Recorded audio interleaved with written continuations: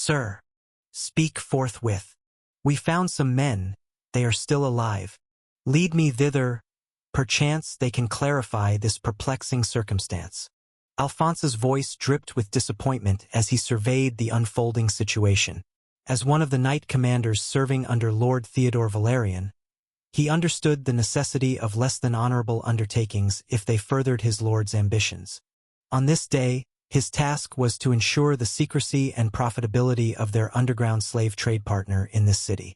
Though he harbored no fondness for the merchant involved, he recognized the significance of this off-the-books income the operation generated. In the cutthroat struggle for succession among the heirs, money was a vital weapon, and not all of it could be acquired through legitimate means or sponsors. Alexander Valerian, the current duke, remained silent until concrete evidence emerged and understood that every move was part of the ongoing war for power. He had gone through the same process, and all his children had heard rumors of some of his undertakings, some involving outright assassination. Alphonse followed the subordinate who was holding up a lantern. The area was now aglow with hand lanterns held by the mercenaries hired by the merchant leader, with his own men nearby on standby. He couldn't entirely rely on this man to keep things quiet. The young lady from the rival merchant group was meant to have been dealt with the day prior, but she had somehow survived and even managed to escape from this very location. To his knowledge, a powerful Tier 3 mage had appeared in the city, prompting him to intervene personally. As they approached the fallen men, Alphonse scrutinized them with a trained eye.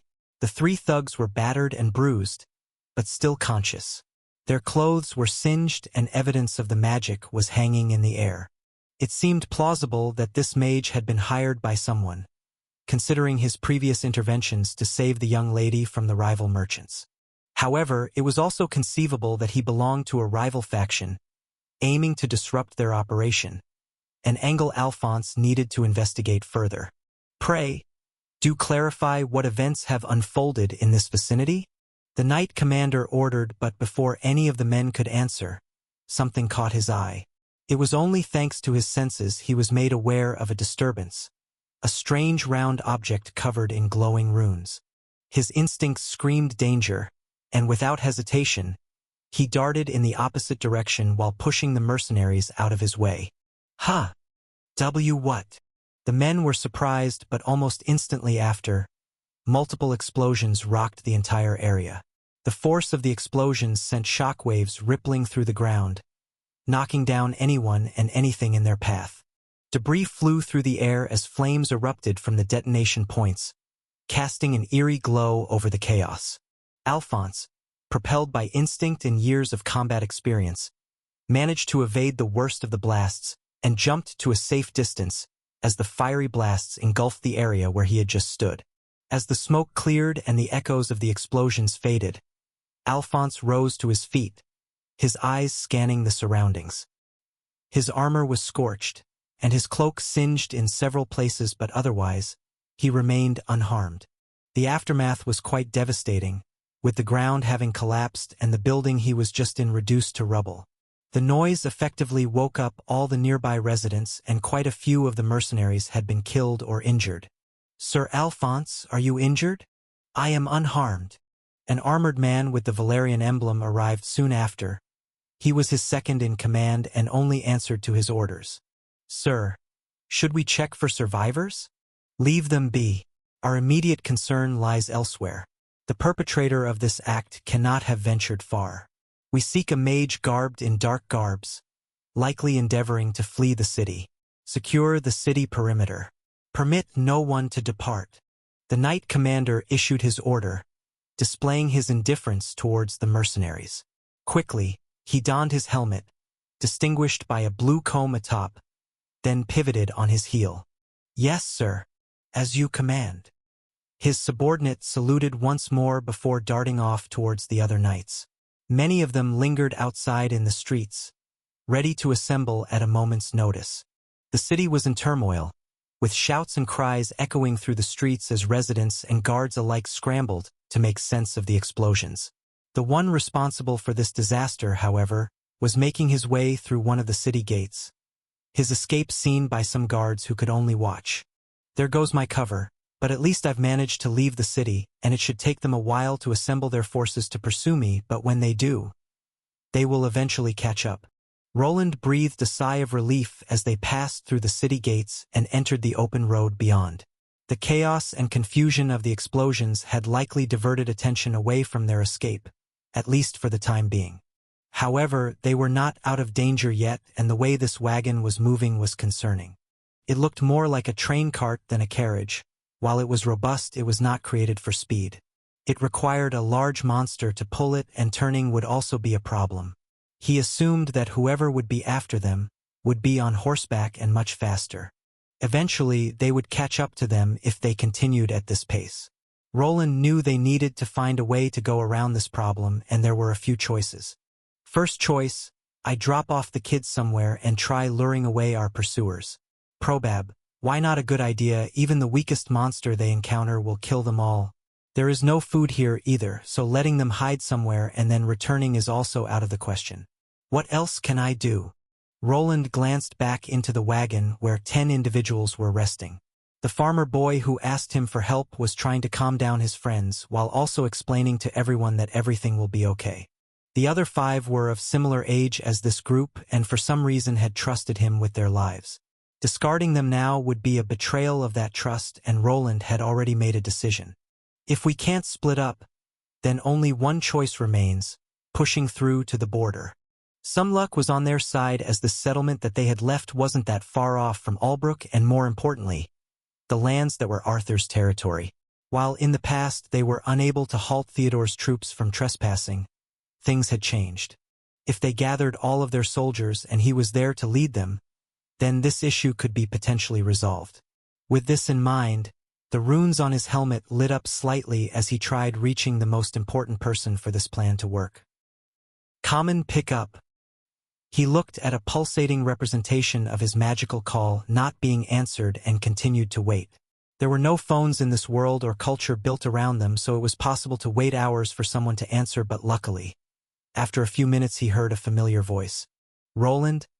I've heard that you were returning. Are you nearby? It was the voice of his favorite bastard son of the Duke, Arthur Valerian.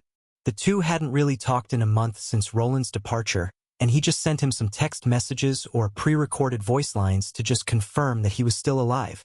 Not quite. I'll assume that if you're using my real name, you are somewhere private. Yes, I'm in my private quarters. You were lucky that I was working late. But are you sure you're not somewhere close? I need you to go through some of the city plans. I will when there is some time, but first, I need you to help me.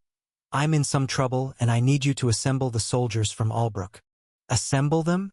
What kind of trouble are you in, Roland? I'll explain later, but for now, I need you to gather as many soldiers as you can.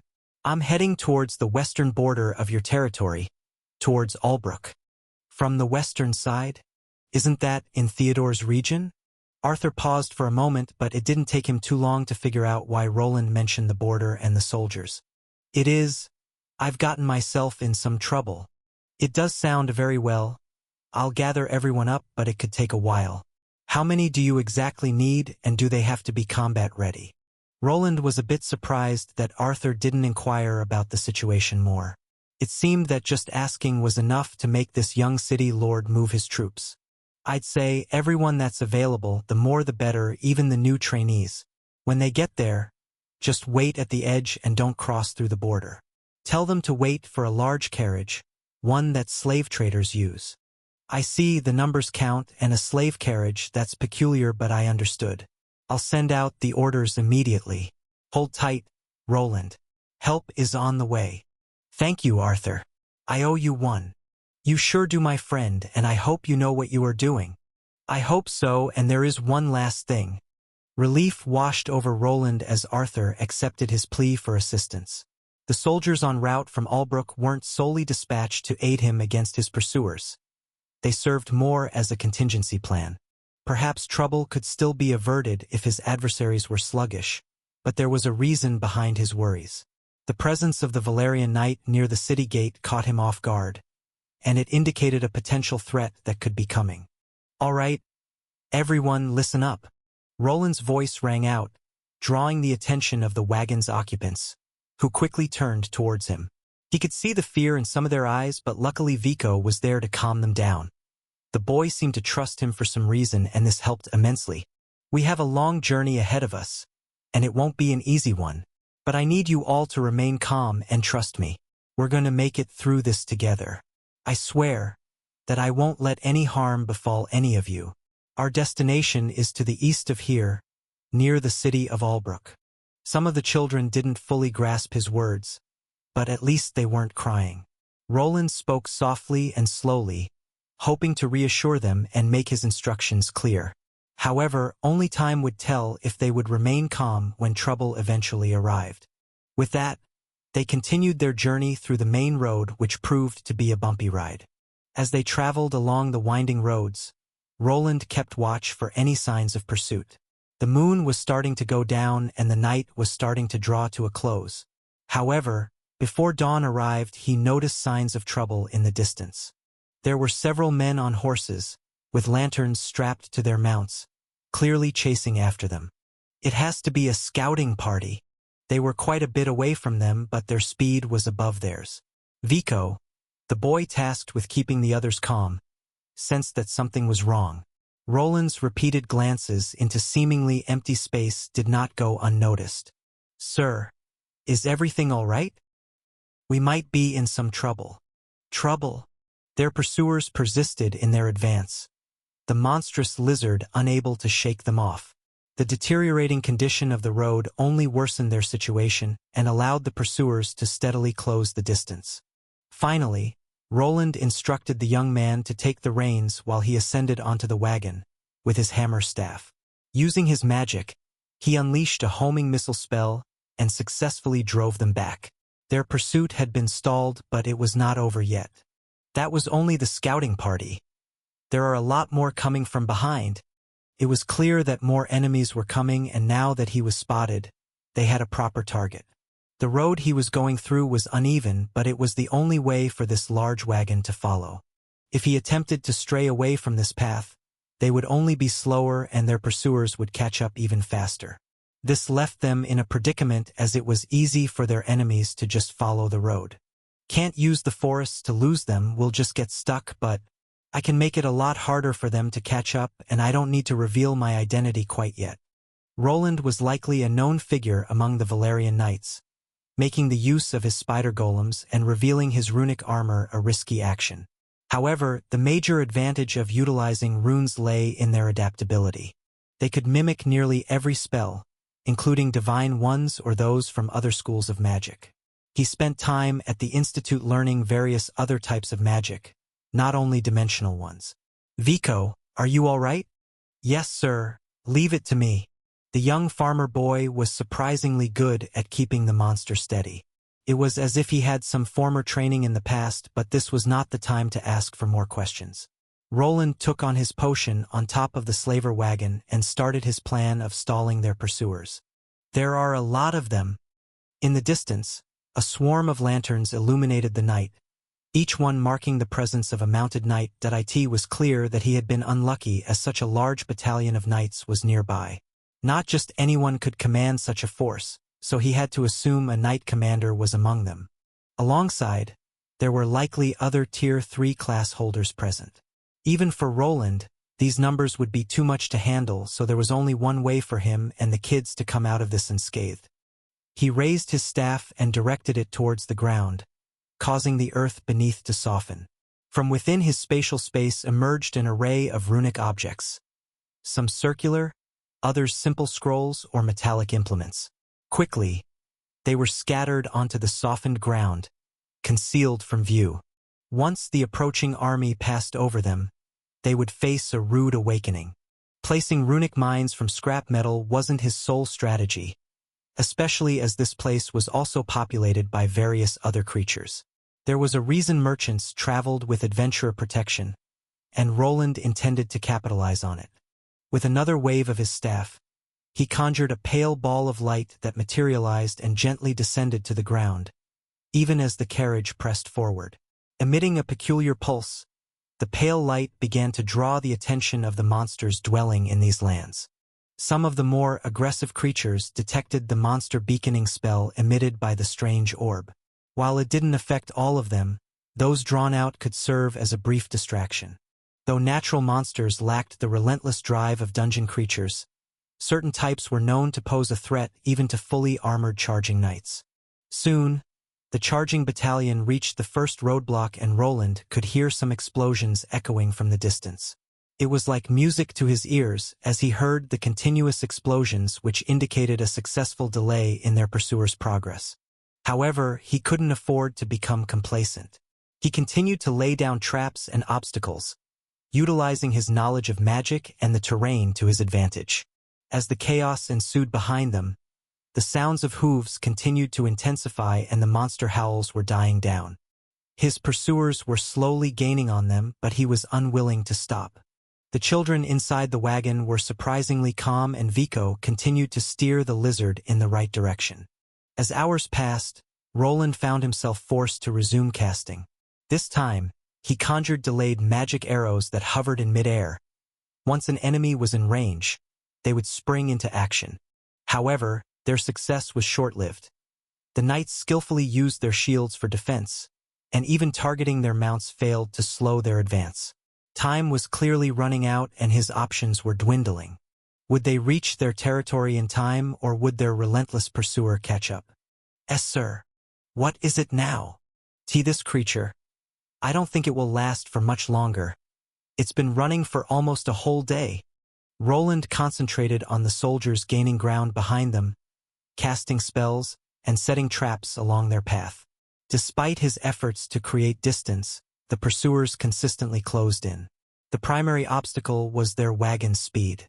The lizard creature pulling it simply wasn't fast enough. It was good at maintaining a steady pace, but pushing it beyond that taxed its endurance. Roland cursed under his breath, realizing that eventually, the mounted knights would catch up to them. He needed to think of something and needed to do it fast. Keep it steady, Vico. Why, yes, sir. The boy nodded, but it was clear that he was starting to panic. At first, it appeared that his spells were effective, but the relentless pursuit began to wear him down. As the soldiers spread out to the sides, they became much more difficult to handle. The traps had a limited area of effect, as did his spells. It felt akin to battling a hydra. For every obstacle he managed to overcome, 2 more emerged to take its place. My mana reserves are running low. Using so many spells is too taxing, and even the runes on this armor are starting to burn into the mithril. What can I do? To aid in his decision-making, Roland brought up the map of the area while simultaneously scanning the surroundings with his own eyes. He knew they weren't far from his territory, but at their current pace, they would need more time. By his calculations, the enemy soldiers would likely catch up to them in around 30 minutes, potentially surrounding them once they did. They faced a steep hillside, with the road beginning to incline. Roland speculated that some of the knights may have maneuvered around the hill and were possibly lying in wait on the other side. Reaching the summit could mean being trapped between the two forces. While there was a chance to break through, it was risky.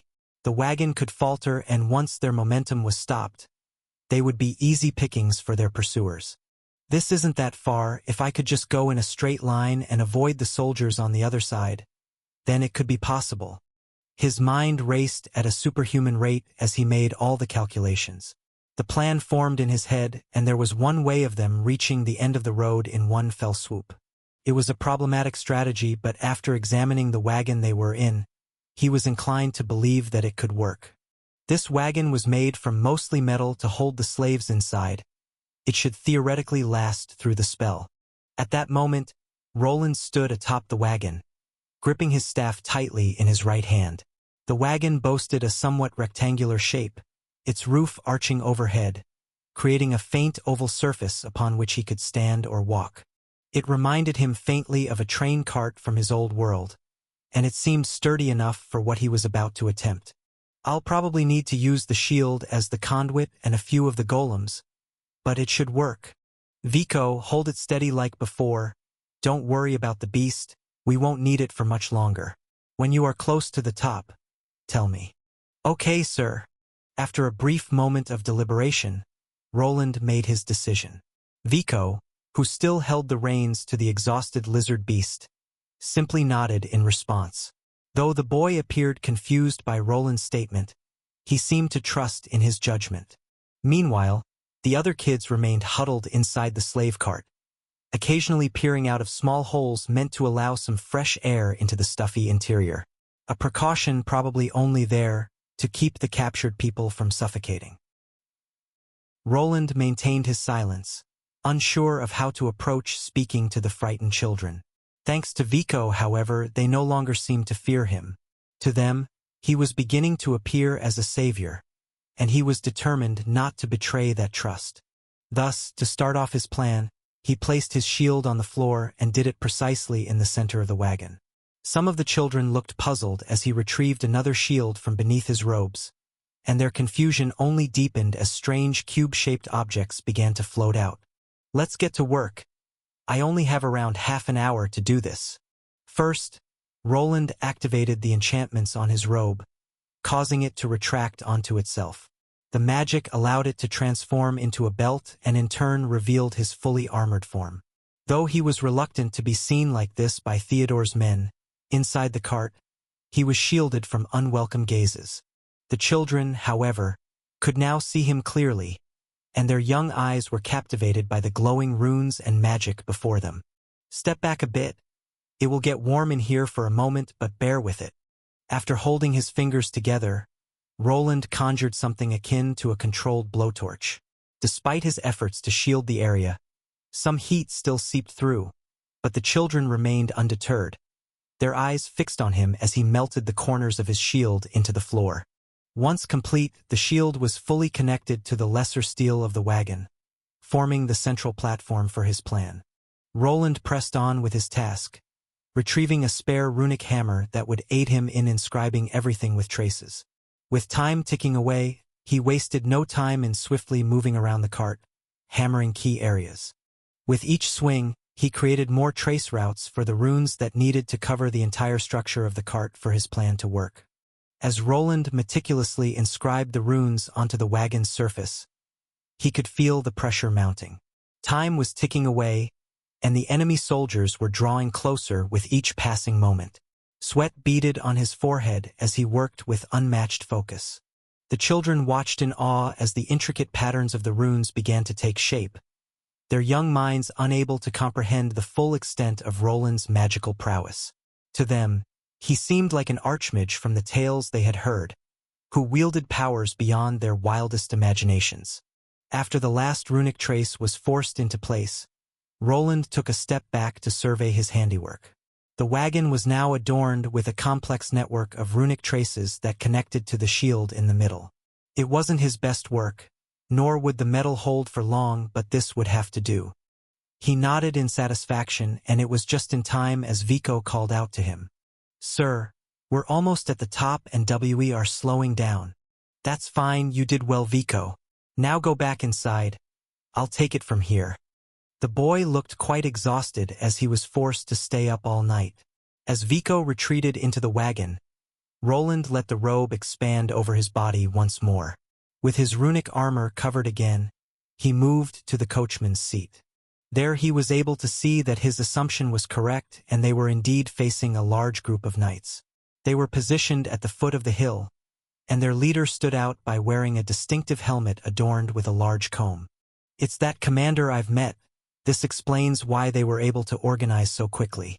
I guess this is it.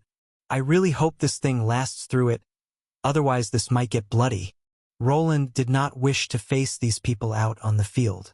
While they only numbered in the 30s, killing brought him no joy.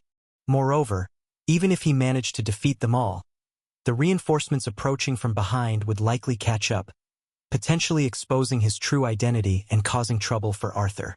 Nevertheless, Roland remained determined not to give up. He held onto the belief that his contraption would ultimately lead him back home. "Everyone, hold on to something and don't let go. This might get a bit bumpy. Sir Alphonse, we can see the wagon. It's coming down the hill. Prepare yourselves. Ready the shielding artifacts at once." A group of armored men stood at the foot of the hill, their eyes fixed on the descending wagon. It was clear to them that the beast that was pulling it was starting to slow down, as it was even being pushed by the momentum of the cart as it descended. They were dealing with a powerful mage that had been evading their pursuit for more than a day. However, this would be where they corner this criminal. First off, a line of 10 men spread out, each one holding a shield enchanted to block spells. They understood that they were facing a spellcaster, and in such situations, magic was best countered with more magic. They speculated that their enemy was likely reaching the end of their mana pool. Casting spells for an extended period and continuously consuming mana potions would inevitably lead to toxicity backlash. Alphonse was well aware of this and awaited the opportune moment to strike. Behind the group of shield-bearers, another 10 mounted knights stood, armed with hand crossbows. This was a new, specialized weapon capable of firing 2 bolts simultaneously. Enchanted to turn their ammunition into explosives upon collision, these crossbows were a large addition to their arsenal. Additionally, the mounted archers also carried longbows, ready to be employed once the crossbows were depleted. Then in the third row stood the knight commander Alphonse himself, his imposing figure clad in ornate armor adorned with the sigil of House Valerian. Alphonse stood with his most trusted men, ready to engage the mage in melee combat once the wagon was brought to a halt. Their objective was not to negotiate or seek explanations. Rather, they were there to silence him and ensure that no one ever knew of this encounter. "Sir, what seems to be the matter? Something is happening. Pray, elaborate on your statement. Speak clearly." Suddenly, a knight peering through a spyglass caught sight of something peculiar. He struggled to articulate what he saw to the knight commander but eventually answered the question. "Sir, the wagon. It seems to be rising. It is ascending?" It didn't make sense to him, but he couldn't ignore the word of this knight, as he knew that none of them would ever lie to him.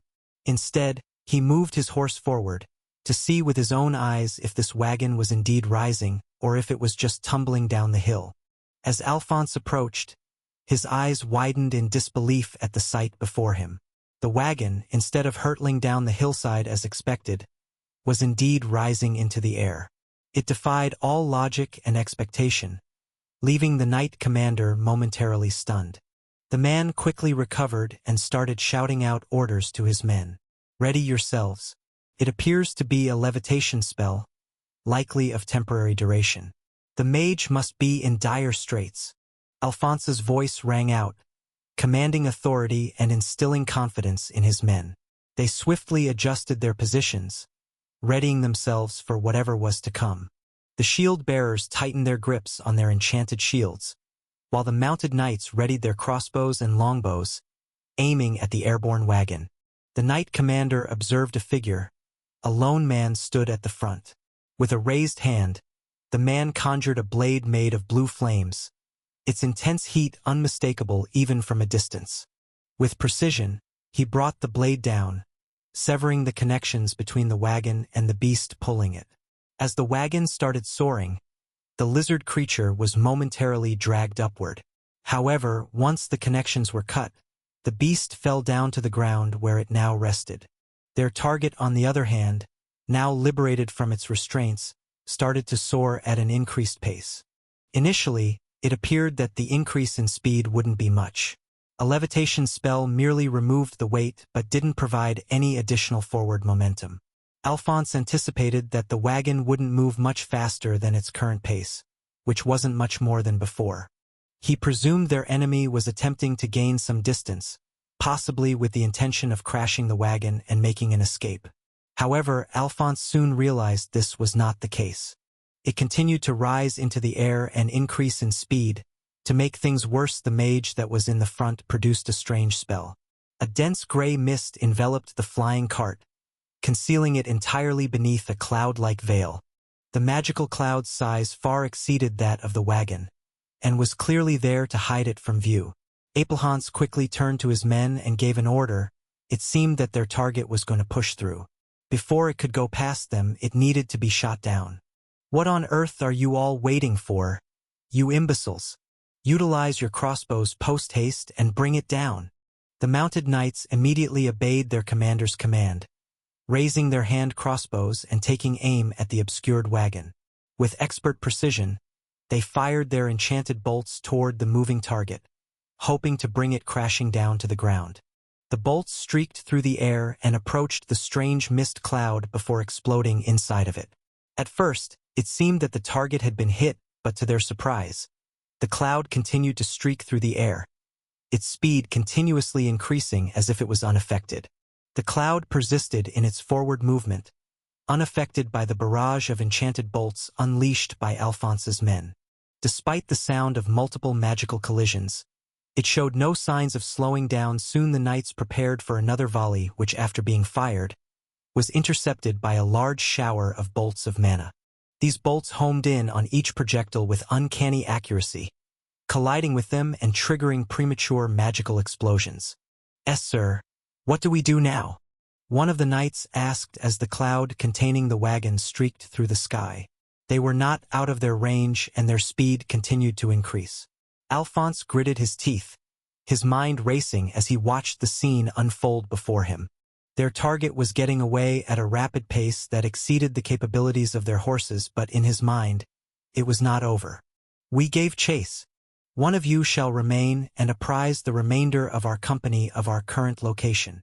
But sir, if we continue any much further, then we will arrive in the territory of the other lord. I am cognizant of that fact. However, it holds no significance. The scoundrel is inconsequential.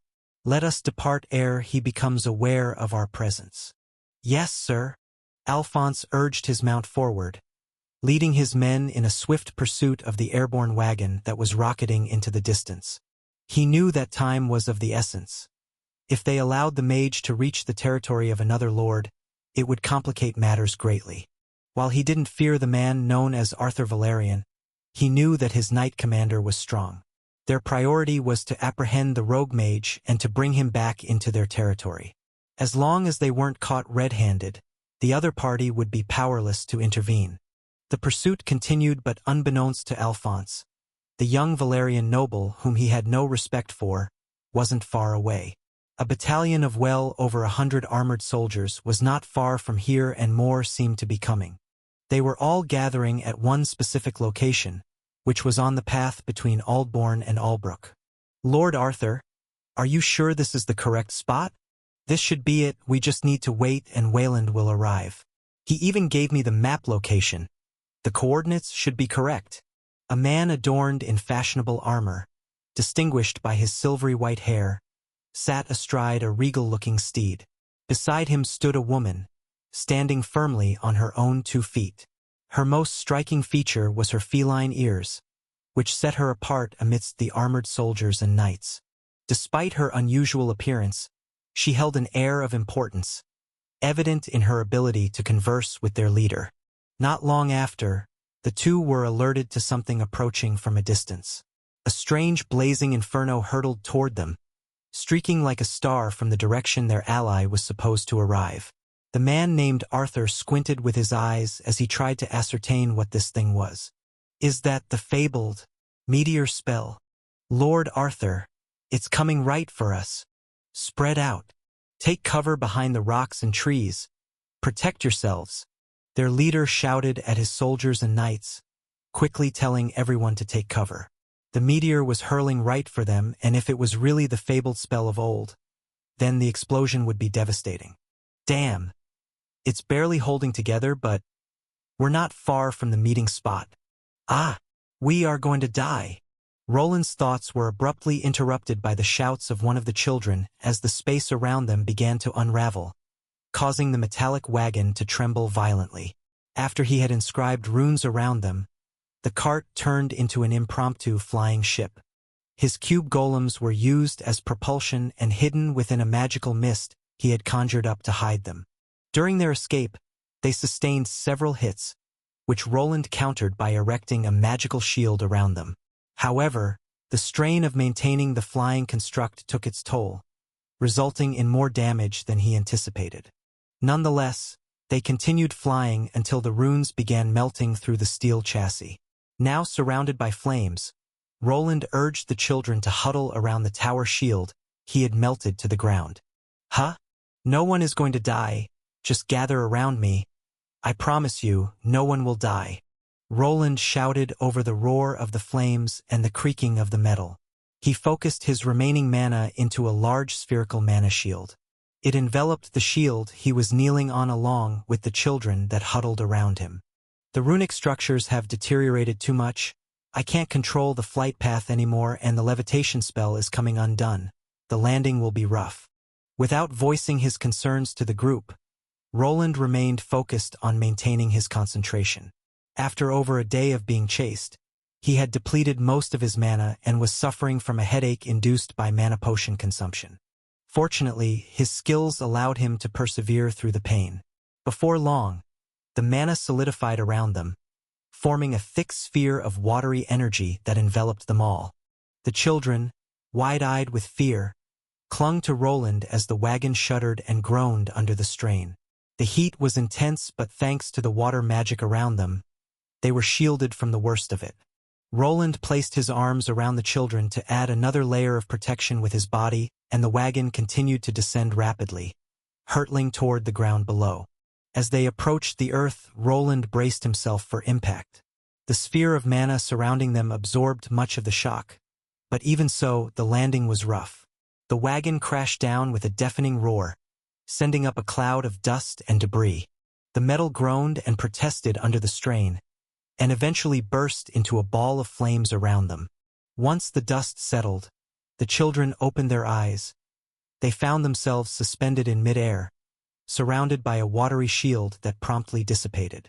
After ignoring the sensation of wetness, they turned their attention to the wreckage of the wagon they had just been in. They realized that during the descent, Roland had reactivated the levitation capabilities of his shield and safeguarded them from the impact. "Is everyone all right?" he asked the children, his voice hoarse from all the accumulated exhaustion. They nodded in response, and soon felt themselves descending toward the ground. However, the landing was abrupt, and they experienced a gentle bump as they touched down. Though their savior attempted to land more slowly, it was evident that he was nearing the limits of his power. Soon, their eyes fell upon a group of armored men bearing the same crest as their pursuers.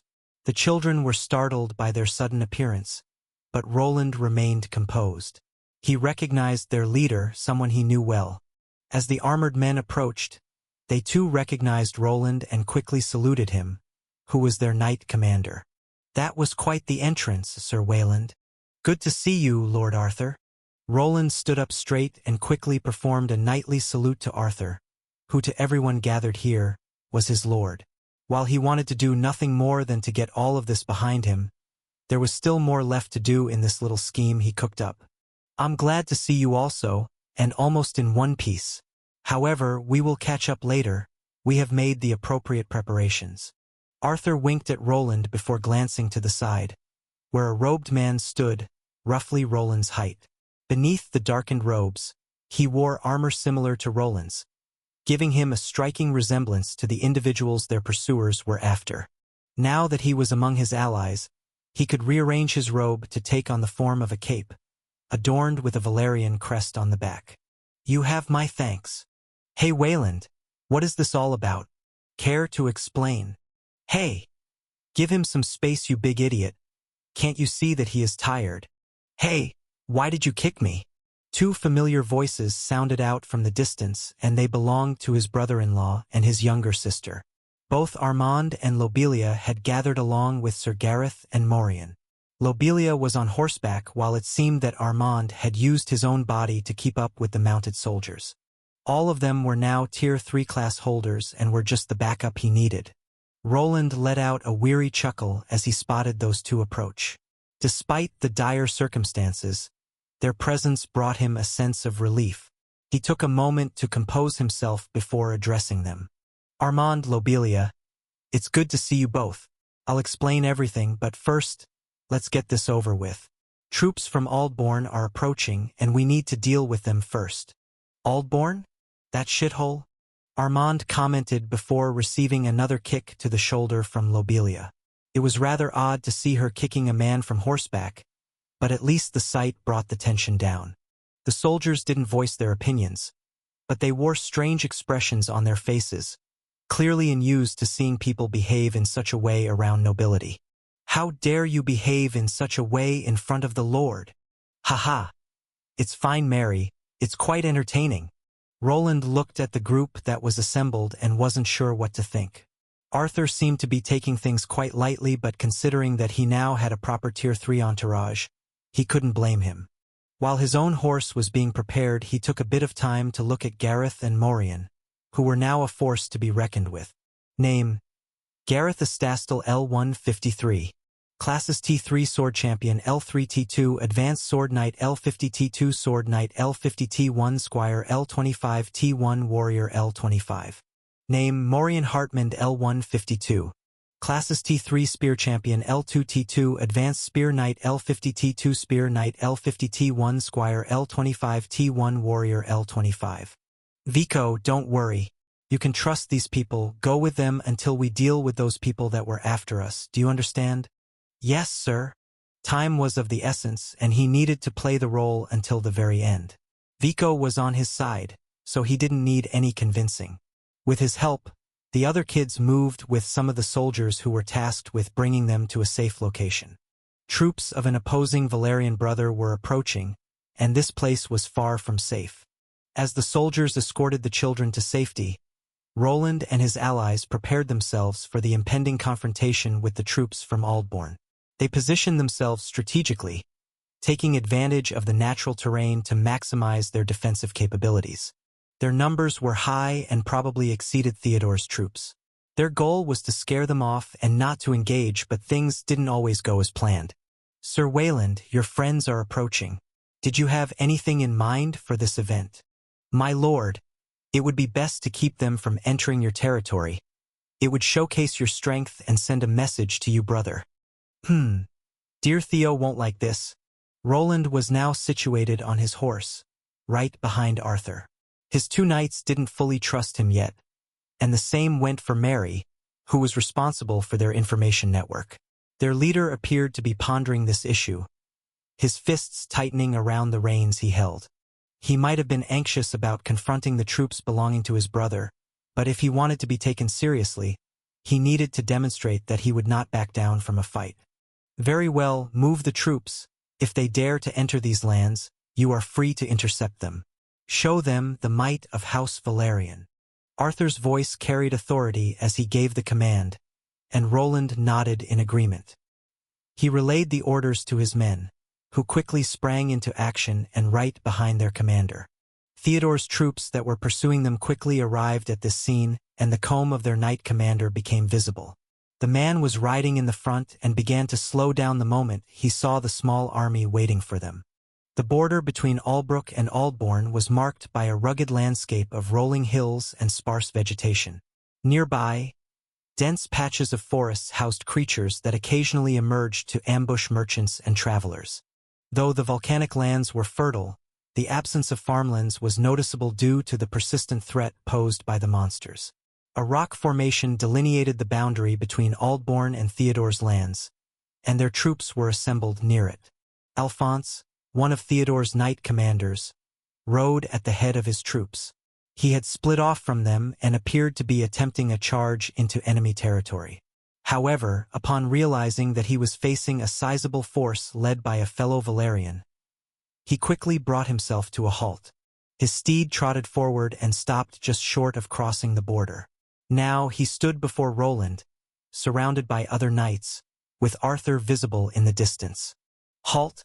You are attempting to trespass into the lands of Lord Arthur Valerian. Identify yourself." Alphonse straightened in his saddle, his gaze locking onto Roland with indignation. He recognized Roland's identity as the knight commander he had interacted with before. Luckily, he was not aware that he was the same man who took him on a wild goose chase and crashed the slaver's wagon.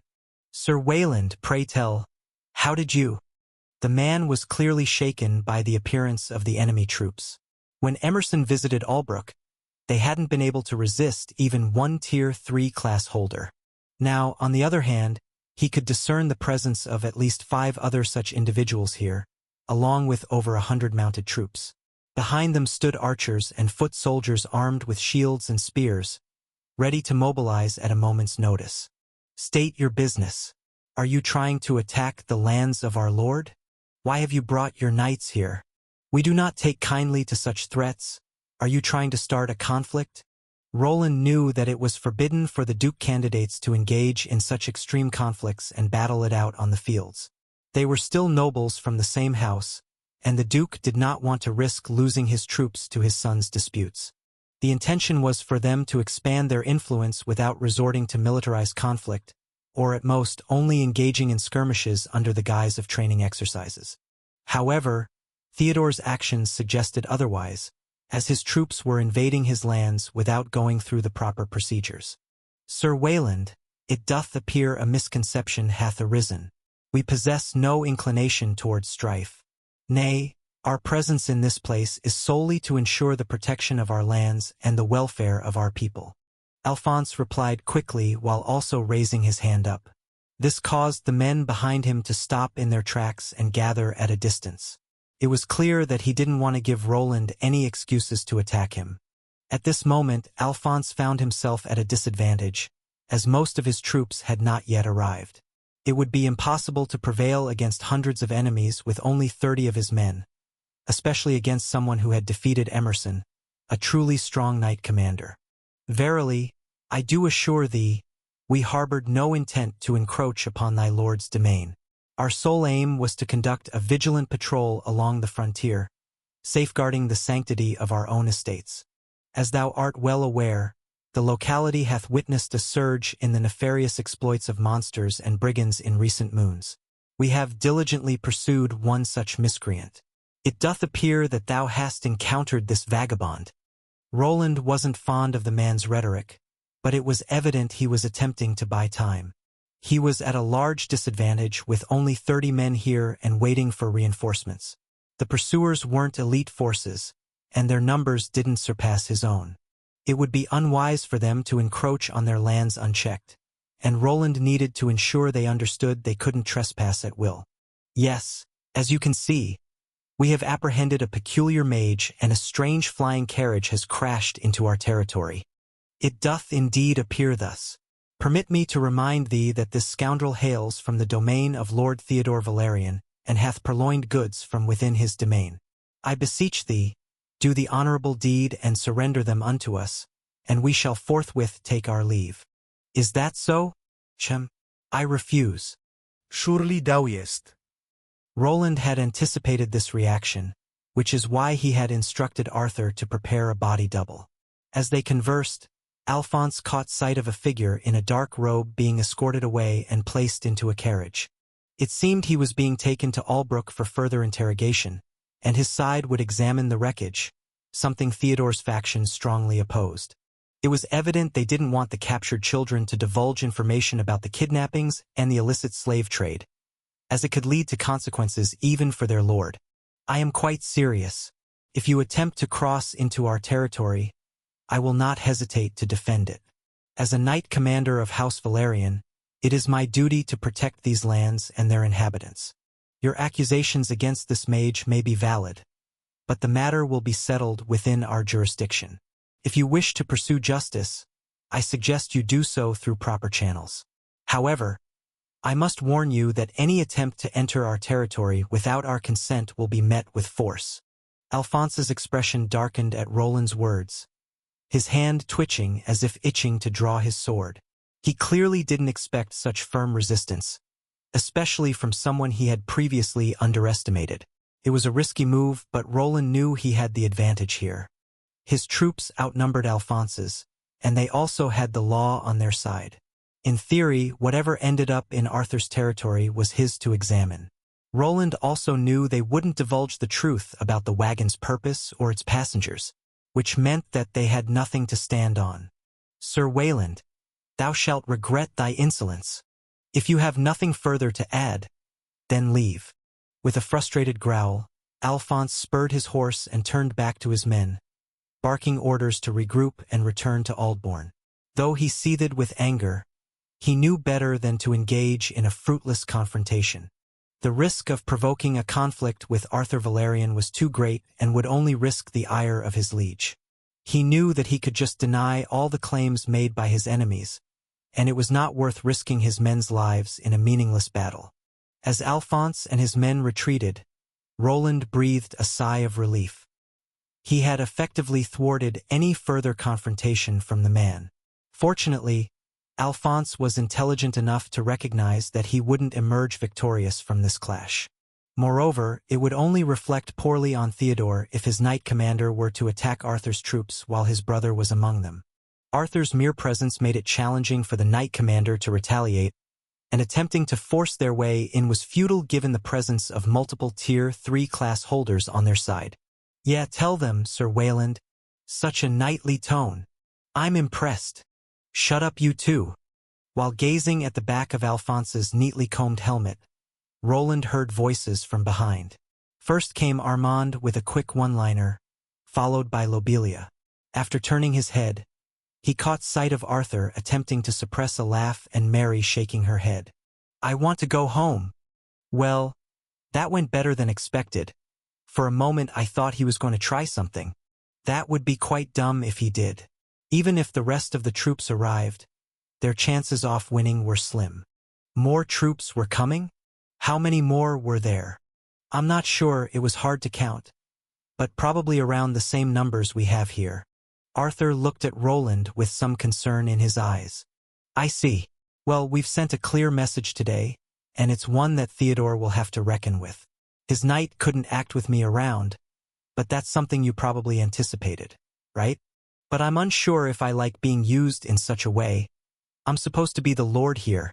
Roland knew that if this were a typical relationship and he was a real knight, such actions would have been inexcusable. Knights couldn't simply call on their lords for help while undertaking tasks they weren't ordered to perform. This incident demonstrated that Arthur was different from other nobles.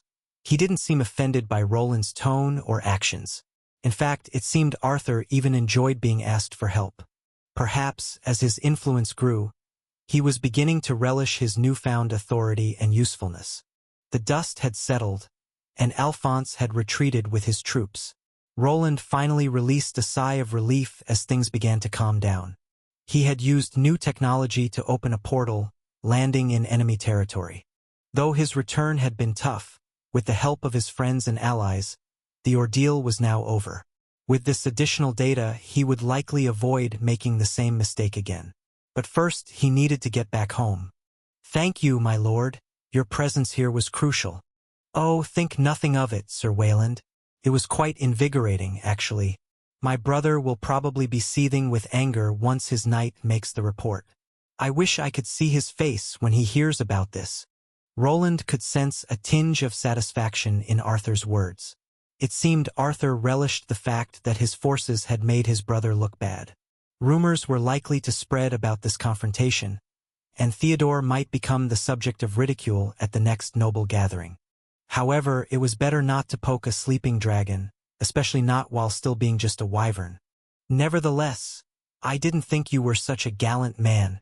With the immediate threat dealt with, Roland and Arthur turned their attention to the group of orphans. It seemed that they were the reason for this whole debacle. Roland could see the men around him looking at him with strange expressions, as if he had gained more of their respect. It was just a coincidence. A coincidence? Arthur raised a brow at the response, and Roland noticed that it was better to elaborate further. Theodore and his men were capturing people and turning them into illegal slaves. "Oh? Those are some strong words, but do you have some proof?" Roland nodded and pulled out some papers from within his spatial space. While there wasn't much within the dungeon they were holding the children in, after arriving at the building holding the slaver wagon, some paperwork could be gotten. The documents he gathered contained information about the captured people, their origins, and their intended destinations. These lack any signatures or seals that could be tied to Theodore, but it does mention this one merchant family. Are they connected? Roland nodded, confirming the Abrams family's involvement. However, this wasn't much to go on, as Theodore could easily deny any connection. The merchant would likely be used as a scapegoat and quickly replaced. Roland also lacked concrete evidence beyond the testimony of the young girl he had saved. Aubert Abrams would probably be silenced before any inquiry could be performed, making the issue difficult to resolve. Nonetheless, in this dispute between brothers, there were ways of gaining new territory and Aldbourne could potentially qualify. Interesting. But I'm not sure if we are quite ready to start a territorial dispute with Theo yet. I think so, Lord Arthur. We should hold on to this information and use it when the time is right. They were still in the development stage. While their armies were growing, they needed more time. Arthur's troops would struggle against one of Theodore's knight commanders, and his brother had several of them. However, once Albrook began its expansion and the dungeon attracted enough people, they might be able to start pushing their luck. Roland also had some ideas to increase their military might using golems and possibly his phantom limb technology. Training soldiers took a lot of time, but a simple golem could replace a Tier 2 class holder. With his skills, a golemic army could be significantly strengthened and repeatedly restored. Once he fully completed his research, they might not even need people with combat classes anymore.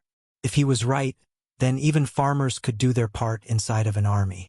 Indeed, Sir Morian. Yes, Lord Arthur, how can I serve? After nodding, Arthur called over one of his proper knights, Sir Morian. The man was holding a large spear that needed some better enchantments. His armor was also not really something a knight commander-ranked individual should be wearing. It seemed that once he was back, Roland would have a lot of work on his hands. Will I be able to do everything in a month? This was indeed a perplexing situation, with time appearing to be a resource in short supply for Roland. For a fleeting moment, he pondered the prospect of delving into the study of time magic. Perhaps there existed a means to fashion a chamber where time flowed at a more sluggish pace, an ability often bestowed upon protagonists in various fictional tales. Now he found himself wishing he possessed such a capability as well, and perhaps it was not a pipe dream. Sir Morian, take half of the men and the 2 adventurers. Stay here and patrol our borders. If someone suspicious dares to cross it, you know what to do. Yes, my lord. Morian saluted and quickly guided his horse back to the soldiers, relaying the information. Armand didn't seem too happy to not be called by his name, but luckily Lobelia was there to pinch his arm before he said something to get them in trouble. Ow! I wasn't going to say anything. Sure you weren't. Don't worry, Wayland. Leave this to me. I'll keep this idiot in check, she called out to Roland while pulling Armand away before he did something stupid. He watched the two with amusement but also relief that they were continuing to get stronger. His time invested in their equipment wasn't wasted, and they were people that even he could rely on. With these issues now over, he turned to the children that he had rescued. They looked quite confused about the situation and didn't seem to trust anyone around them. Sir. Vico, don't worry. They are with me. We will head to Albrook now, where you may rest and eat. Okay. The young boy nodded without asking too many questions, showing a trust in Roland's words. With Vico's help, the other children could be convinced easily. Roland hoped these children could act as witnesses to the slave trade incident. This would not be a one-sided arrangement. They would offer the children food and shelter in exchange for their testimony. Their accounts, combined with the documents, could provide enough leverage to keep Theodore's activities in check for a while. Might be better to keep them around my home with the other orphans. With the help of spells, it was possible to easily extract the truth from most people. If they presented a case for dispute in the noble court, the children's testimonies could carry significant weight. This made the children potential targets, but the likelihood of Theodore going to great lengths for one city and a single revenue stream was low. Nevertheless, it was better to keep the children close and surround them with soldiers and golems for protection. With all of that out of the way, the two forces split. Half of the soldiers remained on the main road and prepared an encampment. The other half accompanied Roland, Arthur, and the children as they made their way back to Albrook. The journey was relatively uneventful, with occasional pauses to let the children have something to eat. Eventually, they arrived at the city he had left over a month ago. I'm finally back. Not much time has passed, but it felt like I was gone for half a year. Roland had finally returned home, but he knew there was little time for rest. While the situation with Theodore had been temporarily diffused, it was far from resolved. Lingering tensions with the Castellane house added to the complexity. He needed to reach out to his sister, who had promised to enlist their mother's help in addressing this issue. If his father intervened and resolved the matter, Roland might not need to return in a month's time to keep an eye on Lucien. Can I build a proper teleportation gate in a month? Do we have enough materials for something like that? I should first make Bernier his arm. I can't imagine living without one. He continued to ask himself questions, but his thoughts were interrupted by Arthur, who had caught on to this fact. Sir Wayland. Ah, yes, Lord Arthur? You seem tired. How about you get some rest today? That's an order. No working. I understand, my lord. He wasn't sure how to respond to the order, so he simply nodded. Mary gave him a strange look, and perhaps everyone knew that he was already planning to overwork himself, as he usually did. Indeed, you are free to go. Your wife is probably waiting for you and worried. Once you are rested, we shall talk about the future of Albrook. His home was now close by, and he continued while mounted. Behind him, a few soldiers followed, ready to guide his mount back once he was finished using it. The closer he got to his home, the more he felt like passing out as all the stress and adrenaline left his body. Eventually, he came to a stop and informed the men to take the horse away. It wasn't more than a few minutes from his home, and if he walked, he would probably be able to keep himself awake. I haven't been this tired in a long time. A sense of déjà vu washed over him as he approached his home. There, a lone woman stood waiting outside. Once their eyes met, she smiled, and the fatigue he felt seemed to dissipate. With slow steps, he continued to approach, releasing the safety on his helmet. Soon, he took it off, and the two exchanged warm, relieved smiles. Elodia, I'm back, he said, his voice cracking slightly from exhaustion but also relief. Welcome home, dear, she replied, her voice gentle and soothing, as she stepped forward, clearly intending to give her husband a warm hug after their time apart. However, before they could embrace, a noise from the distance caught their attention. It sounded like something was approaching from the forest, with the unmistakable sound of branches snapping underfoot. As the large beast burst through from within some bushes and appeared before them, Elodia reacted quickly by taking a step back. Unfortunately, her husband received the full brunt of the creature's attack. He went down to the ground as a rather overzealous crimson wolf tackled him down. Its moist tongue made its way to his face, beginning quite the slobbery assault. Agni, stop! Get off me! It was Agni, his wolven companion that was the size of an adult horse. Agni's tail wagged furiously as he continued to lick Roland's face with enthusiasm. Despite being knocked down, Roland couldn't help but laugh at the overblown display of affection. Elodia watched with amusement as her husband wrestled with their oversized pet wolf. Looks like someone missed you even more than me. As Roland struggled to fend off Agni's affectionate onslaught, Elodia couldn't help but chuckle at the sight.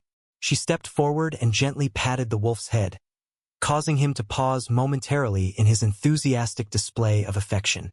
All right, Agni, that's enough. Let your master catch his breath. The sun wolf obediently backed off, though his tail continued to wag excitedly. Roland pushed himself up from the ground, shaking his head as he wiped the wolf's slobber from his face. It was surprising to see him be so obedient for once, and perhaps during his absence, Elodia's and Agni's relationships had grown stronger. Looks like you've been taking good care of him, Roland replied while looking at his wife petting Agni, who was showing a rather silly reaction to getting his ears rubbed. One of his legs started to move around in response to all that rubbing. This was supposed to be a divine beast worshipped by the church, but at this moment, he looked more similar to a house dog than a mighty sunlight wolf. He has been keeping my company, but now that you are here, maybe I won't have to play nanny anymore. Worf! Agni gave out a dog-like bark, as if he was trying to deny the baby allegations. Both Roland and Elodia laughed, attempting to resume their embrace. However, right before they could get closer, the main door to his compound slammed open, and another person appeared to greet him. Boss, you're back. It was Bernier, his half-dwarven assistant this time around, and not far from him was his wife, Diana.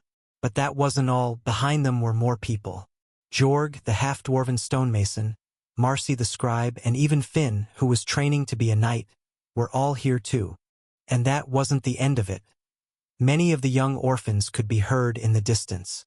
Their lodging had already been created, and they seemed to have moved into the new dormitory where Vico and the others would join them soon. "Yes, I'm back. You seem to be doing well, Bernier." His friend was still missing an arm, and the replacement he had previously created wasn't on. It wasn't a pleasant sight, but Bernier didn't seem to mind that he was missing his arm from his elbow down. The entire journey had been initiated to find a solution to this problem without involving the Solarian Church any further, and soon he intended to tackle it in his workshop. However, before he started, he wished to enjoy the company of his wife, whom he hadn't seen in a month, and also rest. Boss. Good to have you back." "Welcome back, Mr. Wayland. Welcome back." Although he was tired, the sight of his friends and company waiting for his return filled his heart with warmth. He did not think that something like this was possible when he set out on his journey, but they were there. Bernier moved over to give him a smack on the shoulder as a greeting and then was quickly reprimanded by his wife. Soon, the kids started getting loud and it took some time for them to settle down. They spent some time outside the shop but eventually moved into his compound. There, he briefly recounted the story of his journey, omitting a few details that he would share only with his wife later. "Well, it seems like you had quite an adventure, boss," Bernier said, shaking his head in amazement. "A shame I missed it. Not like you'd be of any help if you were there." "What do you mean? Just give me a runic weapon and I'll blow them all away." "Yeah, sure you will."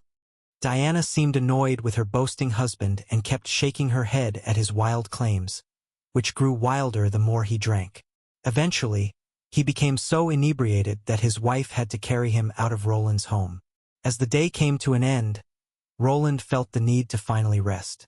Even though his mana and stamina had recovered, he still felt some lingering fatigue, likely brought on by a hidden status effect. Finally, "They are gone. How about you?" Elodia led the guests out, and upon returning, found her husband leaning back in his chair, his eyes closed. He had drifted away to sleep while sitting down, and next to him, a rather large wolf had decided to curl up. Its large size took up most of the dining area, and it had almost broken the door when entering. "I guess it can wait until tomorrow." Elodia chuckles while bringing over a blanket that she tucked around her husband, making sure he was comfortable. She then moved to extinguish the candles around the room, leaving only the soft glow of the moon filtering in through the windows. With a gentle smile, she whispered a soft good night to both Roland and Agni before retiring for the night. The next morning, Roland woke up feeling more rested than he had in a long time. Sunlight filtered through the window, casting a warm glow across the room. He blinked a few times, adjusting to the light, and then noticed the woman dozing off against his bare chest. For a moment, he wondered how he entered this room, but soon he recalled dozing off in the dining room. "All right, now I remember." His sleep had been short-lived due to a certain oversized wolf deciding to nap next to him. The snoring was so loud that his heightened senses mistook it for a monster attack. After waking up, he spotted the blanked Elodia placed over him, which he assumed she had done to ensure he was warm. Eventually, he found himself in their bed and had a nice intimate encounter with his wife. "It's good to be back." He gently moved, trying not to wake her, but her eyes fluttered open, and she smiled up at him, looking just as content as he felt. "Good morning, dear." "Good morning, Elodia. I didn't mean to wake you." She stretched, her smile already making this day a lot brighter.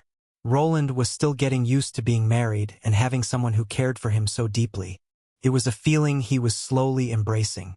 He was a loner, so having someone like Elodia by his side was somewhat new. However, it was not a burden but rather something that motivated him to strive even harder for their joint future. "Don't worry about it. I'm just glad you're back, and I hope you'll be staying longer this time around." "I hope so, but is it about your sister?" "Yes, but also a few other things." Elodia's voice was soft and full of warmth. She already knew about his adventures at the Magical Academy and the possibility of his return there. He had not detailed how he planned to return, but she had been informed about Lucien. Keeping secrets from his wife was not something he wished to do, and having someone who cared for him offer advice was always welcome. Of course, but remember, you don't have to shoulder everything alone. If there is something I can help you with, just let me know. All right? If you keep saying things like that, I'm not sure I'll be able to control myself. Roland nodded at her words of support. His desire to tackle her down into bed once more momentarily overshadowed by the warmth of her encouragement. However, before his carnal instincts could take over, a loud sound echoed from inside his home. It sounded like scratching, and upon further investigation, it appeared to be Agnes scratching against their bedroom door. His disappointment was immeasurable as he was forced to open the door. There he spotted Agnes wagging his tail around, which caused some of the wooden chairs to break. Roland sighed, resigned to the fact that his time alone with Elodia was over, at least for the moment. With a sigh, he left his bedroom and pushed the oversized wolf out of his home. His size had become a problem, and letting him inside was not the best idea anymore. Borf. No, you can't stay inside, you have your own place. That's why we made it. Go stay there. Vav. Roland rolled his eyes as Agnes continued to protest against being shoved out of the house. Luckily, with some coaxing and well-placed scratches behind the ears, Agnes relented and trotted off to his designated wolf house. He looked a bit saddened and his tail was curling downward, but nothing could be done about it. His size was too large for his workshop, so he couldn't keep him company like he used to when he was a puppy. Maybe in the future, something could be done about that though. There was one idea in his mind that would allow his wolf companion access back into the underground smithy. His time at the Institute was well spent and his research into dimensional magic had been extensive. If he was able to create the core of the structure he desired, then perhaps making some more space without digging around would be feasible. However, such things would need to wait for later as he first needed to do some other things. Does he seem more clingy than before? He just missed you, and then there are also the people from the Solarian Church. Some of them can be peculiar. Once Agnes was taken care of, he had a business meeting with his wife. She had kept informing him about the state of Albrook while he was gone, and there were indeed several pressing matters to attend to. The presence of the Solarian Church caused an influx of believers and refugees from other cities. A new growing city was always an opportunity to start over, so it attracted people that weren't necessarily able to bolster the economy. Work was scarce and the influx of people wasn't necessarily a good thing. If something wasn't done now, then in the future he knew that this place would resemble Aldbourne with its extensive slums and criminal element. I have my work cut out for me. Well then. Roland knew what had to be done, and soon he set off to take care of some business with Arthur. Over a month had passed since he had left this place, and the presence of the Solarian Church had only grown stronger. The priests and believers had set up new shrines and small temples, attracting a steady stream of pilgrims and new settlers to Albrook. Did they enlarge the main church through some magical means? I don't remember it being this tall. With the help of his helmet, he spotted a high concentration of people beneath the church, some of them belonging to the Solarian Paladin Order. It seemed they had begun expanding downward, likely digging to create more rooms for their priests and perhaps also escape tunnels. These cathedrals were large structures with thick walls that could become important military structures during a siege attempt. They wouldn't be easily breached, as they were reinforced with holy magic, which was particularly potent against undead and evil creatures. It was early in the morning, but already many adventurers were crowding the streets. Many of them seemed to be of the gold rank, but platinum ranks were also there. He noticed a few races he hadn't seen in a while, such as gnomes, who likely belonged to the recently formed alchemical guild. The same that wouldn't let rustics into their circle. The man would soon have some interesting work to do, and perhaps with it, he could show that they were mistaken. It's the Knight Commander, make way. As he was walking through the streets, people started moving to the sides. The cape he was wearing had the Valerian crest on it, and he was also being followed by a small squad of soldiers. Roland didn't like the attention but had already made peace with standing out. His 2-meter-tall armored form could no longer blend into the crowd. Soon, he found himself at Arthur's estate, ready for the strategic meeting. The estate was abuzz with activity as Roland arrived. Arthur had clearly been preparing for his return, and the knights and staff moved with purpose.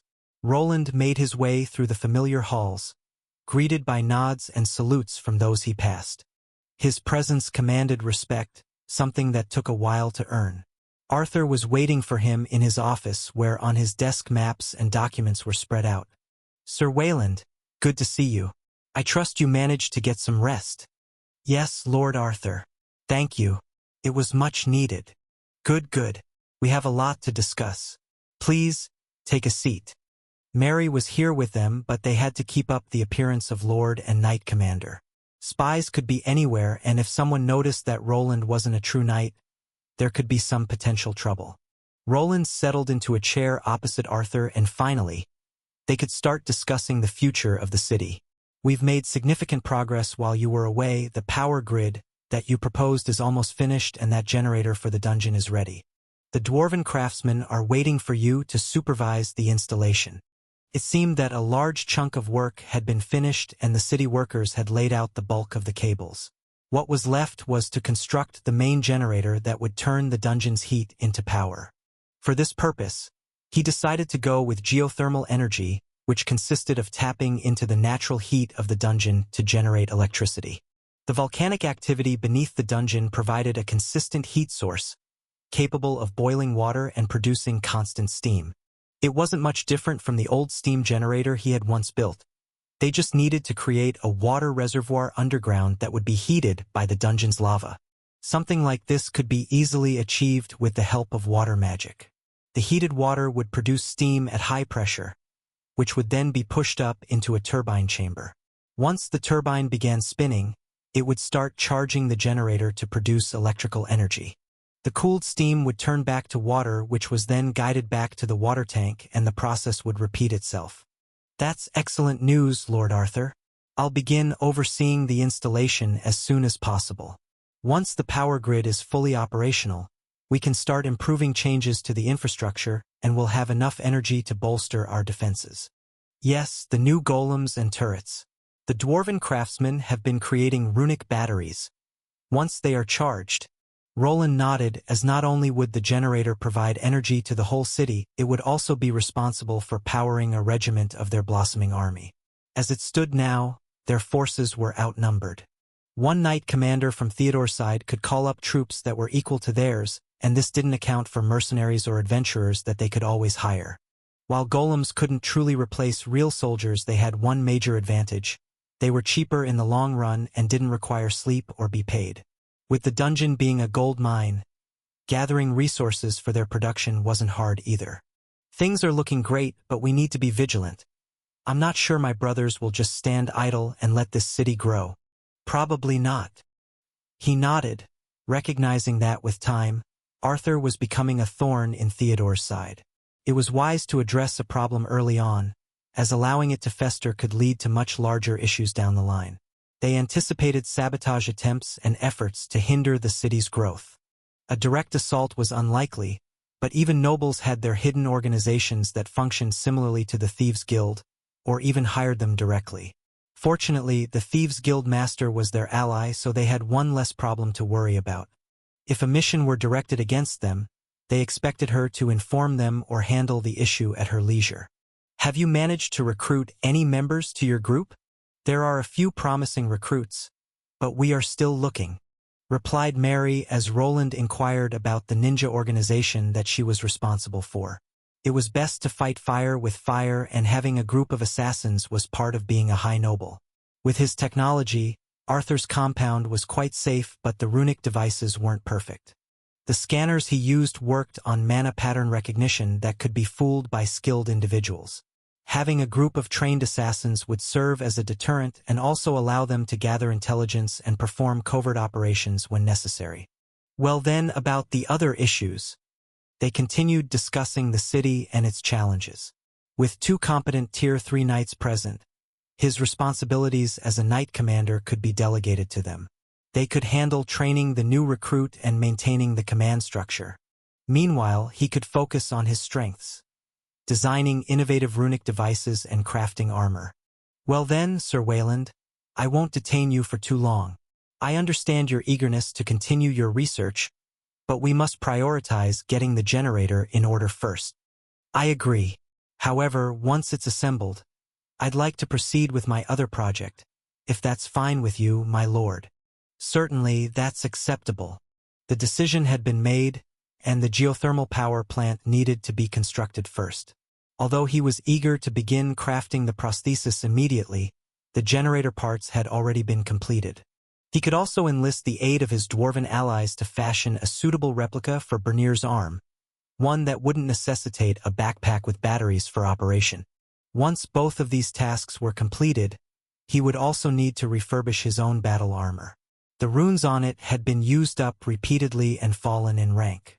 The only way to restore them would be to erase the old ones and craft them again from the start. However, he wasn't sure if that would be all. The phantom limb technology that he had developed could be used in various ways, not only to restore missing arms. In theory, he could create something akin to power armor or even larger constructs if given enough time. It was time to move, and Brilvia was probably tired of pushing back the project in his absence. After going outside, he first made sure that all the turrets in Arthur's villa were in good shape before moving towards the Union's forge. To his surprise, he didn't find his master runesmith friend there. He was informed that she had already done most of the heavy lifting. They were waiting for him at the dungeon, which he appreciated as it saved him a lot of precious time. The city was bustling with activity. The streets were filled with merchants peddling their wares, adventurers boasting about their latest conquests, and workers hurrying to their jobs. It was a vibrant scene, but there was no time to enjoy the sights as he needed to be at the dungeon. Thankfully, his current standing made navigating there quite straightforward and was aided by a borrowed mount. The horse wasn't slow, yet it wasn't fast either. Perhaps he would have to reconsider going back to an older product he used to rely on as a horse replacement. He could see it flourishing after the magical energy was supplied to the city and they had readily available charging stations. After reaching the dungeon entrance, he ventured inside. The craftsmen were situated in a deeper section, which had been scouted beforehand. The placement of the water container required precision, near the lava yet not at risk of collapsing. Fortunately, his mapping device pinpointed a spot devoid of monster interference. The business seems to be thriving. En route, he encountered spider golems darting about, presumably returning from aiding a stranded adventurer. Deaths in the dungeon had reached an all-time low, with his golems being rented by nearly anyone with coin to spare. This enabled the city to gradually recoup the golems' costs, and they were close to making profits on their investment. Well, look who decided to finally show up. Good day, Master Brilvia. His master runesmith acquaintance appeared somewhat annoyed by his arrival, having been forced to wait for his approval. From her perspective, it was impolite to have someone of comparable expertise scrutinizing her work.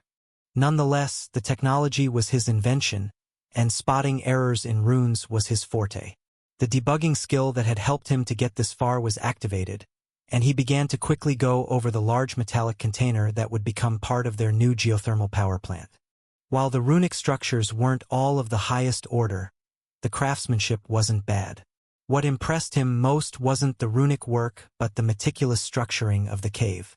The entire space had been excavated to perfectly fit the water container, with the walls reinforced with metal to prevent the dungeon from closing in on them, similar to the door he had previously constructed with Bernier.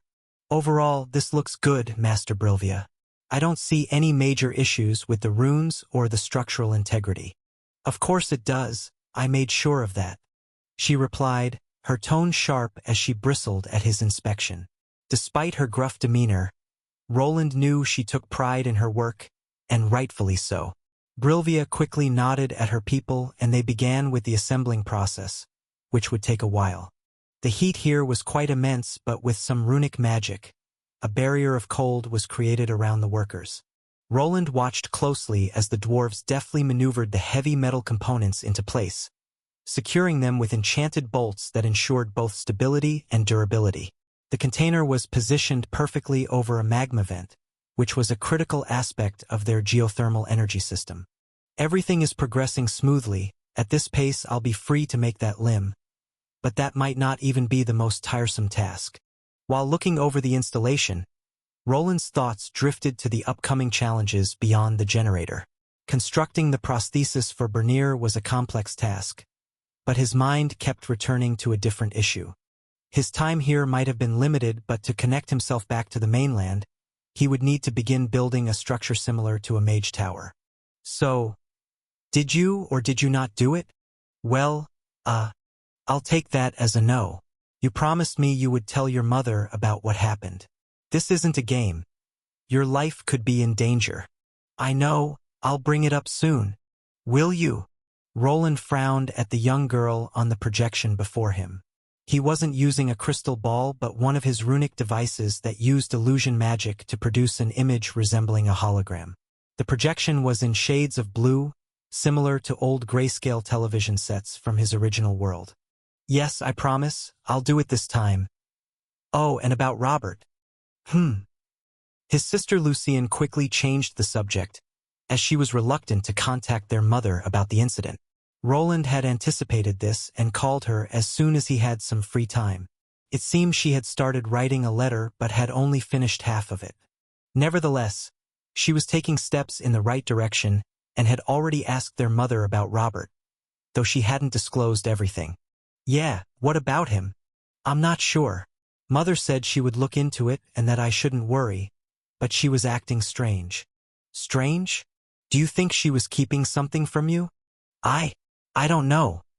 Roland's frown deepened as Robert might have been in trouble. Lucien's mother was quite fond of her children, so it wouldn't be strange if she tried to shield them from any potential danger. This included sparing her daughter from worrying about any unfortunate situations her older brother might have encountered. Roland's instincts told him that there was more to this situation than met the eye, but he was unable to act. His hands were tied here in Albrook. I see. Could something bad have happened to Brother Robert? Maybe I should return home and ask Mother again. I'm not sure if that's a good idea. You'll be safer at the Institute. But if you want to hasten the process, maybe tell your mother about Viola Castellane. Your father might be able to do something about it. Roland could see his sister's eyes darting around. It was as if she didn't want to involve their father, and he somewhat knew why. The man was very distant and involved in many political affairs, making him intimidating. Lucien's reluctance was understandable, as she probably didn't know their father too well. He was rarely home, and it was natural that she didn't know how to talk to him. To her, the man called Wentworth might as well have been a stranger just like he was to Roland. I'm not sure if that man would even act. I hope he doesn't force Lucienne to apologize or remove her from the Institute to appease that family. Roland's thoughts lingered on the complexities of his family situation as he concluded the conversation with his sister. Lucien's reluctance to involve their father was troubling, and he couldn't shake the feeling that something had happened to his older brother Robert. However, there was something in the way Francine was acting that gave him an idea about the situation. It seemed that she knew more than she let on, which might mean that Robert's situation was not as dire as it appeared. Lucienne, promise me that you'll own up to your mother. The longer you try to postpone this issue, the worse it will get. I know and I will. Perhaps, if she isn't willing to talk about Robert with you, try mentioning something to her. Oh? What should I mention? That you met a very responsible institute professor who might be willing to help with a few issues. Roland was talking about himself and Lucienne raised an eyebrow at the self-promotion. She responded with a resounding nod as if she made a decision, and eventually the two said their farewells. The call ended and the holographic image fizzled out, leaving Roland deep in thought. The installation of the geothermal generator was well underway, but the concerns about his family weighed on his mind. The city's progress and his inventions were important, but so was the welfare of his two siblings. I bet Francine knows more than she would ever tell Lucienne. Given her character, she would do anything to help her children, but will never make them worry. There was a reason he told his sister to mention the eccentric institute professor that was for some reason willing to help them. Perhaps once out of options, This little window of opportunity would prompt Francine to reach out to him directly. Mentioning his involvement in the recent issue with Viola could also prompt her to seek him out. She would probably wish to thank him in some way and perhaps offer some bribes for further protection. Then, he might be able to push for the answers that he was seeking. Can't do much now besides preparing for the future. Roland turned on the light and looked around his workshop. He was waiting for someone to arrive, and right on time, he heard some footsteps in the distance. A lone man appeared, his height short and his beard long. It seemed to have grown a bit, but this was not anything too eye-catching. The lack of a limb was. "Hey boss, you wanted to see me?" "Yeah. There is one question I want to ask you." "A question?" "Sure boss. What is it? Do you want to have your arm back?" "Ha! Well, if you have a spare one then let me borrow it." Bernier chuckled under his breath, clearly trying to lighten the mood, but Roland could see the flicker of hope in his eyes. The loss of his arm had been a devastating blow, and despite Bernier's efforts to adapt, it was evident that he longed for his former capabilities. At this point in time, he only had a basic golemic arm that could not really replace his hammering hand too well. The day before, he had asked Elodia about how he was faring, and it seemed he wasn't doing too well. Without his right arm, he was stuck trying to restrain himself with his left one, which was progressing slowly. It wasn't easy to switch dominant hands, especially when one had spent their entire life perfecting their craft with the other. Even with the aid of skills, this was not a task that could be easily completed. "I do have something in mind, actually. Something that might be able to help you." Bernier's eyes widened with surprise, but he then quickly shook his head around as he knew what Roland was implying. "Boss, please don't do anything foolish. I know you signed some deal with those Solarian zealots, but you don't have to go that far for me. I'll be fine. It might take a few more months, but I've already been getting better with my left hand." "Think you are misunderstanding something. I wasn't talking about asking for a Tier 4 priest or even an elixir, but I guess it's better if I show it to you." "Show me what?" "Your new arm, or well, a drawing of it, that is. We still have to make it first." "We have to make it?" Bernier was confused about the situation. He had heard that Roland was going to a magical academy for some research, but he wasn't sure he believed that Roland could produce results in such a short amount of time. Even if Roland could help him, the expectations were for it to take a few years at least. It was never before seen magical technology, and Roland was still a young craftsman.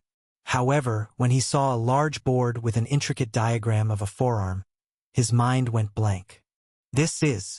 Yes, this is it. While it's still a rough sketch, I think as a prototype it will serve as a full replacement for your missing arm. It's not just any ordinary prosthetic. It's a combination of magic and runic technology. With this, you'll be able to regain much, if not all, of the functionality you lost. Wait. Hold on, boss. Let me get this straight. You're saying you've come up with a way to give me back my arm? And not just any golem arm, but one that works like the real thing. Yes, that's exactly what I'm saying. It's not going to be easy, and it might take some time to perfect, but I believe it's possible. I still haven't decided on an attachment mechanism that would allow the arm to stay connected to the flesh, but Rastic said that he could have a solution for that. Bernier was speechless, his eyes fixed on the detailed diagram in front of him. He traced his fingers over the lines and runes, trying to comprehend the complexity of what Roland was proposing. I don't know what to say, boss. This is incredible. But are you sure it's possible? I mean, magic and runic technology, that's some serious stuff. It can't be cheap. It seemed Bernier wasn't sure if he deserved the investment. He knew, from a craftsman's perspective, that such a runic prosthetic, if successful, would be literally worth an arm and a leg. In normal circumstances, only super-rich merchants and nobility could afford something like that, and he was just a simple blacksmith who had lost one of the main tools to earn money. "Don't worry, it's going to be free of charge, but well, you might be the very first person in the world to get such an arm, so in a way you're also helping me test my invention. In a way, it might be me who should be paying you instead, but I guess I already am." Bernier chuckled at the little joke, but the gratitude on his face was showing. Roland couldn't really force his assistant to go through with this, and there were some dangers associated with untested magical technology. He did not know if there were any drawbacks of using such a runic prosthesis which used the soul to guide it. His friend here could be considered a guinea pig, and if he declined, then he would understand. Haha. Great. Let's make that arm then. I'll understand if you'd like to rethink the You're okay with it, just like that. Roland paused for a moment as he wasn't sure if Bernier comprehended the drawbacks of this deal. Boss. What's there to think about it? But do you understand that this is going to be a prototype of magic that has never been tested before, right? Sure? Not like my arm is going to explode again, right? Bernier chuckled as if he was proud of the joke that he made. I trust you, boss. If something goes wrong, you'll be the first one to stop it. I see. A faint smile crept onto his face, though it quickly disappeared. For some reason, he felt happy that someone had so much trust in him, but it was also a burden. He was sure that even if Bernier lost another limb during the tests, he would still not blame him. This was a lot of trust that someone was putting into his skills, and he didn't want to disappoint him. Well then, where do we start? First, we'll need to prepare a basic prototype, nothing too fancy. Deep steel should be enough. The runes used for this are surprisingly gentle. Once we get the initial alpha tests out of the way, we can move on to the full prototype. Sounds good. They spent the next few hours discussing the specifics of the prosthetic, with Roland explaining each component and its function. Bernier listened intently, his eyes sparkling more and more as he listened to the way this new magical limb would function. First off, I decided to go with these puppet hands that mimic joints the best. We will make them a bit thicker to resemble your hands. You'll be able to exert even more grip strength than before, but that's something that we can adjust later. There were many golems, and most did not focus on mimicking human hands and their dexterity. To alleviate this problem, Roland asked Arion for some help. To his surprise, there were certain shapely puppets used in the industry that mimicked human behavior. They were quite rare and costly, but some people were apparently willing to invest in them due to their remarkable precision and lifelike movement. He decided to hide this fact from his friend, as he wasn't sure if he would appreciate knowing what his new hand was originally designed for. If it all works, then perhaps we'll add some other adjustments later. Oh? What other adjustments? Well, it's still a golem arm, so besides being flame-resistant, I was thinking about giving it the capability to magnetize tools for better grip. Perhaps it could even be used as a weapon, but I guess we should get the alpha prototype ready before we discuss that. I have already contacted Brilvia about some parts, and they should be ready soon. Ha! Finally those bastards are good for something. But then what will we be doing? I just gave them a partial schematic for now. We still need to prepare the most crucial parts and make you a new harness. Bernier nodded as Roland continued to explain the plan. The Dwarven Union was their ally, but this didn't mean he would give them the plans for his prototype. They would prepare the basic framework for the arm while he handled all the runesmithing himself. They would probably assume he was just preparing a new golem and think nothing of it. Soon the two craftsmen were busy at work. Over the next few days, Roland and Bernier dove into the creation of the prosthetic arm. The workshop buzzed with activity as they meticulously crafted each component. First on their agenda was the harness for their testing arm. The one he would create took inspiration from modern designs. It consisted mostly of adjustable leather straps with padded sections on Bernier's right side. Its purpose was to distribute weight evenly and reduce strain on his body. Chafing was also a concern, but Bernier didn't seem to mind, as this was intended to be just a temporary solution. Next on the agenda were the runic batteries, which were the heart of the design. Luckily, thanks to his recent research, Roland became capable of creating even smaller runes than before. In the finished product, they would be directly inserted into the side portion of the forearm, which would mostly be empty inside. By his calculations, it would be feasible to get around a day's worth of functionality out of one enhanced battery before it needed to be replaced or recharged directly. Soon the two started their tasks. Bernier's job was to create the harness for himself, while Roland would take care of the new batteries that also needed to be tested. Eventually, a box filled with the golemic hands arrived and their work was in full swing. The Ethereum proportions are barely adequate, but this should be enough for now. He scrutinized the work of the Dwarven Union, but he couldn't complain. They had performed the task just as he asked for and kept the deadline he gave them.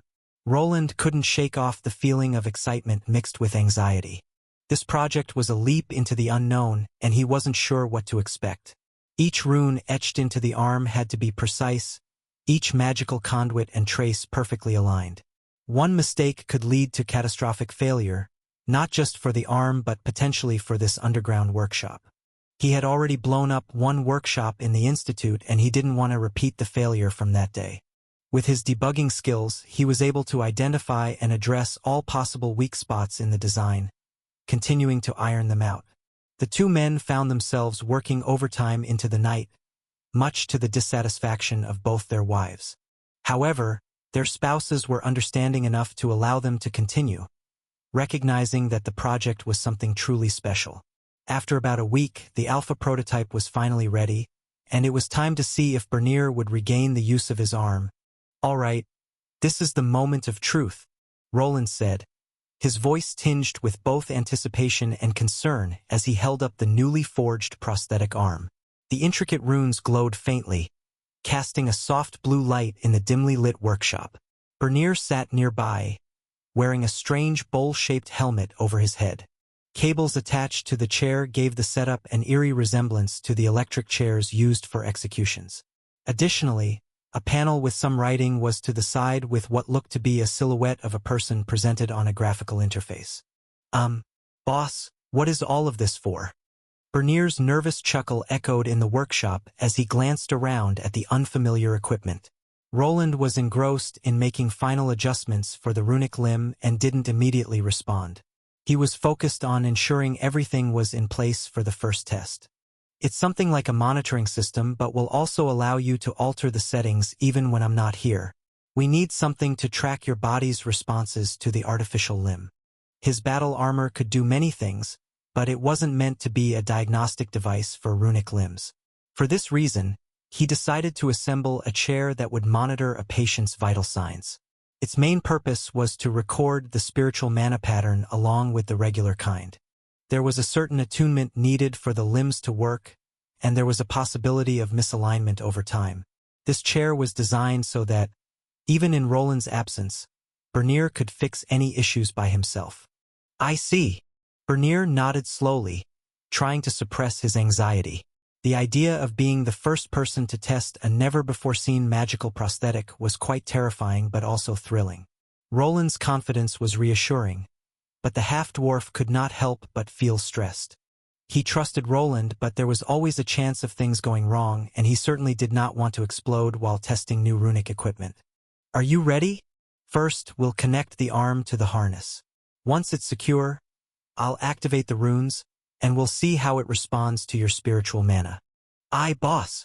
His assistant was ready to proceed, even though he didn't fully understand the mechanics behind this new technology. He wondered how it would work. Would he be able to move his hand again as he used to? Would it even give him the sensation of touch, or would it just be a minor upgrade from the golemic arm he had been trying to use for the past month? Roland took a deep breath, steadying his nerves. This was the culmination of weeks of intensive work and research. It was the moment that would determine if his decision to go to the Institute was right. He attached the prosthetic arm to the harness, ensuring it was secure. The intricate runes along the length of the arm glowed faintly as he continued to adjust the parameters. Attuning it to Bernier's soul wasn't as easy as working with his own, but eventually, everything clicked into place. "Everything seems to be in order. Okay, Bernier."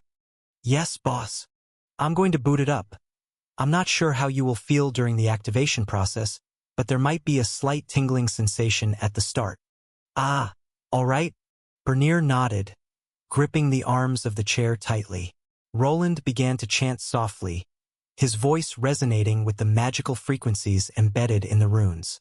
The glow intensified, spreading from the arm to the harness and finally to Bernier's body. The runes on the arm flared up briefly before settling into a steady glow, indicating the successful establishment of a magical connection. As the runic prosthetic came to life, Bernier's eyes widened in amazement. He felt a strange warmth spreading from the connection point where the arm met his flesh, radiating outward until it filled the entire limb. There was indeed a tingling sensation, not unpleasant but certainly unique. How does it feel? Roland asked while keeping his skills activated. The world in front of him was filled with mana particles, and he could see the mana phantom from Bernier's limb twitching. The prosthetic was connecting to it and slowly adapting to the spiritual mana there. Took about a minute for the connection to be established, and it seemed to be a success. It feels strangely warm. I can feel something like it's a part of me but also not. It's hard to explain. Try moving it around. It was finally time to see if his research had been fruitful. Everything seemed to be working fine, but there was a chance that it could all be for nothing. Bernier was still missing an arm, and if he couldn't make the prosthetic move, then everything would be meaningless. Roland assumed that the phantom limb phenomenon would take hold, but first, he needed to see if Bernier could actively control the prosthetic. Bernier flexed his new fingers cautiously. At first, the movements were jerky and uncoordinated, but as he concentrated, they grew smoother. The arm responded to his will with surprising accuracy, and he was soon able to perform basic gestures. It was clear that he would need some time before he could use it, but it was a resounding success. By the gods! It's moving! I can feel it moving! Bernier's voice was filled with awe and excitement as he flexed the fingers of his new prosthetic arm. The movements were slightly jerky and there seemed to be a slight delay, but once they moved on from the alpha model, this problem would be non-existent. The soul always moved before the body did, and so did the mana phantom Roland could see. He needed to account for this and attune it to Bernier's deposition. Good. How about you try making some simple hand gestures like making a fist or moving your fingers one at a time? Sure thing. Roland watched with relief as Bernier's new arm performed simple tasks like opening and closing his hand. The glow from the runes pulsed rhythmically each time, activating whenever the soul energy was initiated. The connection between Bernier's spirit and the mana receptors was quite stable. For once, everything seemed to be working just as he had intended. Boss, this is great. I have to show this to Diana. Now, hang on for a minute. This device isn't ready for public use quite yet. How about you try holding this first? Bernier seemed eager to storm off the chair to show his new prosthetic to his wife, but it was quite dangerous to use. There was one thing that his assistant had forgotten about, and this next test would showcase it. Roland had prepared an apple which he placed in the palm of this deep steel arm. Now try squeezing it gently. Sure. Like this. Oh. Soon, Bernier realized what Roland was getting at as the apple was crushed into chunks before his eyes. The runic prosthetic possessed the strength of a Tier 2 golem, without any inhibiting program limiting Bernier's soul. The power of this artificial limb exceeded what his natural strength could achieve, and it would likely take time for him to adjust. If he attempted to grasp his wife's hand in this state, he could accidentally shatter her fingers. Don't worry, this is just the alpha stage and it can be fixed. I think putting an inhibitor on it first should do the trick, but perhaps eventually you'll be able to learn how to fully use the limb's capabilities. That sounds reasonable. Fruit juice started leaking down onto the ground, and Roland quickly grabbed a towel from the side to clean up the mess on the artificial limb. Soon, it was time to move away from the chair and conduct some tests. However, the weight seemed to be a problem. When Bernier attempted to stand up, he started tipping to the right side. The harness they were using to attach the limb wasn't quite suitable, but it would have to do for now. I've prepared a few things for you. Give it a try. On a nearby bench, Roland had laid out several objects of varying sizes and weights. He motioned for Bernier to approach and pick them up with his new prosthetic arm. The whole area was being monitored from all sides and information was being fed to the console he was now operating. They needed to get as much data for this arm as possible before they could move on to a finished product. Okay. How about you first try picking up that wooden hammer there and then the heavier metal one? Aye, sure, boss. Bernier reached out with his prosthetic arm, fingers curling around the handle of the wooden hammer. He lifted it effortlessly, but the wooden handle seemed to have suffered a few cracks. To alleviate this problem, Roland started playing around with the settings in an attempt to lower the grip strength on the new limb. Now try the heavier hammer. The arm appeared to be quite dexterous, allowing Bernier to grip onto things rather well. However, it still had some shortcomings. Occasionally, items would slip out of the metallic fingers, which were too slick. It seemed that having rougher skin affected one's grip more than anticipated, but it was a problem that could be addressed later. The hand may have been metallic, but that didn't mean it couldn't be coated with a special material or covered with a skin-imitating glove to mimic real skin. It presented a perfect opportunity for a certain alchemist to shine. This is incredible. It's much better than that other golem arm. It almost feels real. I see. How about the feeling of touch? Can you feel anything at all? Roland approached Bernier and used his nail to poke at the metallic fingertips. He wasn't sure what to expect from the connection between the arm and the soul, but he hoped that it might be possible to fully regain the sense of touch. If such a breakthrough was achievable, then these prosthetic arms could indeed replace costly Tier 4 elixirs and the services of priests. It seemed to operate rather well even with non-Tier 3 materials, so it could perhaps be used by a wider range of individuals. Bernier blinked in surprise as Roland poked at his prosthetic fingertips. He concentrated, trying to discern any sensation. At first, there was nothing, just the metallic coolness of the arm. But then, faintly, he felt a tingling sensation, as if his own fingers were being touched. It wasn't a perfect replication of the sensation, but it was there, a glimmer of hope that perhaps with further refinement meant that the sense of touch could be eventually restored. There's something. It's not like the real thing, but it's there. I'm not really sure what to make of it, boss. Roland nodded thoughtfully, taking note of Bernier's observation. It was a promising development, one that would need further experimentation and tweaking to refine. But if they could truly replicate the sense of touch, it would revolutionize this new field of prosthetics. It would take some time before he could make it official, but if touch could be restored, then this was a breakthrough he did not expect. That's good to hear. It means the connection is working.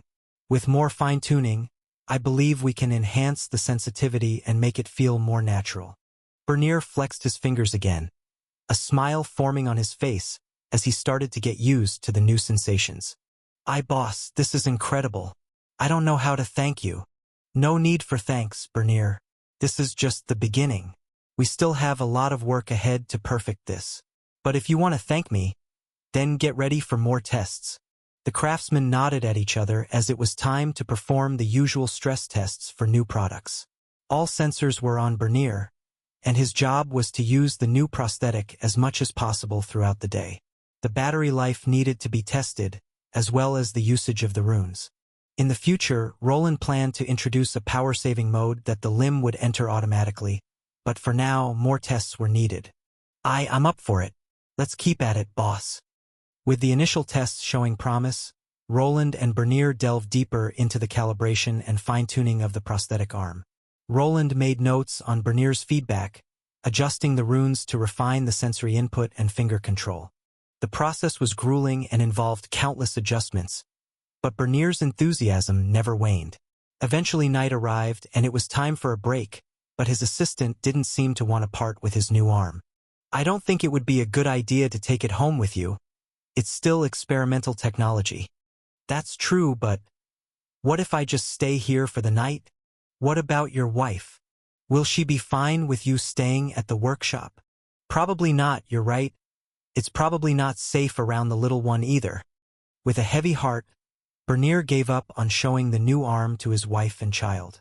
He had still trouble controlling his strength, and there was always a possibility of something going awry. The arm was stored away for further testing tomorrow, and eventually Bernier left the workshop with his old piece of equipment. Roland was left alone to ponder the next step, which entailed renovating the workshop. One down and another one to go. He mumbled to himself while heading to the elevator that would take him to the lowest section of his workshop. It had been designed with one thought in mind: further expansion and security. Some of the technology he created was quite dangerous, so it was better to place it between layers of reinforced magical rocks that could absorb any potential explosions. The elevator came to a halt on the bottom level, which was currently empty. Here, he would attempt to create his next invention. The walls were thick and sturdy, adorned with various runic symbols embedded in the rocks. Metal wasn't the only material capable of holding runic traces and structures. This had been demonstrated to him back at the Institute, which had many enchanted surfaces not made of metal. During his research on mage towers, he learned about specific techniques used to alleviate the challenges of runesmithing with non-metal materials. It was possible to reroute a lot of the strains of the runes into specific sections of the tower. These would be made from precious materials like mithril or other magical alloys specifically created for consistent use, just like his armor. The most pivotal element of the tower was its core, as it would handle most of the strain and calculations. It was in a sense the main power source and the mainframe. I hope this won't come back to bite me in the ass later, but I don't think I'll be able to make it within the next few weeks otherwise. Roland stepped toward a lone workbench in the center of the chamber. The place was devoid of much, but he intended to fill it with various runic artifacts to support his new project. While constructing a full-blown magic tower would take too long, he planned to start small and create something else first, a teleportation gate. With it, he intended to create a gateway for himself that would connect him with the entire kingdom, making travel something trivial. All right, let's get started.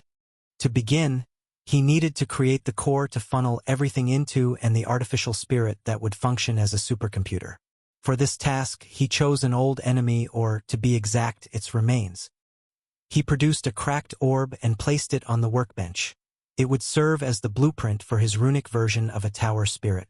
It was a monster core that once belonged to a peculiar lich monster affected by his otherworldly mana. This bonding effect would simplify things greatly, and soon it would be time to start his next project. This will probably take longer than just a week, so I better start now. After rubbing his tired eyes, he dropped down a large notebook on his workbench. It was time to make a magical AI, and in a sense, he was quite excited about this next project that could open a plethora of future possibilities. The geothermal generators seem to be running fine. The power storage is almost full. Glad I told them to create that power plant earlier. My workshop won't be able to handle all this magical energy, at least not until I finish this project. There was a geothermal power plant being created and assembled by both the Dwarven Union and the Builders Guild. The dungeon was filled with free heated energy that they could easily harness. This level of power generation was far beyond what the small energy facilities in Roland's workshop could handle, as they had been designed with wind turbines in mind. Now then, I guess it's time to test this one. I sure hope this works. Roland stared at the cracked orb that previously sat on his workbench. Now it was encased in a metallic sphere and connected to numerous heavy-duty cables. Right next to it was another similar structure, many times larger. This was to become the supercomputer of his pseudo-mage tower. First, he needed to copy over all the data from the monster core into this new vessel and then work out the kinks to get it running.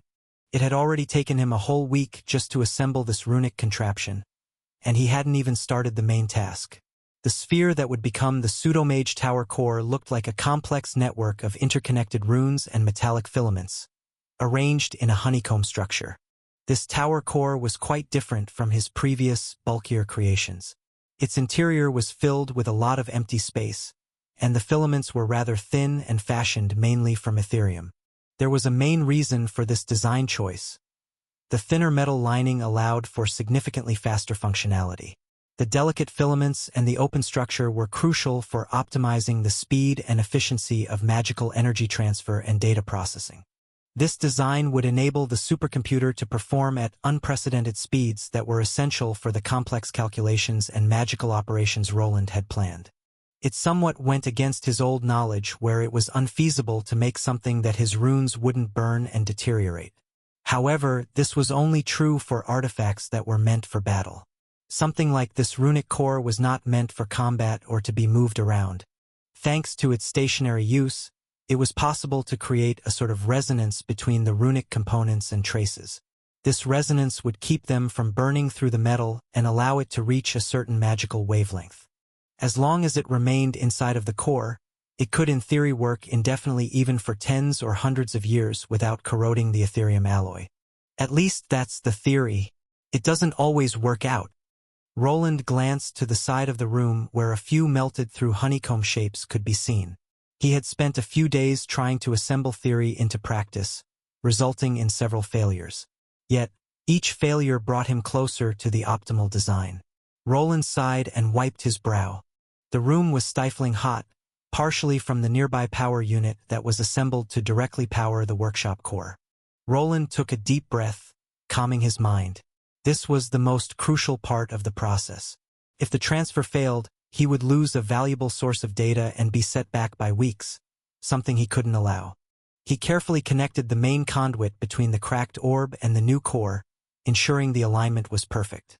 The runes along the conduit started to glow and magical vibrations could almost be felt in the air. Here goes nothing. With a final check of all the parameters, Roland activated the transfer sequence. The magical energy flow began as a slow trickle and the cracked orb emitted a faint light. Gradually, the light intensified, and the filaments of the new core started to shimmer. The data transfer was happening at a molecular level, with the magical essence being carefully copied and imprinted onto the new vessel, which in a sense would become something similar to artificial intelligence. The process was painstakingly slow, but Roland didn't dare to rush it. He monitored every fluctuation and every pulse of energy, making minute adjustments to keep the transfer stable. A large monitor had been assembled on the side which presented him with a lot of raw data. To most people it would look like gibberish, but to someone who had mastered runes, it was similar to programming language. Then suddenly, the symbols on the screen became chaotic and it started flashing red. Shit! Something had gone wrong and Roland quickly used his mana senses to examine the problems. His multiple minds went into overdrive as he tried to pinpoint the bug that had arisen. If he failed now, all his efforts would be in vain, and both the monster core and the central tower piece would be destroyed. Come on! Come on! The math should have been right, it has to work. Roland muttered to himself while spreading his arms out forward. His control over the runes was immaculate, but even he could make mistakes. He spread out his control and tried analyzing the problem before a meltdown of the core could start. There was a lot of magical energy gathered here, and if it reached a critical point, the whole workshop could collapse in the ensuing explosion, something he could not allow to happen. He focused intently, his mind racing through potential solutions. The runes glowed with an intense, pulsating light as he carefully monitored the energy flow. He adjusted a few of the metallic filaments, hoping to stabilize the core, but it continued. Then he focused on the monster core, which seemed to actually be the problem. It was crumbling on itself. The core can't handle the magical energies and is crumbling. His eyes focused on the monster component of the experiment. He had assumed that this piece would last a bit longer, but that seemed to be a mistake. It was a component he was the least familiar with, but luckily, he had spotted the problem quickly. All the runes were working fine, so he needed to focus on supporting the monster core and not let it crumble before the process was over. I've had enough of everything exploding. Just be a good core and stay stable. Slowly but surely, the energy levels began to balance. The once erratic pulses of light in the runes started to synchronize, forming a steady rhythm. Roland let out a sigh of relief, but he knew he couldn't afford to relax just yet. He continued to nourish the core with his own magical energies which were in tune with it. If he had attempted this process with any other monster component, it would have certainly failed. However, the Lich core that had been saturated with his mana pattern reacted quite favorably. Once the immediate threat of a meltdown was averted, Roland took a step back to reassess the situation. The transfer of data had finally finished and the core that was once the Lich finally crumbled into dust. It seemed a bit strange to see it vanish while its essence was transferred into the new mage core. In a sense it was quite poetic, or at least that was what Roland was feeling. You better not try to kill me though. This process remained nerve-wracking.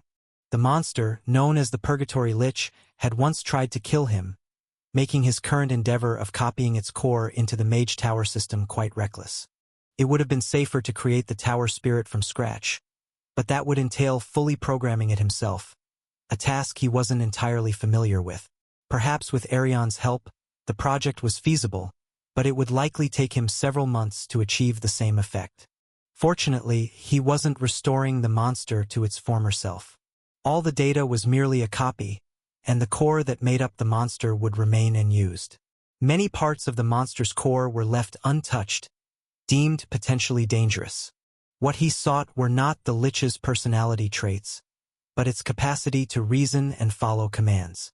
This new magical AI would eventually become a distinct entity. Yet, for now, numerous barriers were in place, restricting access to much of its potential. He couldn't risk this new creation becoming truly sentient and viewing him as an adversary, as it had done in the past. That gave me a scare. With the data transfer completed and the core stabilized, Roland could finally move on to the next phase of the project. After sighting yet again, he began integrating the copied monster essence into the supercomputer, and the creation of the main operating system was now underway. Roland leaned more towards engineering than software development, and he wished Arion was around to handle this task. However, entrusting the creation of a magical tower to others was a risky move. There were always possibilities of errors or other magicians inserting backdoors for later use. While such concerns might not arise with Arion, Roland still needed to understand precisely how this new artifact functioned. If he did not, then he could not really call himself a proper runesmith anymore. The buzz of machinery filled the expansive chamber, signaling the stabilization of the process. Finally, the most fundamental part of the Mage Tower was in place. Though the artificial spirit serving as the core of his pseudo-mage tower remained dormant, Roland intended to activate it within another week's time. This would afford him approximately one more week to assemble the teleportation gate, and perhaps he wouldn't have to tackle everything alone. Bernier's prosthesis is working fine. Perhaps he might be able to help me out from this point forward. Congratulations, you have gained a level. Oh! The world system had taken notice of his success, rewarding him with enough experience to level up again. However, considering the extensive preparation and week-long dedication to the project, the single level gain felt like a minor reward when he counted the hours invested. Moreover, he didn't receive any new titles, as his creation was nothing groundbreaking. Many before him had already achieved the feat of creating Mage Tower cores.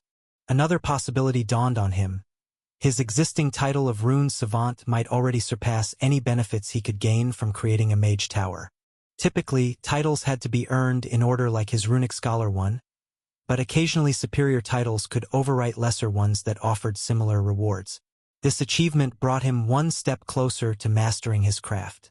However, true success would only come once the tower spirit was fully completed and activated.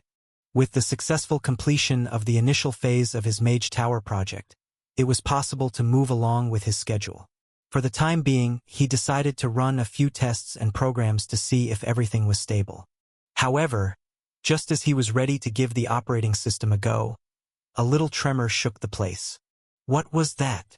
It was quite minor, but the sensors he had placed everywhere were made to pick up any types of movement.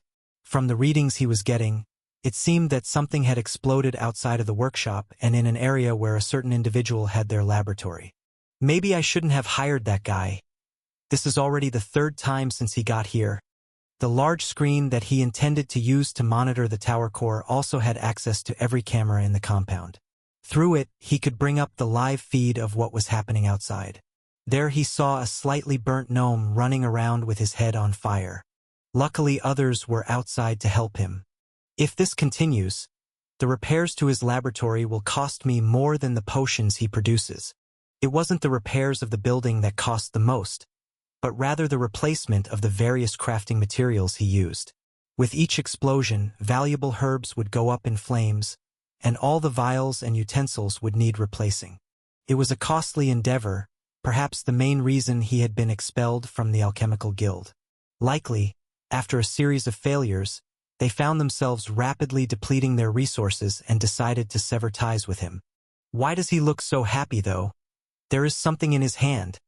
After squinting, he accessed a golemic camera that provided a different angle of the item. It appeared to be a large flash with some type of adhesive liquid. Surprisingly, Rastix seemed rather pleased with it, which left him wondering why. Could he have been successful already? Roland had tasked Rastix the alchemist with a singular order: prioritize the creation of something to aid in prosthetic development. The current harness holding the prosthesis together was of poor quality, a major obstacle in its functionality. Excessive movement often caused misalignment, and it was too fragile for use during blacksmithing or combat. To address this issue, Roland hoped to devise a solution that would securely adhere to the arm stump without the need for drilling holes. The concept of implanting titanium screws and bolts into people was widespread in Roland's past world. While titanium also existed in his current realm, its compatibility with the body varied and sometimes was rejected by it. Despite superior alloys available, Roland hesitated to perform surgery on his friend, mostly due to his lack of medical expertise. Though he possessed magic for healing wounds, mastering the intricacies of surgical procedures wasn't something achievable in a matter of weeks. Medical knowledge in this world was scarce, with magic and potions serving as the primary means of treating wounds and diseases. Learning such skills from scratch seemed far-fetched, if not impossible. Maybe I should see what he made. His golems were already on the scene, utilizing water magic to douse the flames. With his work on the tower core complete and power flowing smoothly, everything seemed stable. Before further modifications, he needed to let it run for a while. Stress testing such new devices was crucial, and it would be safer if he wasn't present in case of any unexpected explosions. I'll let it run for one day. If nothing changes, then I'll move on to Phase 2. With his decision made, Roland brought out several runic devices he had previously crafted. They resembled rectangles filled with intricate runes, which he strategically placed around the core structure. Once activated, these devices generated multiple layers of shock-absorbing shields. Even if the core were to explode, his workshop would remain unscathed. The filaments hummed with mana, and Roland could perceive the ethereal pathways forming runes between the components, manifesting as streams of mana. This intricate technique allowed the machinery to endure the excessive energy. All the runes were stored within these ethereal pathways, in the form of proper ethereal runes. It was a new skill he picked up in the Institute which allowed this whole thing to function correctly. With the area secured, Roland made his way over to the elevator, his mind buzzing with ideas for the new Mage Tower project. Although his immediate focus was on creating the teleportation gate system, he knew it wouldn't end there. Once the tower spirit was in place, it would manage all the computing within his workshop. The golems he produced lacked intelligence and required some continuous guidance, a task the spirit should adeptly handle. Thanks to this persistent AI he was trying to grow, a lot of possibilities were opening for his products. In theory, it would be possible to make copies of it or connect to it from a distance. It could eventually encompass the entire city of Albrook and help run its infrastructure. A true city of innovations and runes was becoming feasible, but only if he had enough time to finish everything. Once outside, he was greeted by smoke and the smell of burnt herbs. His mechanical helpers were already on the scene, having managed to douse the flames with their water cannons. To deal with the alchemist's experiments, he had customized a few spider drones specifically for firefighting, a feature that would likely prove useful once his golems were deployed in the city. Rastix, what happened this time? I'll have to start docking your pay if this continues, Roland called out, approaching the gnome who was frantically waving a flask filled with a glowing substance. Success, my friend. I've done it. Rastix beamed, holding up the flask as if it were a precious gem which caused Roland to raise an eyebrow. Success in what? Causing another explosion? No, not that. This adhesive is exactly what you asked for.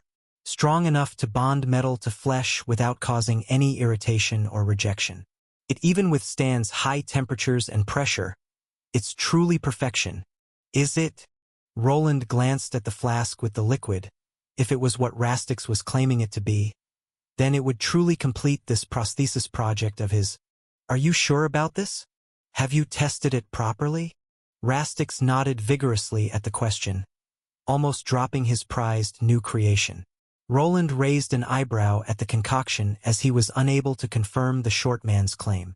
The gnome looked unusually enthusiastic, a lot different to his usual demeanor since most of his previous experiments had failed. Yes. Well, as much as I could before the explosion. But the preliminary tests were very promising. Here, let me show you. Just let me use some of your equipment. Roland wasn't sure about this but was curious about the new creation, so he nodded. The scene of the experiment was clearing up, and the extent of the damage was about the same as always. A hole had been blown through one of the walls, and several alchemical tools were strewn about the charred remains of a workbench. Fortunately, the area was walled off so that even if an explosion occurred, it would be contained. To enter this area, one needed to go through a specific gate that required proper credentials. It was there to keep all the kids that lived nearby from getting injured. He had already installed a ventilation system to take in the fumes as sometimes they were quite toxic. One of the authorized individuals, Bernier, had also arrived at the scene. He brought his runic prosthesis and was in the process of examining the damaged items. Leave it for now. Let it air out before you start any repairs. Aye, boss, that might be better. It seemed that his assistant had also grown accustomed to these occurrences and was just shaking his head in resignation. The potions he made weren't selling too well either, as his shop couldn't offer a better product than what was readily available in the city. At the moment, they were thinking of pushing potions in bundles with runic weaponry to entice their clients, which was a somewhat successful tactic. All right, Rastix, let's head back to the workshop and see what you've got. Let's just use mine, it's closer. Bernier chimed in and the three nodded. Soon they were walking, and just as they expected, a few rascals were waiting by the automatic gate to peek at the explosion. The moment they saw the three craftsmen, they giggled and took off running. Roland didn't react much, but it seemed that the kids had started to like him. Previously, many of them were afraid of his gaze, but once he removed the hood and helmet, they saw that he was just a man. Roland led the group to Bernier's workshop, a spacious area that was once an old shed. Once there, he started reminiscing about the good old days when everything was quite peaceful. Back then, it was just him and his assistant hammering away at pieces of metal. It was a tranquil time, and they spent their days expanding toward a future that had now become reality. Nowadays things were a lot more nosy, with many people running about making all sorts of noise. Hey! To Bernier's shock, Rastix started clearing his workbench, which was covered in some tools. They all started hitting the ground with a clang, causing Bernier to wince as his carefully arranged tools clattered to the floor. Careful with those. Some of those are custom-made. Bernier protested, but Rastix was too excited to heed his warnings. My apologies, friend, but there is no stopping brilliance. I promise. This is going to be worth it, Rastix exclaimed, his eyes gleaming with excitement as he placed the flask in the center of the now-cleared workbench. After setting it down like some kind of costly artifact, he started to look around. From the tools available, he picked out some scrap metal along with some leather scraps, which seemed to be there to emulate skin or flesh. Using actual flesh for this demonstration would have been better, but no pig legs were nearby. Soon he applied a thin layer of the adhesive to both surfaces and then carefully pressed them together. Almost immediately, the adhesive started reacting with the two materials, forming a bond. Roland used his enhanced eyes to look closer and saw that the reagent was causing both sides to fuse with each other before hardening. As the adhesive cured, the bond between the metal and the leather seemingly grew stronger by the second. However, even though it looked promising from his standpoint, some more tests needed to be taken before they could move on to real testing. Rastix was also aware of this, so he grabbed a hammer and a small chisel to showcase the strength of the bond. After placing the chisel in the middle of the two materials, he started hitting it in an attempt to separate them. To Roland's and Bernier's surprise, instead of the two sides separating, the tool started embedding itself in the leather. Even after the whole chisel pierced through the middle, and after leverage was used, the two sides didn't want to come apart. Roland, who had the most strength, took it into his hand and attempted to separate the two parts, eventually ripping them apart. These bonds are deep. Once the two sides were separated, he could see just how far this alchemical adhesive had gone in. There was a thick bonding layer which was not actually glue but some type of new layer of material formed from the reaction between the metal and leather. It seemed to have somehow melted both sides and combined them together to form some kind of leather-metal mix. Remarkable! Roland muttered while intending to examine this new bond closely. While this was more than he expected in this short amount of time, He couldn't just use this on Bernier without performing multiple tests. What if after a few days or weeks the bonds ceased to exist? Wouldn't parts of his flesh turn into a strange mix of metal that would need to be removed if it failed? Then it could also be rejected by his body and become infected. At this moment, he still had a working elbow with most of his forearm missing, and losing even more due to insufficient data was not something he could allow. It does seem that you're onto something here, but we need to perform some tests. Yes, of course. More tests. That of course means more funding. The gnome beamed with pride, his chest puffing out as he watched Roland examine his creation. A sigh escaped his mouth at the mention of more funding, but if this concoction worked well, then the runic prosthesis would be more complete. A fusion between metal and flesh was normally not possible, and no one had really tried to perfect it. This was uncharted territory that probably required a more drastic approach. Should I get a few pig carcasses for him to experiment on, or? Roland didn't want to waste too much time on testing the bonding concoction. From what he knew, people worked on animals before moving on to clinical trials. Bernier was the only real patient here, and even if it worked on dead animals or living ones, it was still not the best option. However, in this world, there existed monsters, some of which were quite close to humans in their physiology. There was no reason to work on animals or humans when there were other options available. All right, Rastix will need to conduct a series of tests to ensure the durability and safety of this adhesive. Once we're satisfied with the results, we can move forward with integrating it into Bernier's prosthesis. Give me some time. I'll have something prepared. Bernier nodded in agreement, and he couldn't help but feel a twinge of excitement at the prospect of having a more responsive arm. Throughout the week he had tried getting used to the harness, but it was quite not the same as having a real arm. "Can I help with something, boss?" Bernier asked as he spotted Roland deep in thought. "I'm not sure you'd want to see this." "Why wouldn't I? This is about my arm, and shouldn't I know the whole process behind it?" "I guess you're right about that, but you don't have to force yourself. I'll be fine." Roland was contemplating something unsavory, something that some people from the modern world might consider inhumane. He wasn't sure if this was the right thing to do, but to help his friend out, he was willing to resort to drastic measures. The loss of Bernier's arm occurred while protecting him, and Roland wouldn't rest until he made it right. "All right, Bernier, if you're sure you want to see this, then I won't hold you back. But I must warn you, it might be a bit unconventional." "Ha! Don't worry, boss. I'll be fine." Bernier reassured Roland with a laugh, and soon the three craftsmen prepared a new plan. Rastix would give them half of his new product and return to his laboratory. There, he would re-examine it and see if he could improve upon it. He was also tasked with preparing a counter potion that could restore the changed flesh to its former state in case something went wrong. Meanwhile, the other two would head to the city and then Arthur's estate. But before that, Roland needed to make a call. "We haven't done this in a while, huh, boss?" "That's true. You really do fit the role. Should I carry your cape for you, Sir Knight Commander?" "Cut it out." Hee hee. Roland rolled his eyes at Bernier's comments as he had to get changed into his armor. It was a more ceremonial piece with less functionality than his mithril armor, but it still had some good spells on it. The cape that was attached to it shifted around to create a robe that covered his whole body. While he intended to head to Arthur eventually, first the two would need to visit a less savory establishment. Roland didn't want to go there but knew that it was better if he personally handled this to hasten the process. Elodia was there to wave both of them goodbye, and the two delved towards the city, while Roland attempted to hide his true identity. This was quite hard considering that he was a well-known knight commander and some of the soldiers just recognized the way he carried himself. Nevertheless, after having a few people point their fingers, he along with Bernier ended up in the city pleasure district.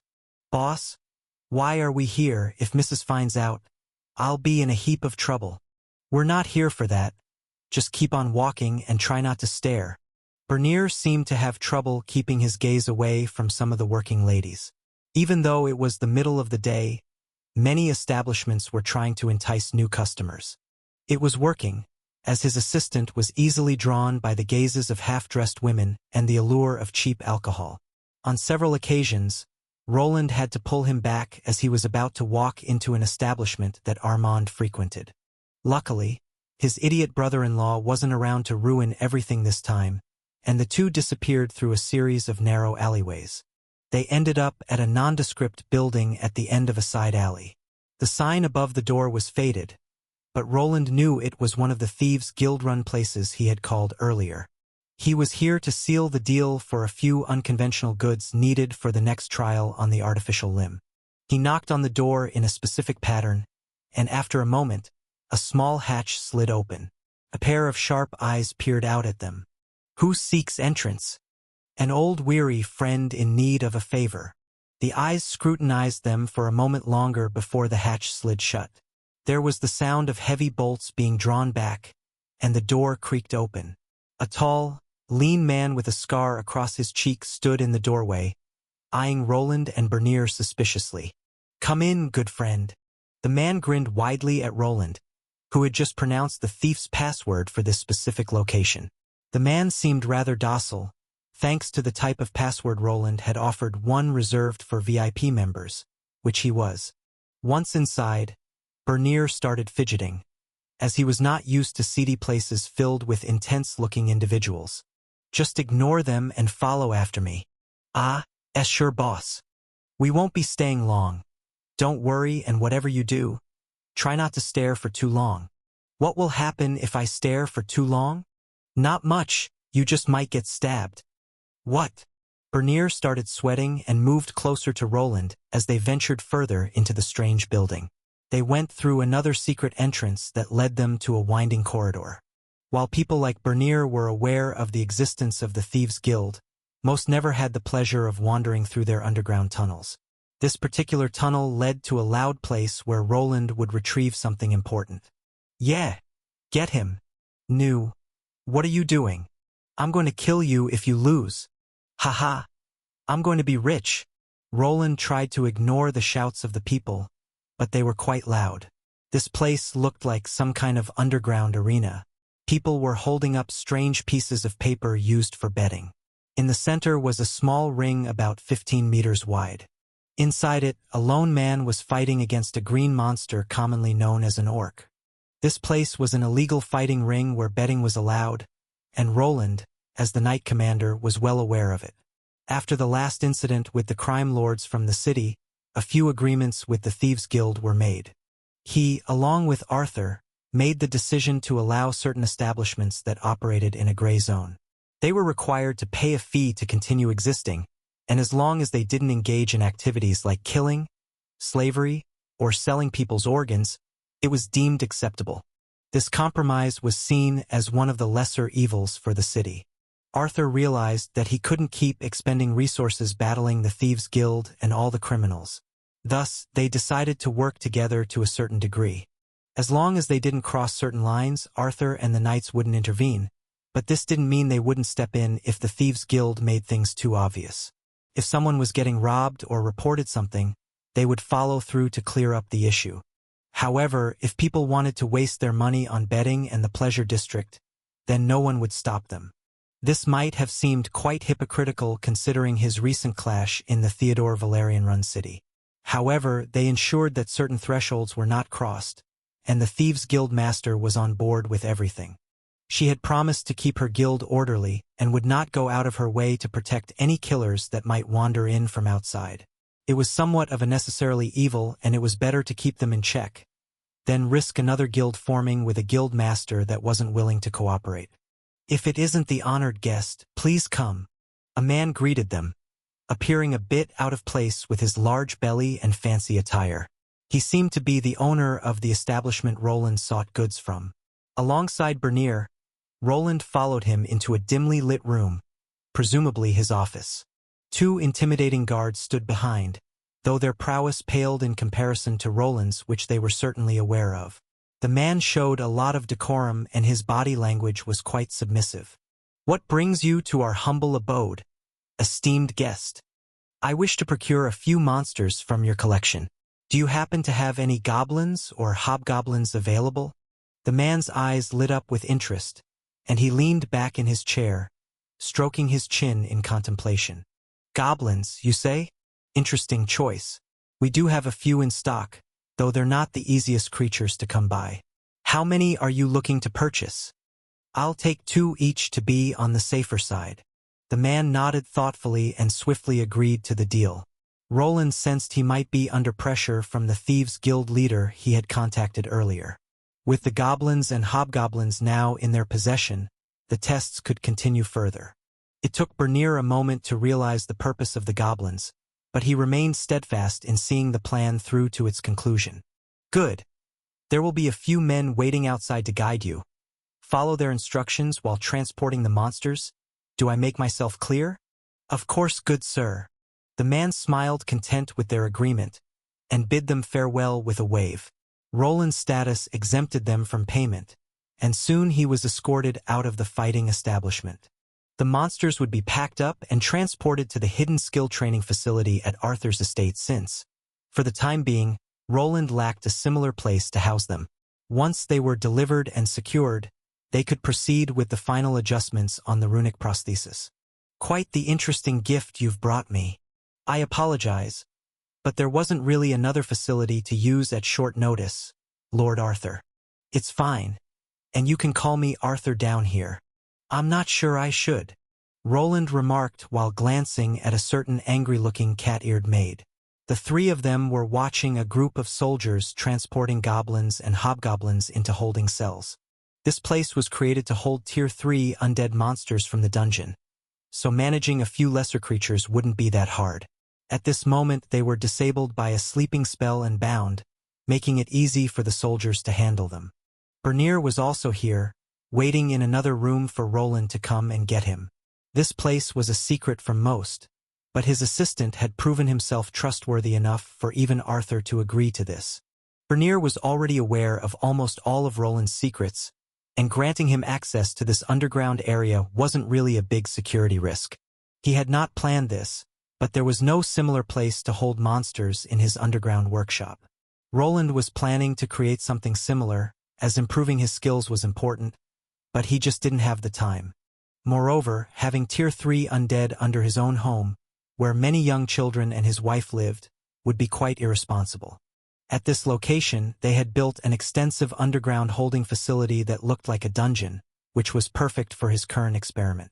Arthur already knew his true identity, so revealing his latest invention wasn't a significant concern. It was even an opportunity to get him on board with the new invention. If the runic limb was successfully created, the money the city could gain from them was extensive. That is, if he could work out a good enough attachment system that could replicate the real thing.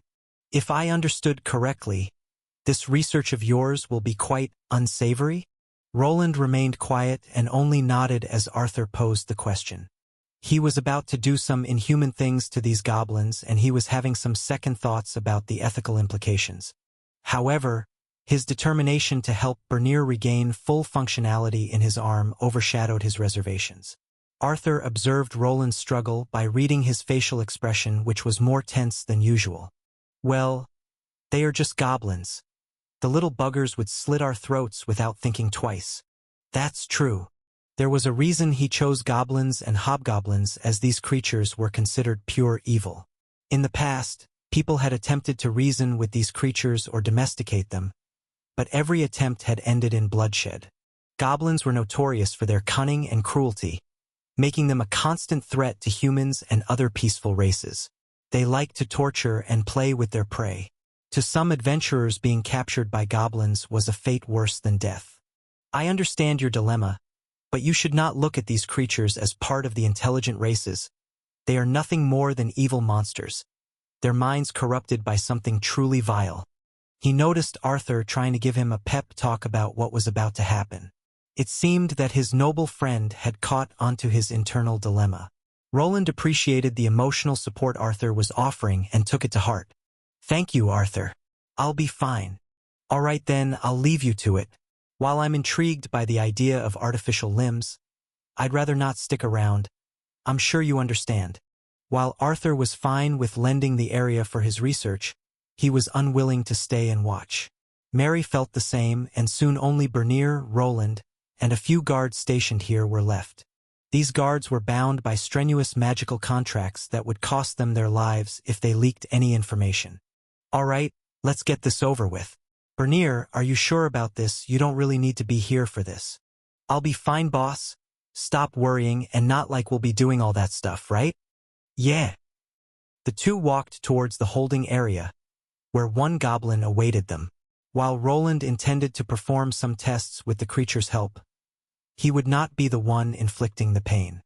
He took no joy in causing deliberate suffering to monsters, and these creatures would be also sedated for most of the process. The person carrying out the initial procedure was already waiting for them and was part of Mary's troops. Cutting things was supposedly one of her talents.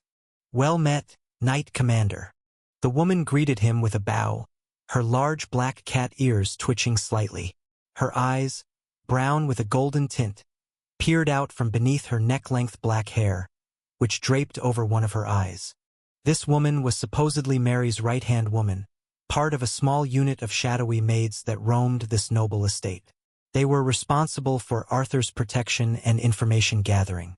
Sometimes they would be tasked with odd jobs like today, and they usually wore maid uniforms to blend in with the regular people living in Albrook. Did she work for an assassination guild before? Name: Gianna L105. Classes: T2 Nightblade L5. T2 Dagger Rouge L50. T1 Thief L25. T1 Scout L25.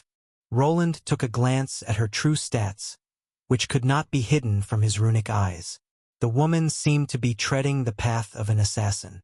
The Nightblade class granted passive buffs to stealth during the night and in dark surroundings. It wasn't particularly effective for combat in the field, but it excelled in surprise attacks. For this occasion, the woman came wearing something more appropriate for the kitchen with a large apron over her uniform. The maid outfit might have seemed unsuited for combat, but it was especially good for concealing weapons. This woman was definitely skilled in her trade, and the sharp knife on the side made her look dangerous. I'm sure Mary informed you about your task, Gianna? Yes, Knight Commander. I am to assist you in conducting the necessary tests on the goblins. Gianna seemed to smirk for a moment while mentioning performing tests on the monsters. She was someone he had already been introduced to earlier. From the onset, she felt like a scary individual who enjoyed her job a bit too much. Even now, it seemed as if she was joyfully anticipating slicing some goblins apart. Roland didn't care as long as the woman didn't point her knives in his direction or toward the people he knew. Good. Now I'll need you to make the incision on the right forearm, the same as it's here. He pointed to Bernier, who was remarkably quiet. It seemed his friend could feel the bad air around the knife-wielding maid and had become rooted out of fear. Bernier was still only a blacksmith, and some battle classes exuded a certain aura that would cause normal people to shrink back in fear. Right forearm. Got it. The maid nodded, her eyes glinting with a strange luster as she delved into the room where the goblin was being held. She approached the goblin, which was lying unconscious on a metal table, its greenish skin covered in warts and filth. The stench emanating from the creature was repugnant, but she didn't seem to care. Roland moved forward and turned around after noticing that his assistant was not moving forward. You can stay outside if you want, Bernier. Don't force yourself. Huh? I'm not forcing it. Bernier's voice wavered slightly as he spoke, his eyes fixed on the closed door behind which Gianna was preparing to perform the procedure. Despite his attempts to appear composed, Roland could see the unease written all over his friend's face. However, he was a man with his own convictions and would not back down once his mind was set. I'm fine. Good. Here wear this then. It will help with the smell. Roland was wearing his secondary half-plate armor with a helmet, which would protect him from the fumes. What he handed over was more of a face protector than a mask. It covered both his mouth and eyes and resembled a modern gas mask, with the filters replaced by a runic enchantment that purified the air. Bernier gratefully accepted it and put it on, trying to steady his nerves. With the mask in place, they entered the room where Gianna was already at work. The goblin was securely restrained, and Gianna had already started making precise incisions on its forearm. The creature twitched slightly but remained unconscious, thanks to the powerful sedative they had used. Roland watched closely as Gianna, with one quick slice, severed the entirety of the monster's lower arm. Once the arm was gone, Roland sprang into action. His hand hovered over the monster's bleeding limb, and the healing process began. His pseudo-divine spells had become even more potent than before, reaching levels quite close to what advanced priests could achieve. Even though this monster was considered evil, it was not undead, so healing its flesh could be done through regular holy spells. The light from Roland's spell enveloped the goblin's severed limb, and within moments, the bleeding stopped. Flesh began to knit itself back together, forming a smooth, scarred surface where the arm had once been. The goblin remained unconscious, oblivious to the rapid regeneration taking place. While he had the power to restore wounds like this, it would be impossible to restore the whole limb without a Tier 4 variant. "Will this do, Knight Commander?" "Yes, this will be enough. I'll take it from here." The woman nodded but seemed disappointed that the procedure ended with just one severed monster limb. Goblins had a body structure similar to humans and were a great analog for his prosthetic research. Now, Roland needed to use Rastix's concoction to see how well it reacted with actual flesh before attempting to use it on Bernier. If it only attached itself to a few layers of skin, it would be quite useless, as it would probably tear off eventually. This world was a bit different from the one he came from, and not everything made logical sense. There were perhaps ways to magically anchor the prosthetic limb to the body, which he also needed to examine. First, he needed to see how this flesh glue worked. If it connected well to skin, bones, and muscle, then it could potentially be viable. This goblin was here to test all the ratios, and if the initial tests were successful, he planned to bring Rastix over for some advice. The first round of tests was quite simple as he attempted to attach a hastily produced metallic sleeve. He applied the concoction to both the metal and the goblin's arm before creating the connection. Using his magic, he carefully constricted the metal to push it closer to the green skin. Once they were close enough, the bonding reagent took hold of it and the two began to fuse. The metal and flesh began to meld together, forming a seamless connection. Roland carefully observed the process, noting the changes in the goblin's skin and how it reacted to the adhesive. The bond seemed to be forming deeply, as it had with the leather and metal earlier, but this time it was penetrating living tissue. After a few moments, the process appeared to be complete and the metal sleeve was now securely attached to the goblin's arm. Roland used his various skills and runic magic to examine this new bond, and on the surface it looked very promising. The adhesive was sticking well and seemed to have penetrated deeper than just the skin. He could foresee some issues with a connection like this and knew that further modifications to the sleeve would be necessary. However, this was just the first test, and many more goblins were being prepared for further experimentation. Next, Roland conducted a series of strength tests. He pulled, twisted, and bent the metal sleeve, but it remained firmly attached. Even when he applied a fair amount of force, the bond held. However, it had its limits, and eventually, he saw blood flowing from the connection, prompting him to quickly heal the wound. "Remarkable," he muttered while rubbing the bottom area of his chin. The alchemical adhesive was performing beyond his expectations, but he knew that a single successful test wasn't enough. He needed to ensure the long-term viability and safety of the bond. "We'll need to observe this goblin for a few days and see if this bond remains stable and doesn't cause any adverse reactions." "Is that so? But Knight Commander, wouldn't it be a waste to not use the other arm? Don't you need more tests?" You do make a good point," Gianna chimed in while holding something resembling a cleaver now. He wasn't sure where the woman got it, but she seemed eager to delimb the goblin from the other side. Considering they were still in the beginning trial phase, the goblin wouldn't really need any of its arms as it wouldn't live much longer. The hobgoblins were meant for the end phase while the lesser goblins were quite expandable. Bernier shifted nervously beside him, clearly uncomfortable with the idea of further mutilating the helpless goblin. Roland shared his discomfort, but he knew that sacrifices had to be made in the pursuit of progress. With a heavy sigh, he reluctantly nodded to Gianna, indicating that she could proceed with removing the goblin's other arm. Gianna wasted no time, swiftly bringing down the cleaver with a precise strike.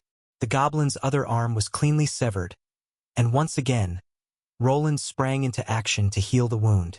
The process repeated, with Roland using a slightly different sleeve shape this time around. This should be enough for now. I have enough data for now. As you wish, Knight Commander. The cat maid carted the goblin into a separate chamber where it would be observed by runic cameras. Other monitoring devices were also included to measure any adverse effects of the operation. With this task completed, Roland needed to return to his workshop and work on variations of the prosthetic sleeve that he planned to create as a permanent limb attachment. Once created, the prosthetic would be connected to it as a separate extension. He envisioned a modular solution for the runic limb. Despite the runic components being able to function on Tier 2 metals, they would eventually burn through them. It would be preferable if they didn't need to repeat the connection procedure each time the artificial limb needed replacement. For this reason, he wanted them to be two separate parts, as he wasn't sure if Rastix's adhesive could be restored back into flesh once it had gone through the bonding process. You feeling fine? Boss. Don't worry about me. I've seen worse things when I was younger. Roland nodded at Bernier, who managed to keep his food in this time around. The half-dwarf had spent his life as a porter for adventurers before becoming a full-time blacksmith. Thanks to this experience, he had witnessed monsters and adventurers being torn apart inside the dungeons. The tests were over for today, but his work was far from finished. Both of them left the underground facility and headed back home. They parted ways in the city as night had already fallen, and Bernier headed to his own home where his wife was waiting for him.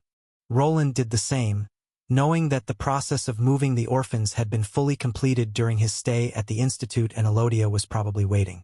How was it? Once back, she greeted him with open arms and a smile on her face. They retreated to the dining area where luckily no kids were running around. All of them stayed at their dorm area during the night with some of the older kids looking over them. It went better than expected. If things continue like this, then Bernier will have his hand back. Elodia nodded, her expression turning soft as she noticed the slight excitement on Roland's face. That's good to hear. I'm sure you'll be able to do it. The two exchanged glances and started moving closer, but suddenly, a loud noise resounded from the side in the form of some munchkins riding an oversized sunlight wolf. Awoo! How many times have I told you to stop riding Agni?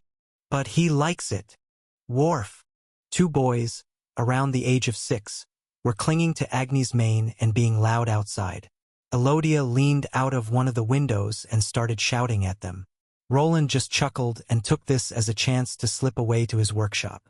While he had made some progress with his research, the prosthetic limb was not the only project he was supervising.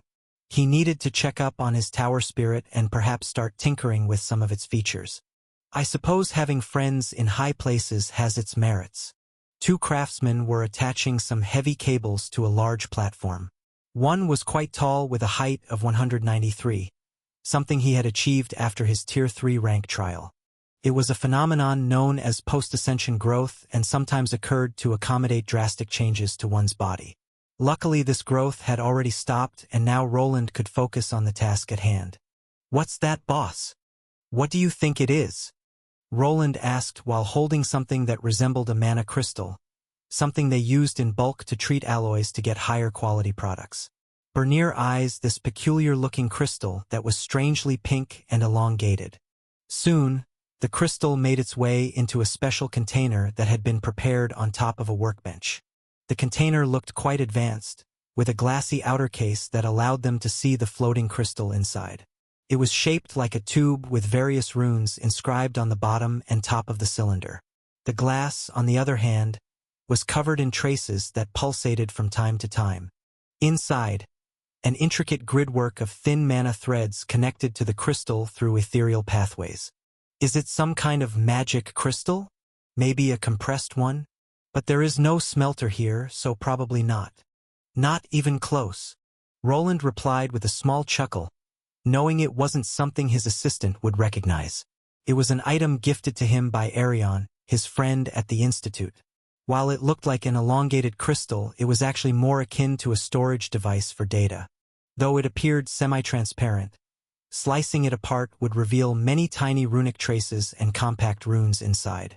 Through this complex array inside, a lot of data could be transferred and connected to other runic devices like the ones they were building in this underground workshop. It's something like a basis for the Mage Tower core I'm making, but also contains the code for the transferal gate. Is something wrong? Bernier seemed a little out of it as Roland started explaining the item and its use. It seemed that his friend was having a hard time understanding any of it. Bernier's eyes glazed over as Roland explained the intricacies of the crystal and its purpose. Despite his considerable skills as a blacksmith and craftsman, the advanced magical theories and concepts often left him feeling out of his depth. Roland noticed his assistant's blank expression and realized he might need to simplify things a bit. Think of it as a blueprint, Roland said as he tried to make the explanation a bit more simple. This crystal contains all the information we need to build and operate the gate, as well as a simplified basis for the Mage Tower core. Once we assemble both, the Tower Spirit will take control of the calculations for us and will help us connect with other gates. The teleportation gates in this world worked on a sort of handshake basis. Knowing the right coordinates wasn't enough for the connection to be established. Both sides needed to confirm their existence, making intrusions from outside impossible. If one wanted to forcefully open a gate, there were ways, but typically someone needed to alter them from the inside. Otherwise, they would be rejected by various safety features like mana barriers and teleportation scrambling magic. I see, I think I get it. Good. Now let's start the process. Both of them nodded as they prepared to start the process of activating the Tower Spirit. The core, which would serve as its brain, had been reinforced with several layers of metal. From the outside, it now looked like an icosahedron, more commonly known as a 20-sided die in a certain popular game from his old world. It was a special alloy that included orichalcum, which would help manage all the magical energy in the vicinity. It also gave the tower core lining a similar luster to gold and shifted the mana coloring along with it. All right, Bernier, let's begin with the core. Help me place those containment rods around it. Aye, boss. While Bernier was still only using the unfinished prosthetic, it allowed him to work quite well. He couldn't place much weight on it, but when it came to grabbing and moving his digits, it was quite human-like. The two craftsmen began slotting in 5 large rods that fit into specially created sockets around the core. Once inserted, the rods started to fold upwards and connected with the ceiling. A pentagram appeared on the floor, with these rods acting as focal points. As their name implied, these rods were a safety feature for what they were trying to activate. If, for some reason, the Tower Spirit went berserk, the rods were designed to contain its power and shut it down. The pentagram generated a powerful shield that could theoretically contain power close to Tier 4. They would also activate in the case of any explosions and outside intrusion. Some special spells and devices targeted Mage Tower cores, and they needed to be defended against. Everything seems to be in order. I guess this is it. The time for activation was upon them, and Roland activated the pink crystal. It began to glow with a soft pink light, and Roland took a step back. He glanced at the display that recreated screens from his old world and made things a lot easier to read through. On it, he had already fashioned a graphical interface that would allow others to see the whole process. It seems stable enough. It was quite a sight to behold. The runes on the crystal's surface flickered to life and everything shimmered with magical energy. Within moments, the crystal's energy connected with the tower core, initiating the process of awakening the Tower Spirit. The core hummed with power, resonating with the magical frequencies emanating from the crystal.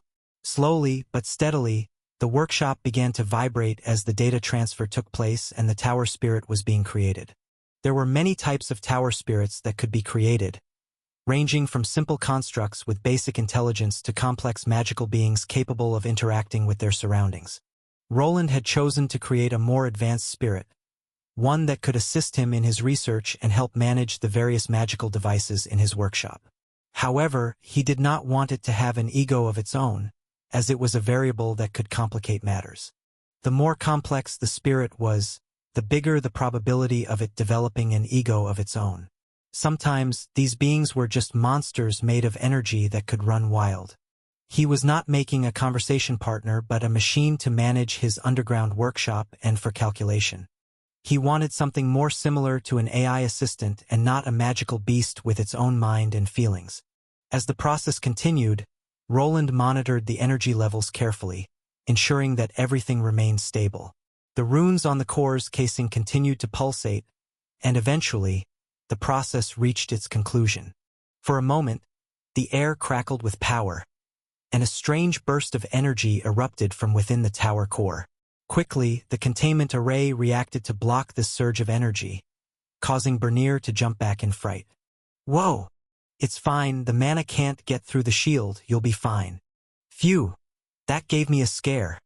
Bernier chuckled and stood back up, his eyes focused on the focal point of the core chamber.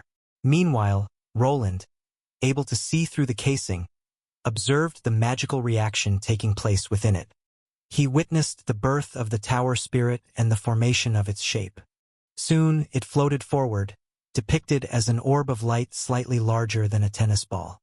"So this is it, the tower spirit?" he asked himself while examining the pale blue ball of light. It didn't look like much and could probably be mistaken for a Tier 1 spell that produced light. However, once he identified it as the tower spirit, he felt a sense of satisfaction. This small, unassuming orb contained vast potential and was proof that he had reached a higher point in his crafting profession. "Greetings, Master." The ball of light floated forward at a slow pace. Initially seeming a bit confused, it eventually turned in the direction of its creator. Once there, it greeted Roland in a somewhat monotone voice that reminded him of old text-to-speech technology from his own world. This was his tower spirit, an artificial intelligence created from many months of work and a buildup of knowledge. "Greetings," Roland replied and was greeted with silence. Bernier on the side rubbed his nose a bit and then shrugged as if he didn't know what to say. "Tower spirit? Do you know what your purpose is?" "My purpose is to assist my master." "Right? Are there things that you must not do?" "Yes, master." Could you list those things?" Roland replied, realizing that this artificial spirit he had created was quite passive. It was like a newborn baby, eagerly awaiting to absorb information. Luckily, it was following the main directive he had implanted inside of it. He needed to ensure that it would not attack him or the people he was affiliated with. This wasn't anything new, as all artificially created beings usually followed some type of rules. It was a safeguard employed by any self-aware inventor to prevent it from ever being able to attack him. The tower spirit paused for a moment, processing Roland's request. Then, it began to list the restrictions placed upon it. "I must not harm my master or those under his protection. I must not divulge sensitive information without authorization. I must not interfere with my master's personal affairs unless requested to do so. I must not act against the interests of my master." Roland nodded as the spirit continued to list down the constraints it was under. Some people like to include orders to never harm humans under any circumstances.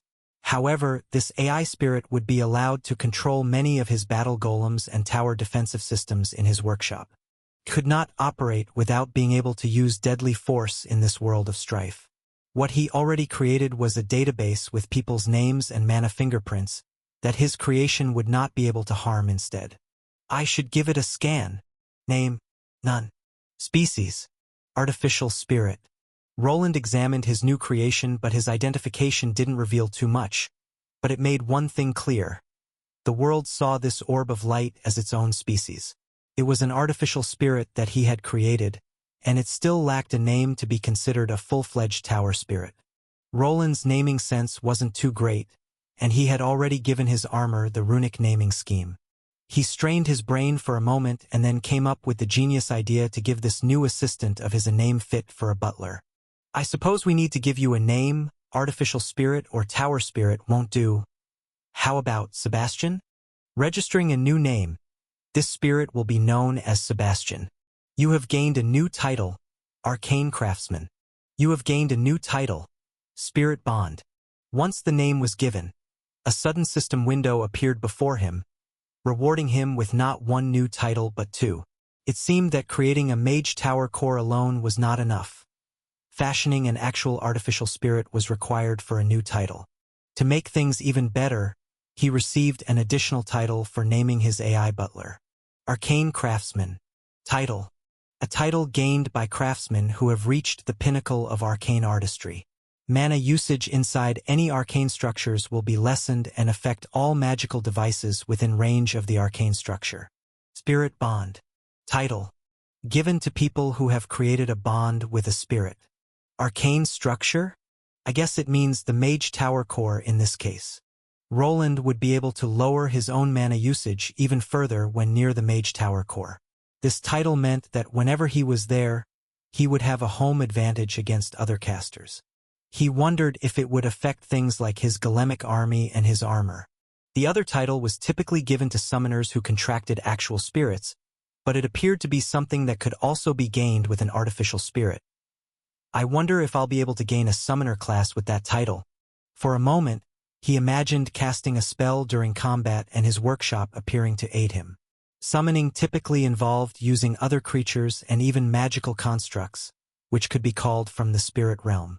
However, he wasn't sure if his artificial spirit would be allowed to traverse the spirit realm. This thing sounds funny, boss. Unidentified individual spotted, trying to identify mana pattern.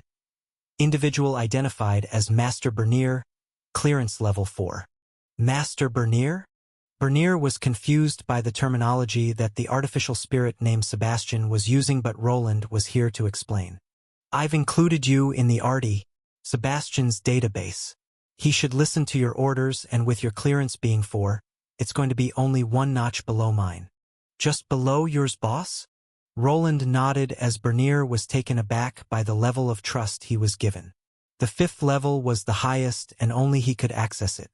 Bernier, with his 4th level clearance, had access to a lot, but he was not the second in command. Elodia, his wife, was next in line, and if something ever happened to Roland, she would be automatically given full authority over everything. Nevertheless, this was quite the blow to Bernier, whose eyes widened in surprise. Thanks, boss. I won't let you down. I know you won't, Bernier, but not like there is much this clearance will give you, at least not until the spirit is fully integrated into the workshop. Roland turned his attention back to Sebastian, the newly awakened tower spirit. With the initial setup complete, it was time to test some of the more advanced functionalities. This construct didn't have access to any functional parts of this place, nor could it control any of the golems. For the time being, it would be granted access to the teleportation gate and be connected to the Institute. Sebastian needed to go through many tests first before he could be given access to everything. Sebastian, initiate a diagnostic check of all connected systems and report any anomalies. Initiating diagnostic check. Please stand by, Master. The orb of light, now known as Sebastian, began to pulse rhythmically. Roland watched the screens as lines of runic script and data scrolled by, the advanced graphical interface providing a clear view of the system status. It was a mesmerizing display of magical technology at work and something that Roland was proud of. Everything's going smoothly so far. While Sebastian is running the diagnostic check, why don't we work on the gate? Aye, boss. Bernier nodded, and the two began the assembly. Just as before, Roland had ordered the Union dwarves to assemble the parts beforehand. Having a fully functioning company filled with blacksmiths was quite handy, and thanks to his status as Knight Commander, they needed to prioritize his orders over others. They moved away from the center of the workshop, where Sebastian's brain was housed. The gate would be close by in a separate smaller chamber for now. Roland planned to expand the scale of this entire underground magical smithy later on. Once Sebastian was fully operational, it would be possible to use specialized construction golems to handle the work of city craftsmen. Roland was cautious about revealing the knowledge of the layout of this underground area to anyone. By not showing it to any outsiders, he minimized the potential threat. Let's start with the base. Make sure it's aligned properly, Bernier. We don't want any mishaps during the first activation. Soon, the two were busy at work, and the gate quickly took shape. Roland was ecstatic at the pace they were progressing. The most challenging part of the construction had already been completed. The The teleportation gate was nothing more than another runic machine that functioned like any other and wouldn't pose any problems in the future. The real challenge would be getting Sebastian to operate it, but considering the speed he was showcasing, things were progressing well. Master, I completed the diagnostic check. Oh! Roland was surprised at the arrival of the glowing sphere in the side chamber. That was quick, Sebastian. Any anomalies detected? Negative, Master. All systems are functioning within normal parameters. Good work, Sebastian. Stand by for further instructions. With that, Sebastian hovered in the corner of the chamber, awaiting Roland's next command. Roland felt a sense of satisfaction at the efficiency of his artificial spirit. It seemed that he would have some extra time on his hands. If everything is proceeding this quickly, I might actually be able to create the Rune Mark II or at least make a more advanced Rune Mark I. ARGHH. Ugh, hi. Ennu. That doesn't sound like a goblin or a hobgoblin. Roland, together with a maid who had orange cat ears, walked through a darkened corridor. In the distance, he could hear strange shouts indicating someone in a lot of distress. The woman next to him clearly knew what was happening but didn't seem perturbed by the screams. The shouts grew louder as they progressed, and eventually, the maid, Mary, spoke out. Since your return, we have noticed an increase in suspicious individuals. Suspicious individuals? Could they be from information guilds or perhaps? Mary stopped the moment he asked about the origins of the shouts, and to his surprise, she took something out. She held it out to him, and at first glance, it looked like nothing more than a simple bracelet. It was mostly black with a bird insignia that resembled a raven on it. However, to Roland, this was more than a simple bracelet, as he could instantly identify it as a magical item. This has quite a strong concealment enchantment on it. Anyone wearing it would have their true status hidden. Roland took the bracelet from Mary, inspecting it closely. His eyes narrowed as he detected the subtle yet sophisticated concealment enchantment. There were several layers of hidden runes that would even challenge Tier 3 class holders. An expert on Arion's level would be needed to even see a problem, and most others would need to examine it directly and closely to notice anything unusual. Such a runic enchantment isn't easy to come by. Whoever is using these has access to some serious resources. Mary nodded and replied quickly as the two walked towards the groaning sounds. These individuals have been sneaking around Albrook, and we found these bracelets on them. The shouts you hear now are from one of those we captured. The intricate concealment runes on the bracelet indicated a high level of craftsmanship and knowledge. Something like this wasn't cheap and far beyond what a common thief or spy would possess. This suggested that a well-backed group was behind it. Various groups could be responsible, but Roland suspected someone nearby. Considering that he had just caused a scene in another noble's territory, his guess was likely correct. Do we know anything about their identity and objectives? Not yet.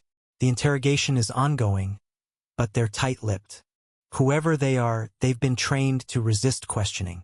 Luckily, we know of a group that uses the raven as a calling card. Let me guess, Theodore? Mary nodded. Ah, are you familiar with the ravens? Not exactly.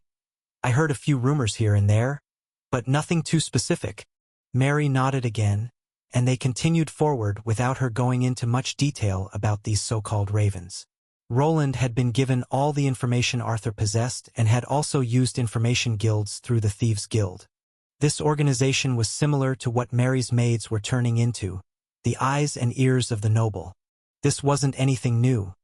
Nobles were, in a sense, required to establish their own spy network if they ever wanted to achieve anything substantial. The person that had been caught was probably here to investigate the strange mage who had rescued some slaves. He had caused quite a scene in Aldbourne, which exposed the state of their army. Now that they presented themselves as a proper threat, their enemies were probably trying to gather as much information as they could. While the Valerian Duke frowned on any assassination attempts among nobles, he would likely let it slide if there was no proof of the deed. Because of this reason, Mary was taking this situation quite seriously, and the screams of the unknown man were proof of its seriousness. He probably possessed valuable information that could help her protect Arthur better, but extracting anything from him would likely prove challenging. They are probably trying to figure out the extent of Arthur's forces. Do you think they are aiming for something else? They might just be testing us or trying to provoke a response. Testing? I see. Roland nodded, finding sense in Mary's assessment. The man they had captured could have been a lure set by Theodore and his group. Once their own spies and agents were sent in, he would capture them to extract information. It was a tactic occasionally used, where the spies sent in to be captured often lacked valuable information. As they approached the cell, it became increasingly evident that this individual was not going to divulge any secrets easily. Arg HHH. Oh, get down. A familiar voice called out to him from within the cell, and he instantly conjured a shield of mana. It arrived just in time to intercept the spray of blood hurtling their way. The blood splattered against the barrier, revealing inside the cell the lower half of a man's body slumping forward. It appeared the prisoner had imploded from within, likely triggered by a magical safeguard to prevent him from disclosing any critical information. The two of them stood in shock as they witnessed the gruesome aftermath of the prisoner's demise. The man's lower body lay limp against the floor of the cell, blood dripping down in a macabre display. The cell itself was now splattered with crimson along with the person that was performing the interrogation. Ah, it stinks. Gianna, the person Roland was supposed to meet today to conclude his prosthesis research, was the one who caught the brunt of the explosion. In her hands, he could see a metallic tray that she had used to shield her face from the gory blast. On the ground lay various sharp objects like knives, scissors, and pliers, which were likely on the tray she had been holding. Gianna, are you all right? Mary rushed in to aid Gianna, but Roland's attention remained fixated on the remains of the supposed spy. He had heard of volatile magical contracts before, but this situation surpassed anything he knew. The closest comparison he could draw was to the parasitic abyssal worms people were previously implanted with. His mana senses confirmed his suspicions. Instead of regular mana, he detected cursed hexes permeating the area. I'm sure the Duke wouldn't approve of cursed magics, but not like Arthur would be able to pin anything on him, even with a recording. Oh, Knight Commander, you're already here? Sorry about this. Give me some time to freshen up. The woman didn't seem too shaken up by all the gore and chunks of matter permeating the area. Roland was starting to wonder where these maids were coming from.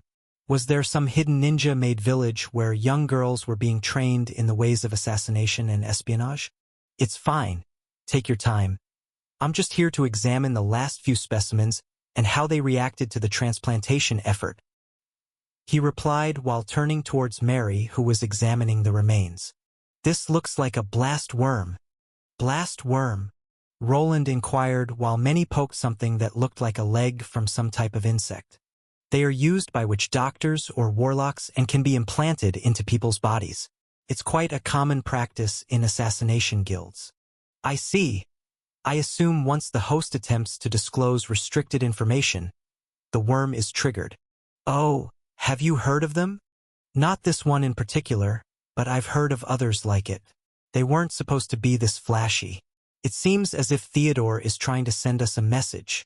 That could be true, but it might also be a warning directed at the other ravens.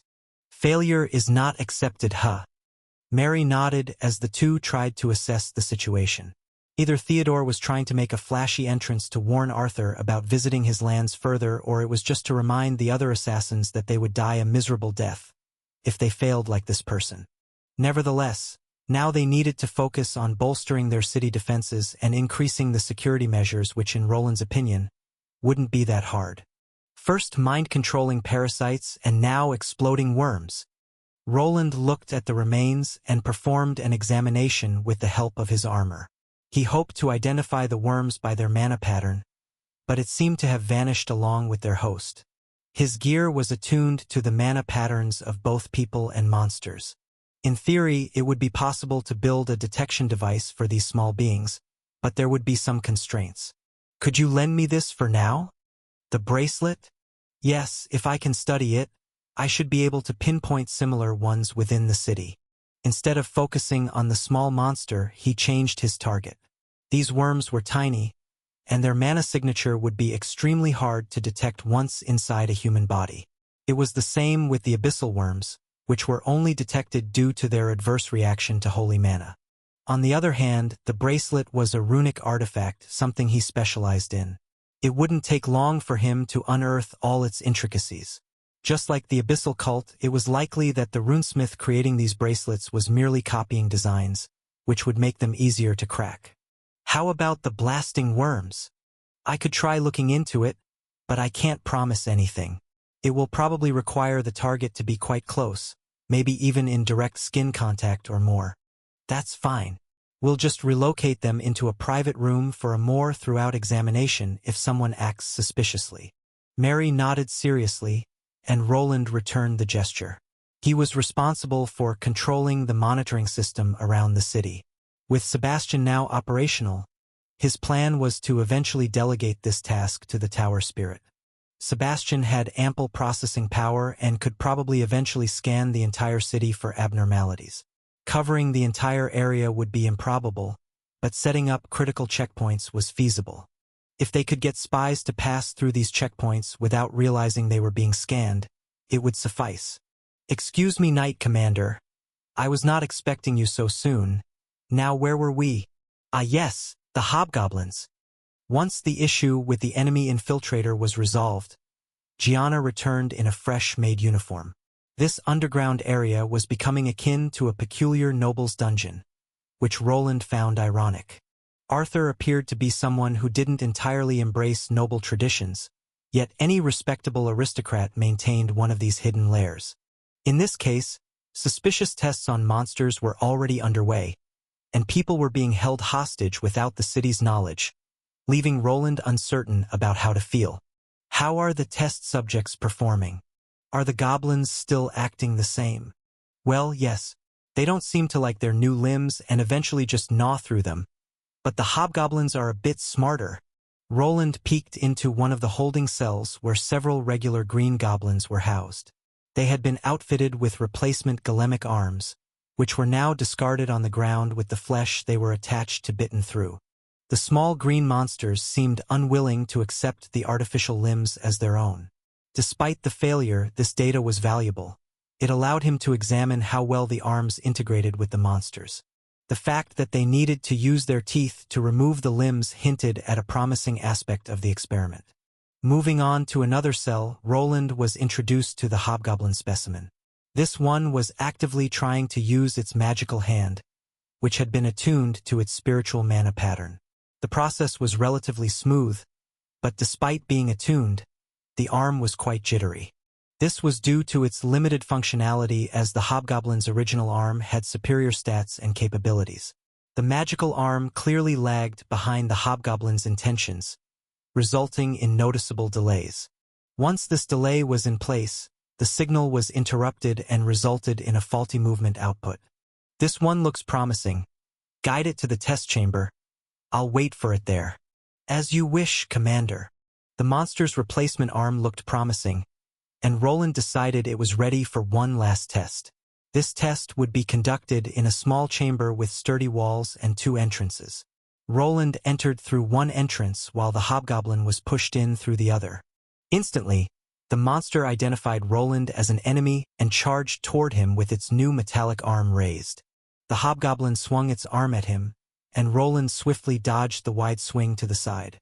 His intention was not to defeat the hobgoblin but merely to observe how it used its new hand in combat. The monster showed no inhibitions or instincts to protect the artificial limb, providing Roland with the data he needed. Roland observed closely, noting how the arm responded to the hobgoblin's commands. Despite the initial jitteriness, the arm's movements gradually became smoother as the hobgoblin grew more accustomed to controlling it. Eventually, the jittering started to subside as if the monster adjusted to the slower output. Is the soul adjusting to the limb, or is the monster's natural instinct? Just like with the others, it's slowly adapting to it. He continued to record the hobgoblin's movements and the magical fluctuations around the arm as the test progressed. Eventually, Roland tossed an iron shortsword to the hobgoblin. The monster swiftly grabbed the weapon with its organic hand and activated one of its skills. enhancing the power of its swings. This went against his plan, and after dodging a few attacks, Roland pointed his finger to produce a thin energy flame. The enraged hobgoblin continued to attack, but this thin flame passed through its organic arm. The limb fell to the ground, and the magical flames instantly cauterized the wounds to prevent the monster from bleeding out. Now, with only its prosthetic limb remaining, Roland waited patiently for it to attack again. The monster didn't look good, but it grabbed the iron blade with its metallic arm and charged at Roland once more. Roland stayed calm, allowing the monster to swing at him repeatedly. Sometimes he dodged, and other times he intercepted the blade with his own arm. Despite the monster's efforts, it lacked the power to cause even a scratch on him. Eventually, Roland concluded the test as he realized it had been successful. Good. This will be enough. It just took a little wave of his hand to send the monster's head flying to the side.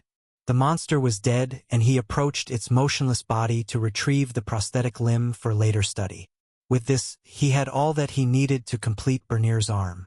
I confirmed that it's possible to use skills even with these artificial limbs. The soul seems quite adaptive, as if it's just a mold to be shaped.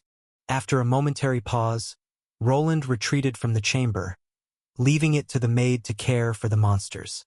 Now free to proceed, he reflected on Rastix's remarkable discovery with this regent. The gnome had not only perfected a potion that could splice flesh and metal together, but also ensured the process was reversible, restoring the flesh to its original state after fusion. With all this confirmed, Roland proceeded confidently with the assembly of the prosthesis socket. Once in place, attaching the new arm and ensuring it functioned like the original would be straightforward. With this amount of adaptivity, Bernier's arm could have multiple uses.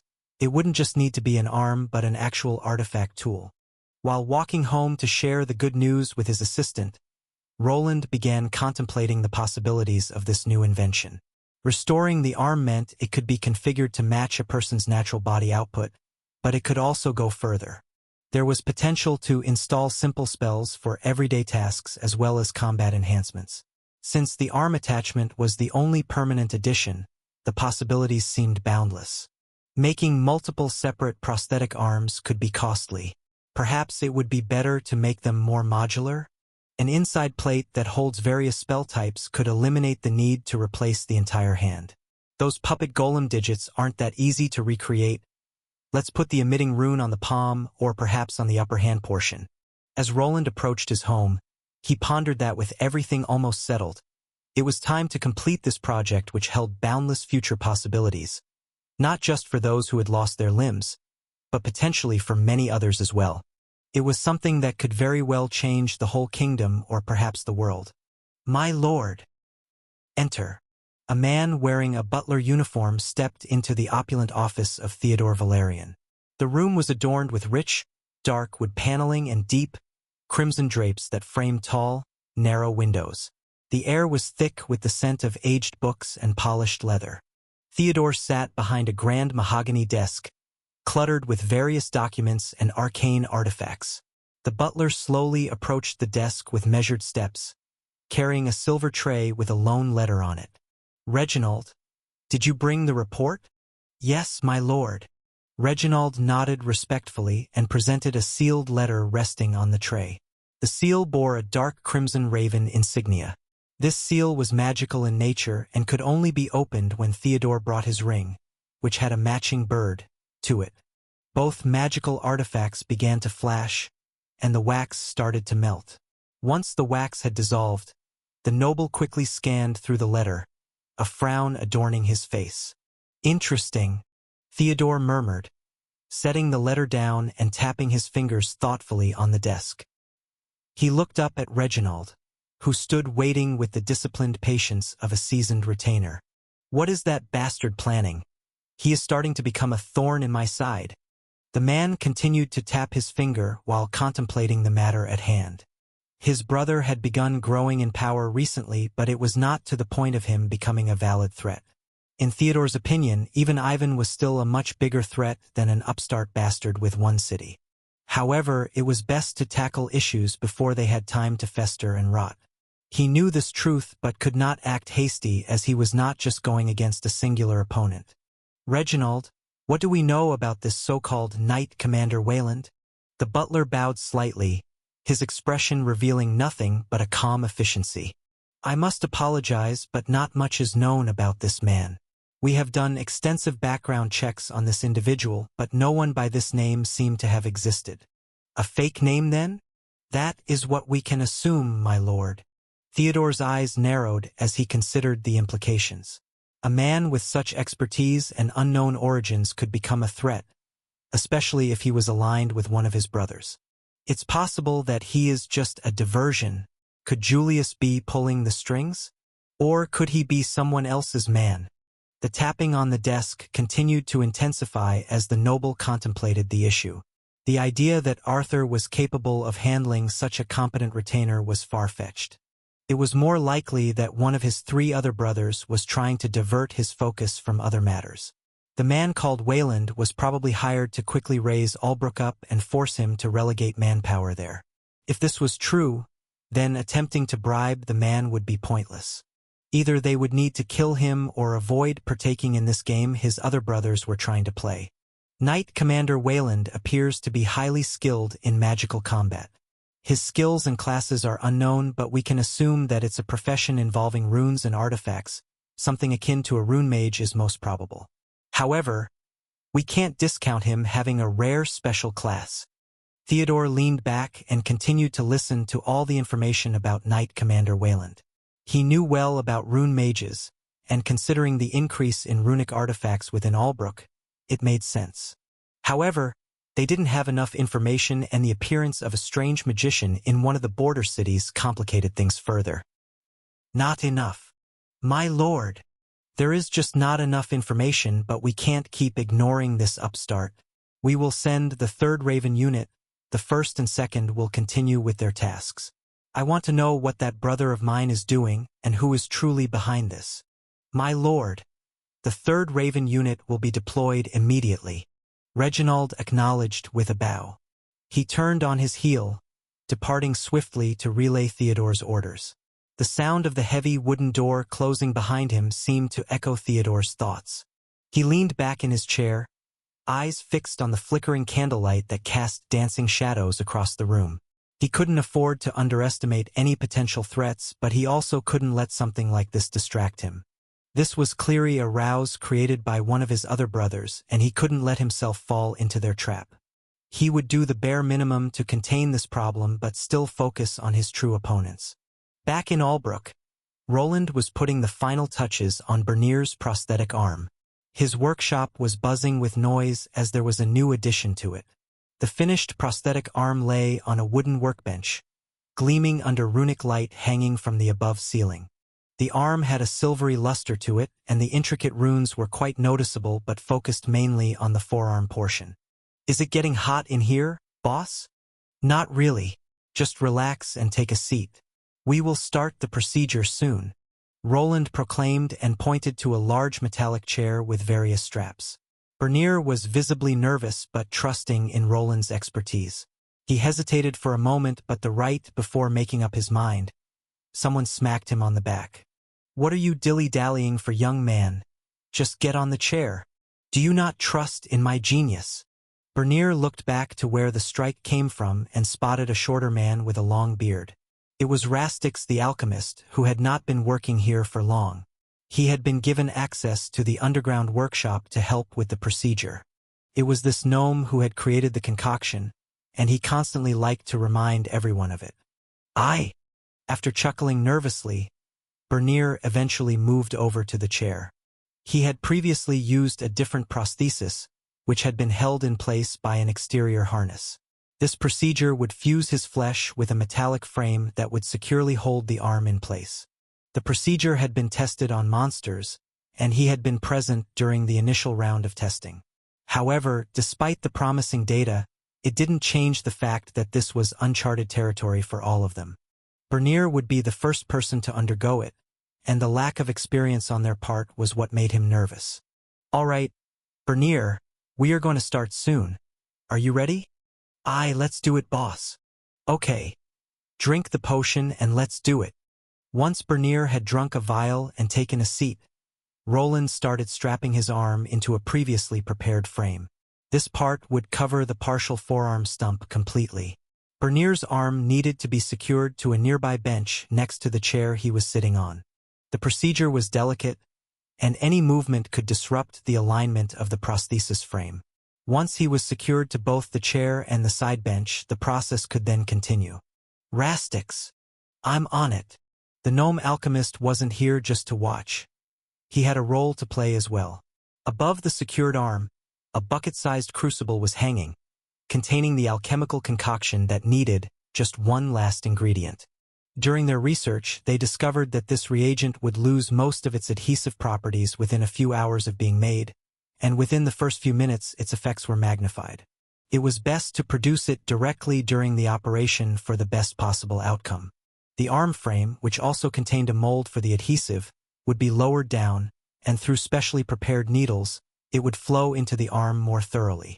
It was a delicate process, but after testing it on multiple hobgoblins and goblins, they were confident that it was safe. Thus, the time came, and soon Rastix drew the lever to lower the crucible. The alchemical mixture, shimmering with a faint darkened silver glow, began to flow down the thin tubes into the mold around Bernier's partial forearm. The gnome adjusted the flow carefully, ensuring that the adhesive spread evenly without any spills or leaks. After another level, which was lowered by Roland, the needles punctured through Bernier's arm. The previously taken potion acted as a pain anesthetic and allowed no pain to flow through during this procedure. Slow and steady, Rastix murmured with satisfaction as the process unfolded. He observed everything with glee while Roland meticulously analyzed each step. His keen eyes focused on the connection between the metal and fusing flesh, ensuring that none of the crucial runic traces within the attachment would be compromised. It was a slow process, but there were no failures observed, and eventually it was completed successfully. So, how does it feel? A little numb. Roland began unstrapping Bernier and his arm from the contraption he had assembled. The frame mold that had covered the arm sleeve could now be removed. Once taken off, it revealed a silvery attachment that extended up to the elbow. However, the arm was not yet fully integrated, as it still needed to be inserted into the freshly created prosthesis socket. Once inserted, it would be activated and securely held in place by magnetic runes in addition to the existing structural support. Try to move your elbow around first. See if you feel any discomfort. The potion should wear off soon. Bernier cautiously flexed his elbow, testing the range of movement. There was a slight stiffness initially, but as he continued to move, the prosthetic socket was kept in place and eventually they could continue with the process. Roland grabbed the ready prosthetic arm from the nearby table and brightened it forth, its silvery luster indicating that it had a high concentration of mithril in it. I would have been fine with a regular alloy boss. Isn't this a bit too much? Nonsense, mithril is both resistant to runic deterioration and light. If you're worried about it being stolen, we can dip it in some coating later. He spared no expense on the runic prosthesis, ensuring it was of the highest quality. While red mithril was known for its fire resistance, he opted for a more regular kind that was uniform in all aspects for this arm. It wasn't just intended for crafting, and it was sturdy enough to withstand the heat Bernier typically worked with already. Soon, it was inserted in, and once the runes were activated, it held in place quite steady.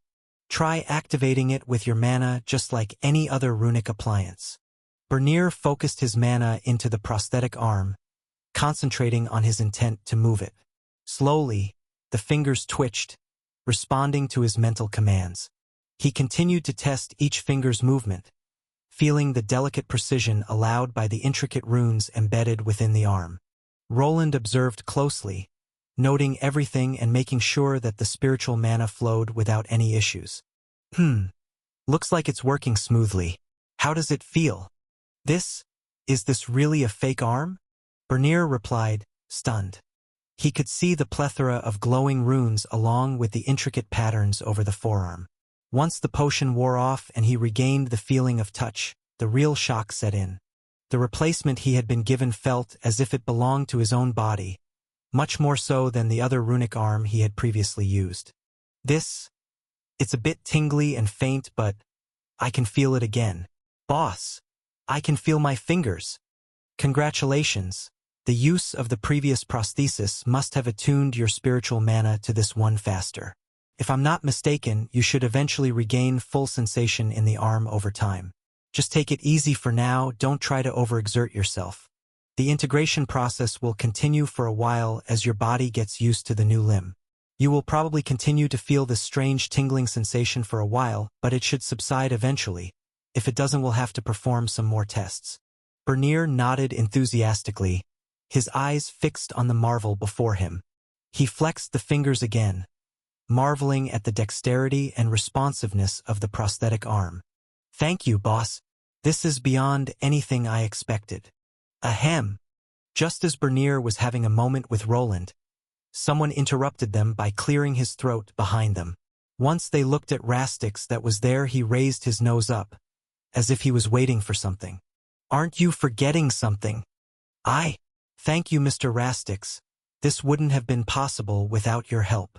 It surely wouldn't.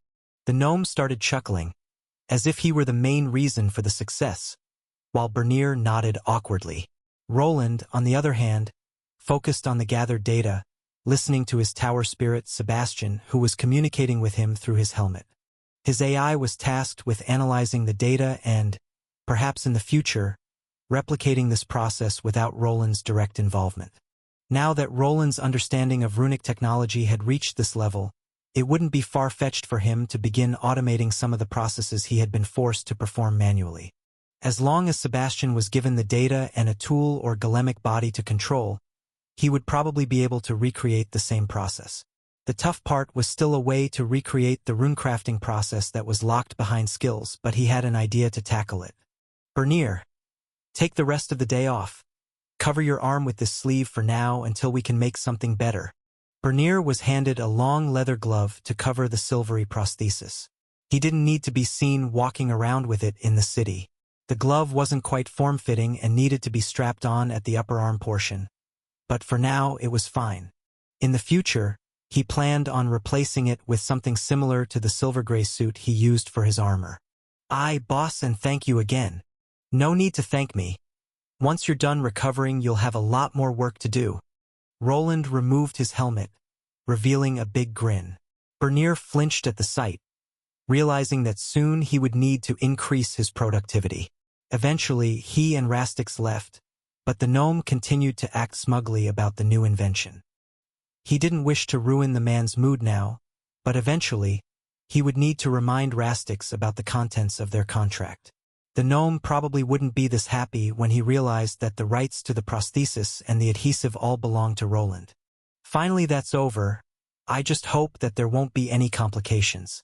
The process is simple enough, so applying it to other people without my help is feasible, which leaves me with one last thing to decide on. Once he was alone in his workshop, Roland headed to his private research room. On a workbench to the side, there were numerous golemic arms, remnants of his initial tests and research. Some had been retrieved from goblins, while others had never made it onto a live subject. Then, on the other side was a rather strange-looking contraption that he started approaching. Two metallic arms dangled from the setup, connected to something that looked like a thick metallic ring. In the middle of the ring was a thick pole, to which the ring was connected by 4 metallic rods.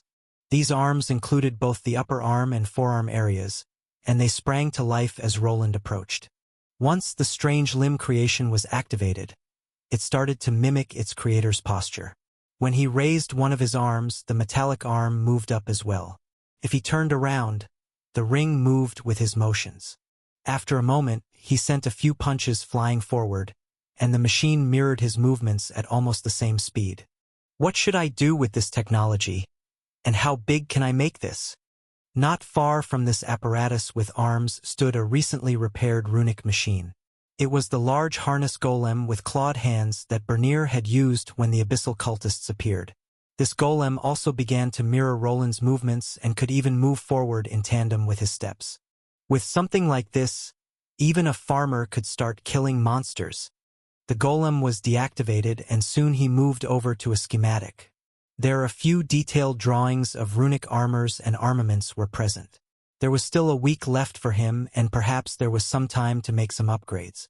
It's very similar. Could there be a connection? Or is this model just something standard in this world? What do you think, Sebastian? Does this look familiar? On top of a workbench lay an unassuming dark bracelet with a raven symbol on it. It hadn't been long since the spy was apprehended, and this little black trinket had been used to sneak into the city. It hovered above a rounded plate filled with runes and was being examined by a floating orb of light. Analyzing composition, the item presented consists of 34.45% deep ether steel alloy, 21.21% copper, 14.67% electrum, 9.34% mithril. Stop. I didn't mean the metallic composition. Is it similar to any other item in your database? Analyzing query. Please wait. Discovered 1,739 similar items. How many?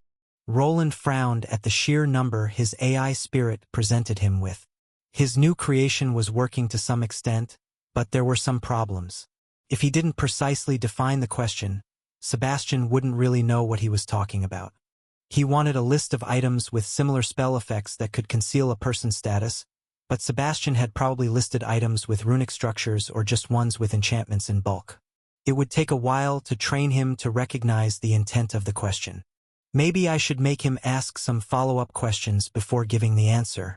I think that's how they did it in all those movies. Sebastian. Roland began again, this time focusing on refining his query. Prioritize items with enchantments specifically designed for concealment or status masking. Can you narrow it down that way? Analyzing revised query. Discovered 118 similar items. Roland nodded and continued to add the follow-up questions to arrive at the endpoint finally. He tried to recall how people from his old world handled artificial intelligence. There wasn't anything quite like what he had created here, as the people back then didn't get past a prompt-based approach. However, such an archaic way of asking questions and hoping for the right answer wouldn't work. He needed Sebastian to be able to perform other things than simple tasks. Analyzing revised query. Discovered 12 similar items. Soon, the list had shrunk enough to be presentable. Sebastian had the capability of creating images through light magic, forming holographic projections reminiscent of those in science fiction movies. To conserve energy, these projections were in shades of blue, just like basic mana light. Roland had the option to use illusion magic, which could produce better results in some cases, but it was more costly and had other drawbacks, such as affecting a person's mind. He didn't want to subject himself to constant illusions, even if it meant achieving better visual clarity. His history with the cult who used illusory sleep as their main weapon also added to this decision. Good. Present me the schematic for this pendant and compare it to the bracelet. Present it in the form of a holographic image. He aimed to compare the raven-owned bracelet to the pendant he received from his old acquaintance in Edelgard. The two were quite similar in their functionality and runic structure. Understood. Presenting the item's schematics in the form of a holographic image. Sebastian, when asked to do something, you don't need to repeat the question. Understood. Once the two schematics were displayed side by side, he could clearly see some similar points.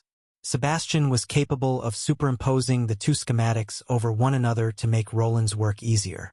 Perhaps in the future, Roland would be able to delegate simple tasks like these to his tower spirit and perhaps even more later.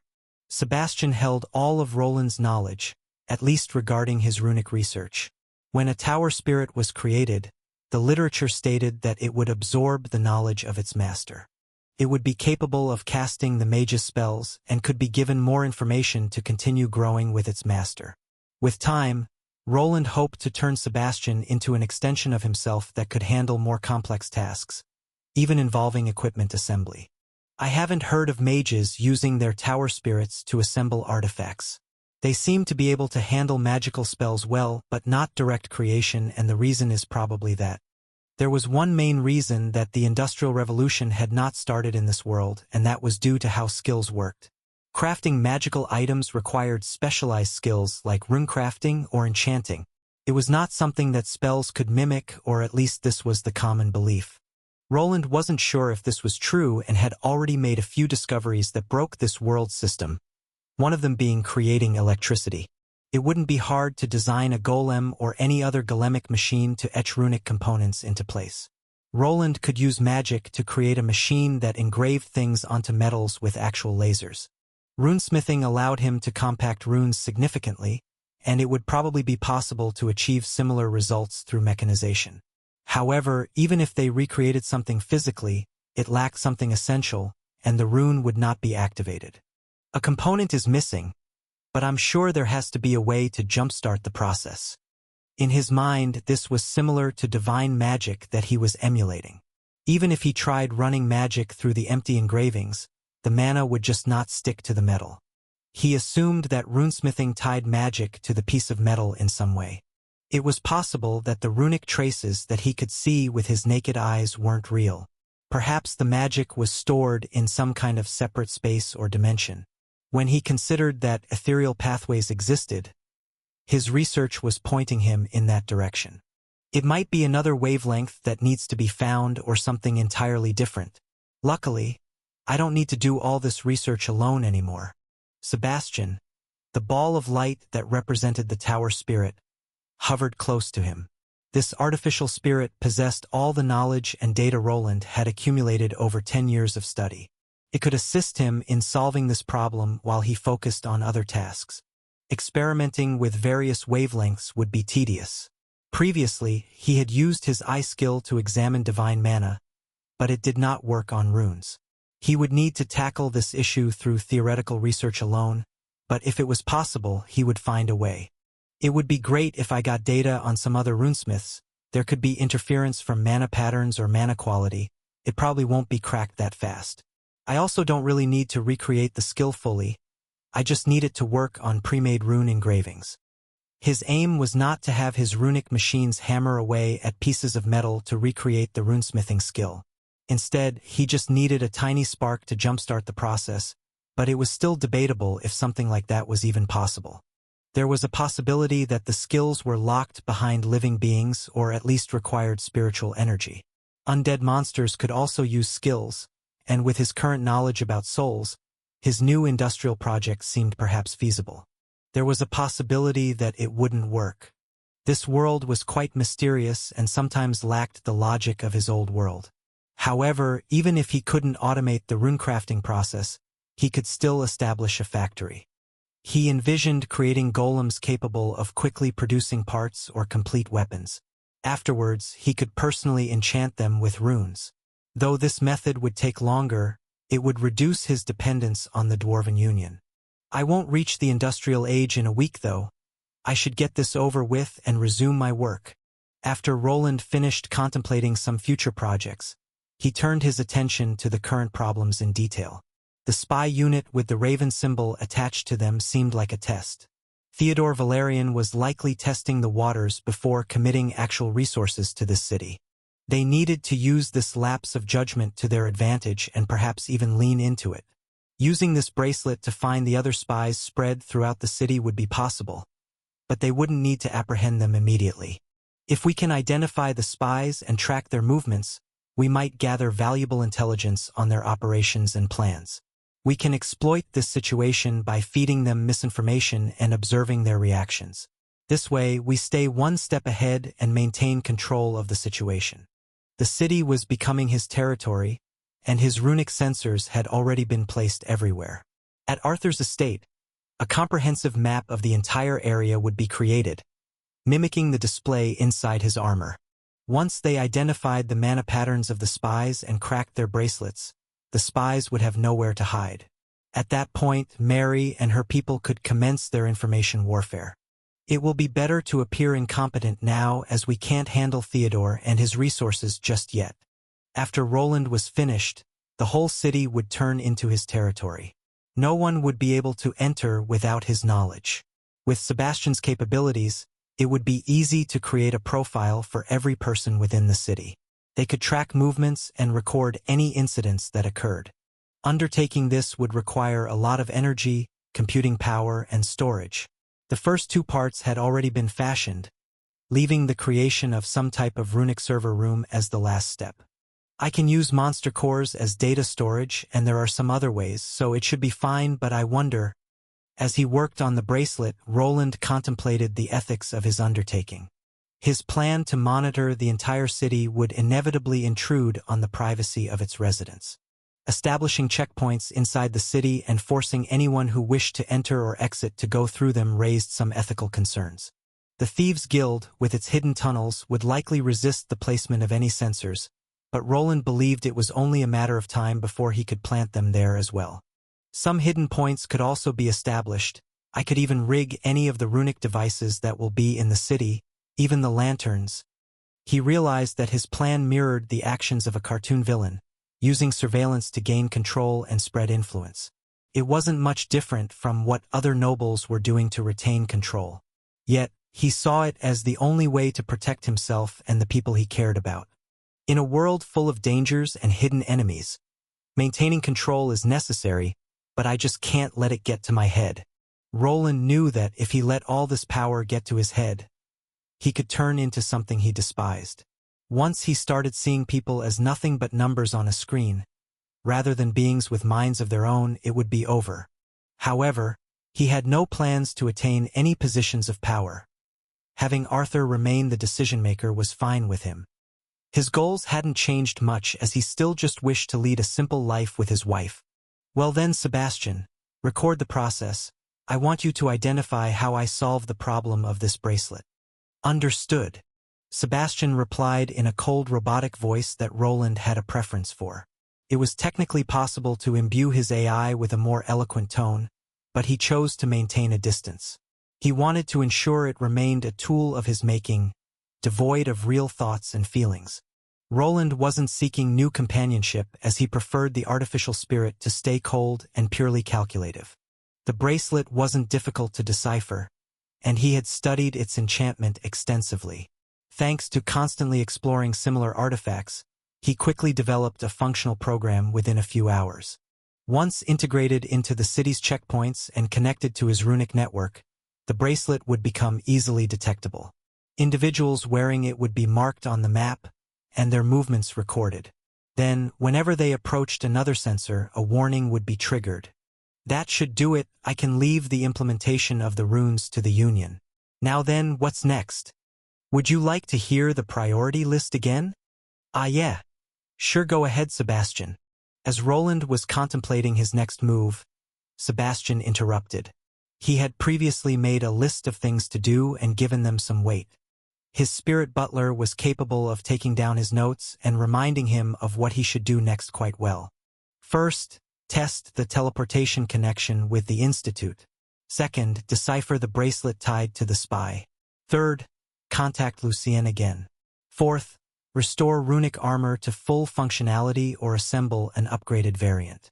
Fifth, that's enough, Sebastian. Also next time, remove points from the list after they have been completed.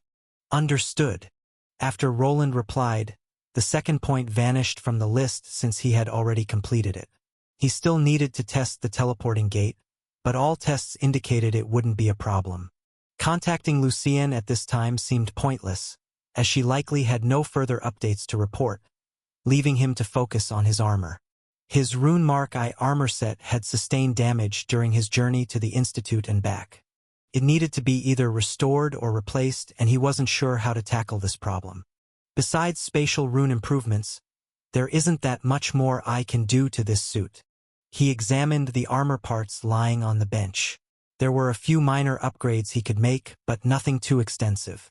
With only a week left until his scheduled departure, he needed to prepare himself for potential trouble. It was possible he wouldn't have access to the Institute's teleportation gate again upon his return. There were numerous factors he needed to consider, and not have enough time to tinker with everything. Now that I have better spatial technology, one can prepare more replacement parts, or should I consider the possibility of a more modular armor? Roland contemplated as he examined nearby schematics. His knowledge of runes had advanced considerably, and his skills had improved. He realized he could create a thinner piece of armor with the same capabilities as the old one. Upgrading his cubes into more complex shapes was also feasible. The cube's ability to hover and generate spell effects was invaluable. With their assistance, he aimed to minimize the deterioration of his own armor, which would allow it to last even longer. If I use these parts as a basis and melt it down, it should be enough. After deliberating for a moment, he had made a decision. While he would be cutting it close, the time to make a new suit of armor had come. Repairing old runes that had been restored with the help of his skills would damage the frame even more. There was no point to it if he could just melt it all down and recreate it from scratch. While some material would be lost, the Rune Mark II would have a sleeker design. Instead of using that shield, I should also design a proper levitating platform, something that is at least slightly aerodynamic. When he was soaring through the skies, he noticed a lot of wing pushing into him. The armor he was preparing could be given some adjustments to account for strong winds, or he could put a persistent enchantment on the levitation platform that performed a similar task. All this and more he wanted to get done before his departure, and it was time to get to work. First, he headed over to the smelting chamber, but once he got there, someone was already waiting for him. "Hey boss, need some help? Is there something wrong with the prosthesis?" "No, it's working fine, even better than fine." "Oh? So why are you here?" "What do you mean? I'm here to work. It looks like you're up to something. Let me help boss." Roland glanced at the Bernier standing before him, his eyes bright with enthusiasm. His assistant had not been able to properly work for quite some time now, and he was obviously eager to contribute. Roland couldn't help but smile at Bernier's enthusiasm, but also be apprehensive about letting him go back to work this quickly. "Even if I tell you not to, you're still going to work, won't you?" You know me well, boss. I've even practiced back home. My hammer has never swung better." "All right, Bernier. I'm working on a new armor design. We need to melt down the old one and start fresh. I'll need your help with the smelting process and then with assembling the new pieces." Roland explained his plan while Bernier's eyes shone with even more eagerness. It was better to keep an eye on him now and have Sebastian examine the prosthesis here, rather than let his assistant overwork himself at the forge in the city. Soon, the two craftsmen were hammering away, the rhythm of metal striking metal a symphony to their ears. Master Brilvia, Master, what do you want?" A rather annoyed-looking female dwarf glared at one of her apprentices, who had continuously shouted in her direction while she was trying to peacefully examine some ridiculous-looking schematics. The human runesmith had returned to the city, and with him came a flood of strange plans and runic devices. Whenever he ordered something from her, she could be assured it would be mind-boggling and strange. However, it was always an opportunity to learn something new, and the city he was outfitting with these peculiar runic machines was beginning to turn into something special. "It's the runesmith's apprentice. He has come wearing something fascinating." "Fascinating? Do you mean that golem arm he was using?" "I wouldn't call it fascinating." "No, you don't understand. This one is different. It looks like a finished product, and it seems to produce flawless movement. It's as if the arm is part of him." "Part of him?" Brilvia raised her eyebrow and placed the schematic she was going through down on the table. Her apprentice seemed quite ecstatic for some reason, but it wasn't anything new. Ever since they came to this city, they had been surprised by some of the humans' inventions. The runic batteries were something that could already change the world, and the geothermal generator he had designed was the same. She knew by this point that this man was an eccentric genius and that it was a great decision to come here. I guess I'll go see it then. But if this isn't worthwhile, you'll be in charge of cleaning the workshop for a week." Master Brilvia. But you won't regret it." The dwarven runesmith apprentice replied eagerly, clearly confident that his discovery would impress his boss. The older woman sighed but couldn't suppress a hint of curiosity as she followed her apprentice to the workshop area. The younger dwarf's enthusiasm was contagious, and she wondered what Roland's assistant could have brought this time. It was known to her that he was using some sort of replacement limb, as she was the one to provide him with the golem limb schematics. She knew that the man was up to something, but could it really be better than tested dwarven technology from their ancestors? Upon arriving, she immediately spotted Bernier, who was enthusiastically demonstrating his new prosthetic arm to a small group of onlookers. Brilvia pushed through the crowd for a closer look. As soon as she laid eyes on the arm, She realized why her apprentice had been so excited. The arm was a masterpiece. Unlike the rough, functional golem arm Bernier had used before, this one had a sleek, almost natural look. The model resembled the one she gave to Roland, but it had been fashioned with mithril. It moved with an uncanny fluidity, mimicking the motions of a real arm with precision. Bernier's fingers flexed and curled with ease, each movement smooth and controlled. The surface of the arm had intricate runic engravings that glowed faintly. Is the runic battery inside of it? There seems to be a compartment for it, and these runes, I haven't seen ones like this before. Fascinating. Ah, Master Brilvia? What? Stop bothering me. Nothing. Brilvia looked up at the man to whom this runic prosthesis had been attached. She was now directly in front of him and seemed to have forgotten her manners by examining his arm without asking for his permission. Taking a deep breath, she cleared her throat awkwardly and stepped back. Noticing the other craftsmen around her smirking, she realized she had become lost in her own world, marveling at the intricate runes on Bernier's prosthetic arm. What are ye bastards staring at? Do ye still wish to get paid? The other dwarves recoiled in fright at her words. Without their pay, they wouldn't be able to get drunk anymore. They quickly averted their gazes from her glares while Bernier stood there uncomfortably. Bernier, was it? This is some remarkable work, Brilvia said, her voice filled with genuine admiration and a hint of curiosity. Did Master Wayland design this? Aye, Master Brilvia, but I can't disclose our secrets. You'll have to talk with the boss about it. Ha! Quite cheeky, aren't you, brat? She could tell that this young half-dwarf did not fear her as much as the other dwarves in the smithy. It was a respectable attribute, and if it weren't for the exquisite nature of the runic prosthetic, she might have given him an earful. Brilvia examined the prosthetic arm one last time. The runic composition was nothing that she had ever seen before, and certainly something she needed to investigate further. Fine, I'll leave you be then, but tell your boss that he needs to come here. Aye, sure, Master Brilvia. I'll be sure to mention it. Bernier nodded respectfully, acknowledging Brilvia's interest and authority. With that, she turned and began making her way back to her workstation, leaving the young blacksmith to his own devices. She knew he was there to pick up some previously prepared parts, likely for another one of Wayland's outrageous contraptions. That human, he might actually do it. Ha!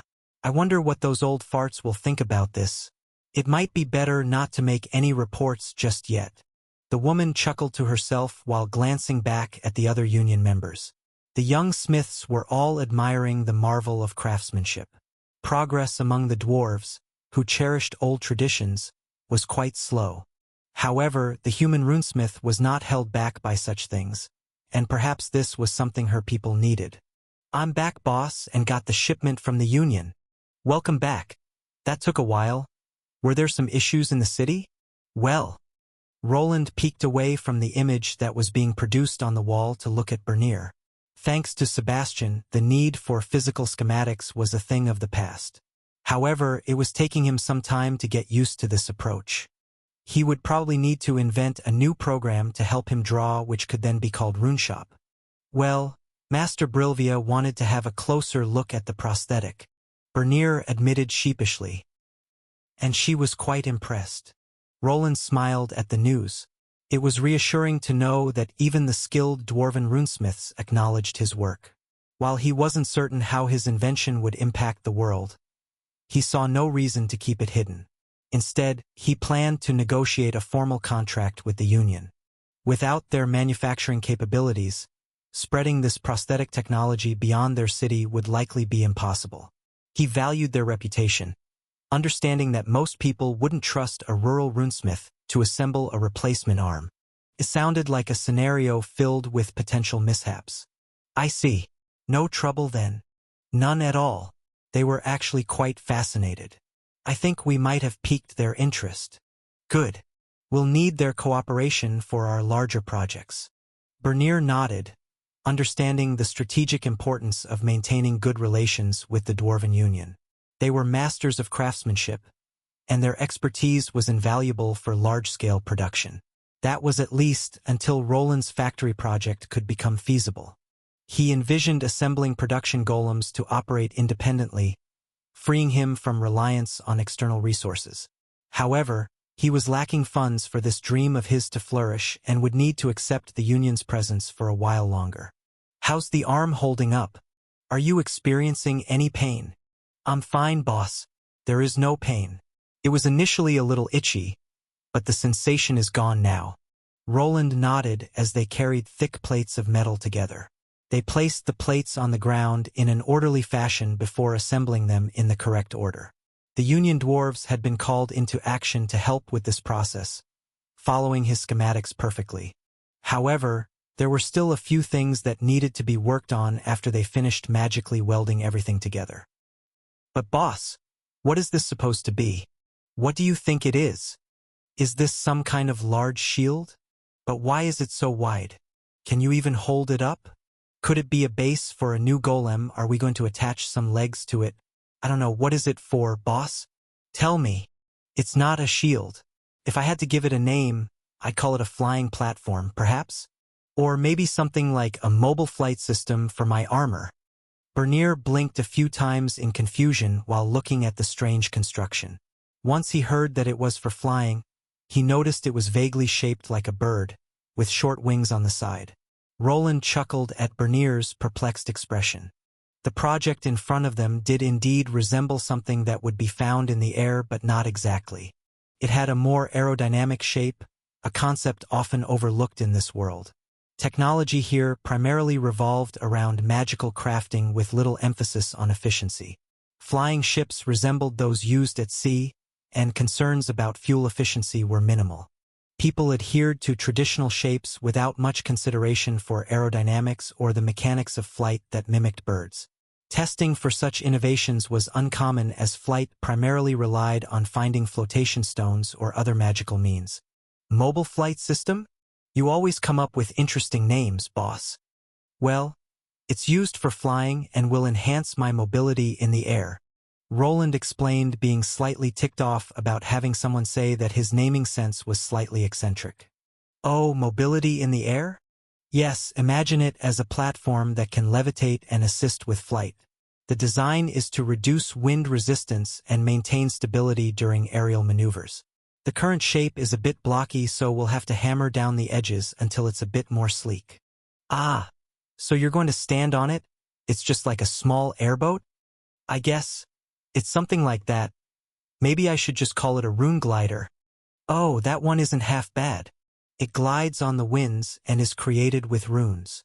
He wasn't sure why people persisted in designing flying vessels that resembled boats, but he hoped that once his invention gained traction, they would recognize the flaws in their approach. His design drew inspiration from something popular in his world: old stealth aircraft bombers. It featured a flat triangular body with secure footlocks, designed to conserve mana charges and ensure stability even if he passed out. Roland was adamant about not relying solely on spells that required him to be conscious. "If I ever pass out, I need it to hold me there even if it tips to the other side." Soon, the two were immersed in their work. Roland focused on rounding the edges to observe the aerodynamic response to the shape change. Setting up a wind tunnel with simple magic was straightforward. Once the smoke was produced and blown toward the assembled metallic glider, it started to react. The smoke slipped smoothly over the smooth surfaces at some points, while at others, it revealed distortions that needed correction. Roland wasn't aiming for perfection, as this thing needed to be done within a day or two. There were other projects he needed to finish while his armor parts were going through the smelting process. Bernier observed with fascination as Roland meticulously adjusted the prototype. The project was intriguing but not as revolutionary as the runic prosthesis that he was working with. This whole project was a great test for this limb, and as it stood, it was passing with flying colors. Initially, Roland observed that Bernier was conserving his strength while working with the hammer. It took 2 or 3 blows to achieve what usually required only 1. However, as they continued working, Bernier's skills gradually returned to their usual proficiency, and soon there was little noticeable difference. Roland acknowledged that his assistant was a superior artisan, and it became evident that the artificial hand would enable Bernier to perform his duties just as effectively as before.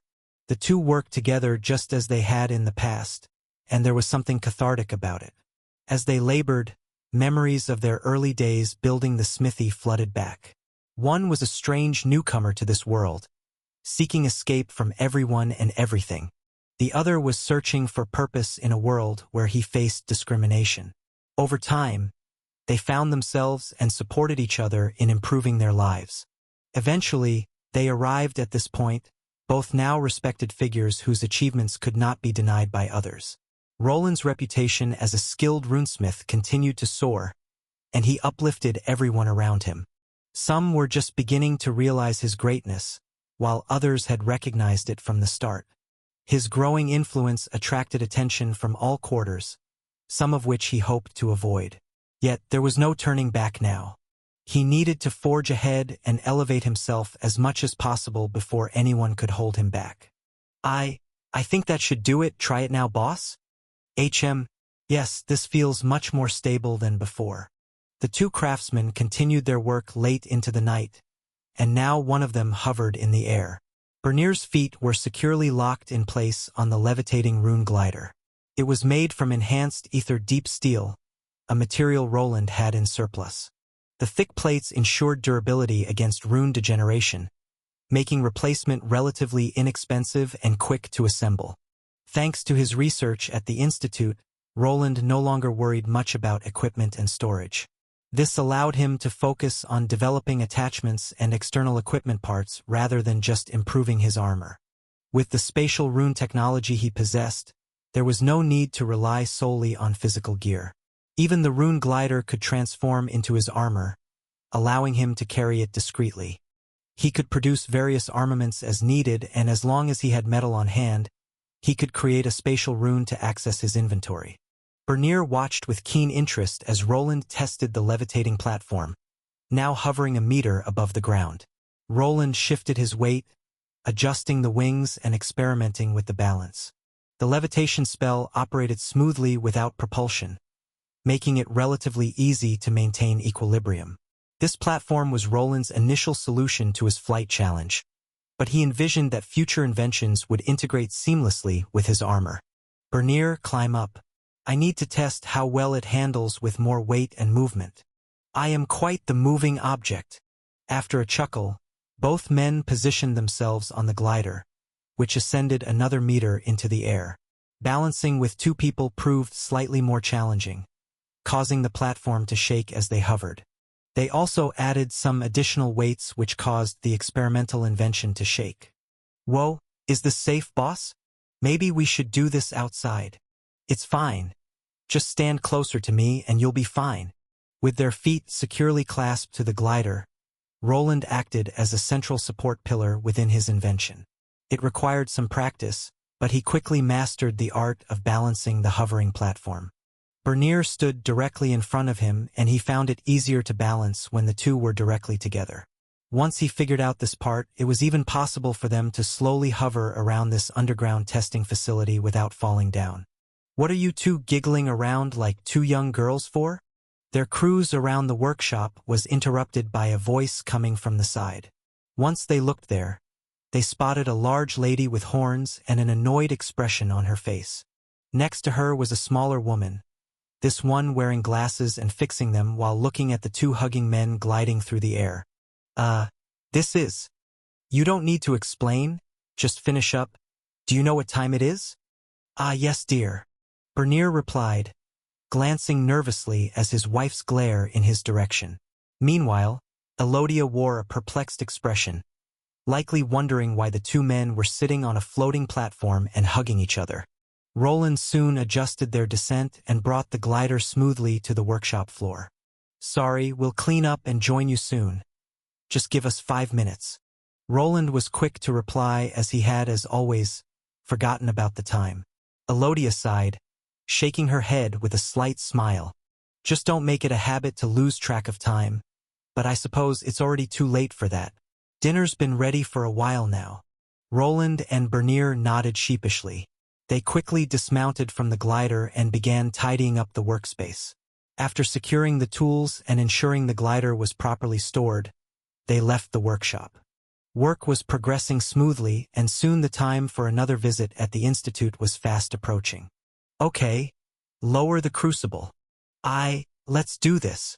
A large container filled with molten hot metal was slowly tipped over with the help of clawed grippers. They were connected to a large golemic exoskeletal construct with a rather happy Bernier inside. The prosthetic hand moved as if it were his own, allowing him to control this runic machine with ease and precision. The molten metal poured into a large container, and the room was filled with the sharp tang of heated steel and the soft hum of magical energy. Roland watched closely, nodding in approval at Bernier's improved dexterity and control. The prosthetic arm was performing flawlessly, and his assistant was back to his old self. Excellent work. That is all of it, right? Aye, boss. But I didn't think we'd be going back to smelting for this one. There are reasons that this method is slightly better than just using the hammer. The two craftsmen continued their work, now pouring a magically enhanced alloy mixture into a large mold. It looked like a large black stone coffin, but it was a new piece of equipment in his workshop. It was not a casket, nor did it contain any bodies within. Instead, it was a giant mold for his second version of the armor that was being created. During his stay at the Institute, Roland had gone through many magical books that could aid him in crafting his runic inventions. Luckily, the runic department had quite a few research papers on alloys and how to improve them. Several strengthening spells could be used to bathe the metallic concoction in thick mana. It was a procedure that could only be done during smelting and would work best when combined with instant runesmithing. Under the molten alloy container was a large array of runes. They pulsated with energy, responding to Roland's commands. Bernier stood to the side, his mouth agape, unaware of what was happening. It was impossible to see inside the mold, but Roland could sense the armor parts taking shape within. This advanced runesmithing technique, which he had briefly practiced, would allow him to enhance the magical capabilities of his new armor piece. I can't fail. I'm already almost broke from buying all those exotic metals. I wish those Union dwarves had given me a discount. After grumbling about his monetary situation, he refocused on the task at hand. The runic array began to shine brightly, enveloping the black rocky slabs in a veil of blue mana. Roland concentrated intensely, channeling his mana into the runic array beneath the mold. The glowing blue mana pulsed rhythmically, infusing the molten alloy with magical energy. Sweat beaded on Roland's forehead as he cautiously controlled the flow, ensuring that every inch of the alloy was evenly bathed in it. Then, with a forceful push, the energy around them exploded, and the veil shifted into an orange hue. The energy within the container crackled as he began directly infusing the still softened armor parts inside. It was a delicate process, as he needed to fashion all the runic traces with his mana alone, unable to rely on his hammer. However, the current alloy's softness made something previously impossible now feasible. The tiny runic traces started filling out the metallic plates inside as he shaped them with his magical force. Roland's eyes remained fixed on the process, his focus unwavering.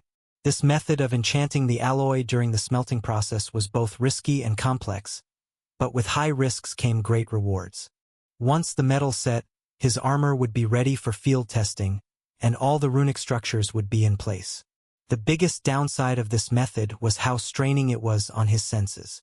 The overwhelming amount of mana he needed to use was quite staggering, and he would not have been able to do this without the new geothermal generator's aid.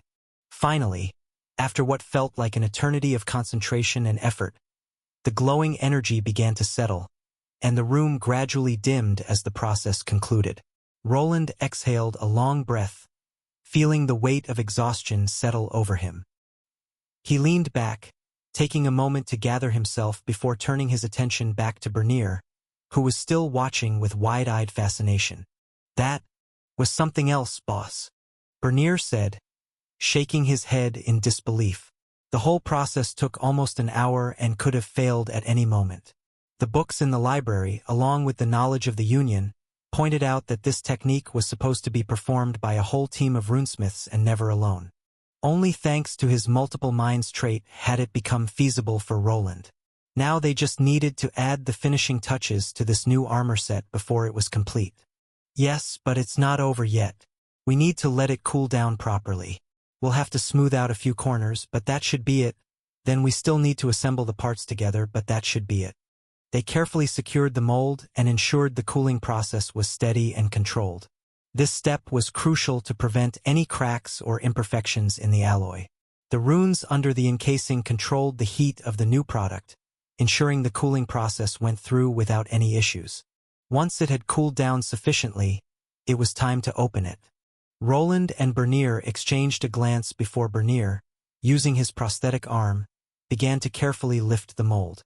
The room filled with the sound of metal scraping against stone as the two men revealed the gleaming new armor parts inside. The armor pieces lay in the mold, their surfaces glistening with a faint magical sheen from the runic energy infused within. The process was partially complete, but there were a few issues they needed to resolve. Due to the mold method they used, there were small pathways where the molten metal had flowed to fill everything out. These remnants were still sticking to the armored plates and needed to be carefully removed. Following that, they still needed to assemble everything together as all the components had been divided into smaller pieces. The gauntlets, in particular, were the most complicated part and had taken him a while to design. Eventually, he was able to design the mold encasing in such a way that it would produce parts that locked into each other perfectly. His new armor was almost ready, but before they could continue, he needed to stop his assistant to making the usual comments. "Hey boss, it's pink due to the alloy. I can't do anything about it now. Once it settles it will be dark crimson like the other one." "Haha, it's fine boss. There is nothing wrong with it being pink." Bernier chuckled, shaking his head in amusement. The new armor set, despite its temporary pinkish hue from the alloy mix, was shaping up to be another remarkable creation. As they carefully extracted each piece from the mold, they laid them out on the workbench. The workshop was now quiet except for the occasional clink of metal as they inspected and prepared each component for final assembly. Roland inspected each piece with runic eyes, checking for any imperfections or irregularities in the runic components. The runes etched into the metal had settled well, and the finer details would not be visible to the naked eye. This alloy was a blend of mithril, etherium, and meteoric iron, which was an exotic metal he had chosen for this endeavor. Meteoric or was not commonly found on this planet. As its name suggested, it was discovered following a meteor impact, making it a rare find. It was a rare occurrence, but from time to time, meteoric ore could be discovered after meteor showers. It was on the same tier as mithril but had some additional perks, like enhancing magical and aura attacks of the items it was produced with.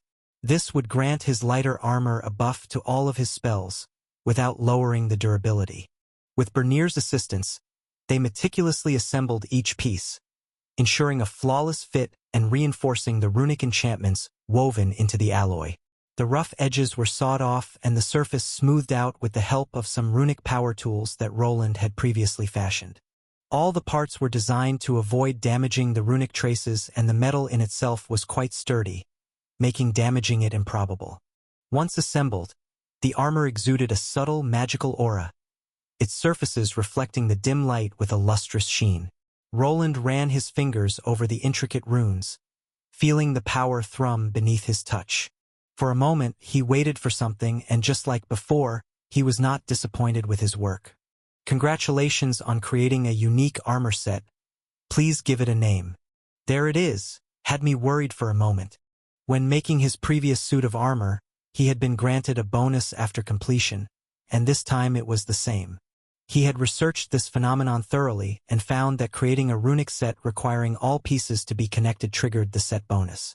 This time, he didn't wait long and pronounced the name while trying to ignore Bernier, who was wondering why Roland was mumbling to himself. "Let's go with Rune Mark II. Registering the name Rune Mark II. Soon after getting the message, he took the main helmet and inspected it. The armor was somewhat thinner, which lowered its durability but not greatly.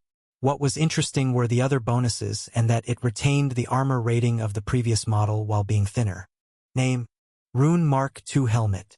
Classification: Unique plus Durability: 85 of 85. Armor rating: B. Set bonus: 2. Plus 12 intelligence. 4. Plus 12 willpower. 6. Plus all runic spells deal 10% more damage. A unique with a plus next to it? He was a bit disappointed by the classification as he hoped to create an armor that went a tier above. However, the plus sign implied that it was better than his previously designed bulky creation. The set gave him more flat stats but exchanged endurance with willpower, and his spells would be doing even more magical damage than before.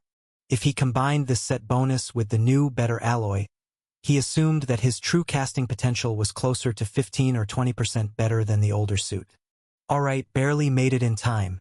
Bernier, while I test it, why don't you prepare the gate? Sebastian should be able to get you through. Sure thing. That orb is quite handy, but about that cat. Arion? Did he say something? Not really, but he was a lot more interested in what you call it, artificial spirit? Then he couldn't stop blabbing and asking questions about my arm. That sounds like him. Just ignore him. He'll tire himself out eventually. Just get things ready and I'll be there in a bit. Sure thing, boss. Bernier chuckled as he nodded before heading towards the gate chamber. Before Roland could use it, they needed to perform a few tests, and his assistant would need to contact Arion at the Institute. Once that was taken care of, they would initiate the gate and try to transfer some fruit through it. If it arrived intact on the other side, it would then be safe for Roland to travel through. While they were preparing the test, Roland needed to take the new suit for a spin, as his old one no longer existed.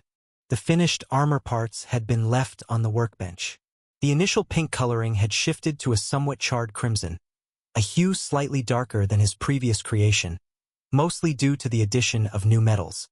He could always change the coloring if he wished, but he had grown accustomed to this darkened red. Okay. Bernier is gone. Let's see how it goes. Roland made sure that his assistant wasn't in the room with him, as he found the next part of the process a bit silly. First, he needed to put on his silver-gray suit, which luckily didn't need upgrading. Then, he assumed the most optimal position by spreading his legs wide and his arms to the side. With the help of his runic spells, the armor parts came flying towards his body, attaching themselves to each other. His feet remained uncovered initially, as he had to lift them for the sabaton and greave parts to attach. Once assembled, his whole body was covered by the sleeker-looking full-body armor of his Rune Mark II. The armor's sleek design allowed for greater mobility, and the runic enhancements were even better. He moved his arms and legs, testing the range of motion and flexibility. Every movement felt smoother, more natural, and the armor responded as if it were an extension of his own body. With the armor fully equipped, Roland moved around the workshop, testing the range of motion and responsiveness. The lighter construction allowed for greater agility without sacrificing protection. He practiced a few basic combat maneuvers and was impressed by the balance he managed to achieve with this new model. This does feel a lot less restrictive than the other one, although it looks a lot less imposing than the old one. His previous creation gave him a more knightly aura and also increased his size, but it also restricted some of his movement.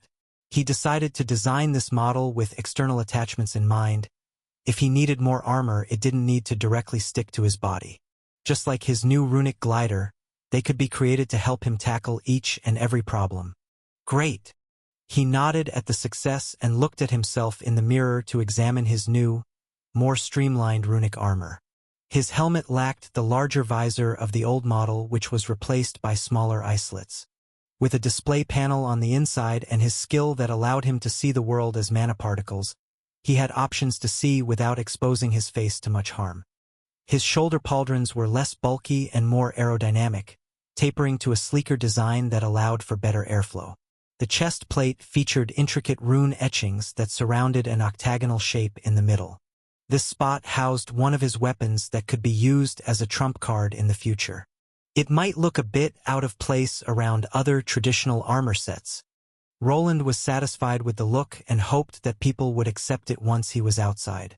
He assumed the previous position again to release the armor pieces back into the air and guided them back onto the workbench they had previously been placed on. This was one of the key features of this armor. It could be removed and reassembled quite easily. If he combined this with his new spatial magic capabilities, it was something that would never leave his side again. As he finished, the door to the workshop creaked open, and Bernier poked his head in, grinning. "The gate's all set, boss. Sebastian said that you wanted to be there during the initial tests." "Good. Let's get this over with." They moved to the gate chamber, where a large, intricately designed portal stood. The portal was a marvel of runic engineering, a large circular frame made of enchanted metals, with complex runes etched into every inch of its surface. With his arrival, it pulsed to life with a soft azure glow and cast an ethereal light across the entire chamber. "Everything looks stable, or at least, that's what this here says," Bernier said, glancing at the readouts on a nearby console that Roland had prepared. In the future, he was planning to make these things more accessible to others. Roland nodded, examining the setup in his own way. "All right, let's start with the fruit. Are you ready, Arion?" "Oh joy! Did you truly make this in less than a month, my friend?" "Yes, now, please focus." On the nearby holographic display, Arion's feline face was looking at them. His voice sounded ecstatic and his facial expressions showed joy. Of course, I'm ready. Send it over." Roland carefully placed the fruit, a simple apple, onto a metal trolley positioned at the center of the portal. With a nod to Bernier, he initiated the transfer sequence by pushing it forward and through the gate. Once the trolley was partially through the portal, Roland felt a strange pulling force as if someone was yanking it from the other side. As soon as he moved his hands away, the whole thing, apple included, vanished into the gate. Arion's feline eyes widened as the apple materialized on his end, appearing undamaged. "Success! It arrived intact," Arion exclaimed, holding up the perfectly unharmed apple for them to see through the display, his small cat paws holding it up in a rather cute fashion. "It seems everything is in order. It's time to head back." The time to return to the Institute was just 2 days away. Once there, he would need to confront the noble brat again. However, this time he would be doing it as the right-hand man of the principal, a position no one could deny. First a geothermal generator and now a magic gate? Are you planning to establish a magical academy here? I suppose that's possible, but I don't think I'm good at teaching. That's a shame. Two men were talking while sitting opposite each other. They were outside inside a gazebo, taking in the sun while enjoying some black tea. Near them was a maid with orange cat ears, placing cake onto the plate of the man with whitish hair. "I don't think the city could afford it. There's a reason why these institutes are usually old and backed by mages who have lived over 100 years.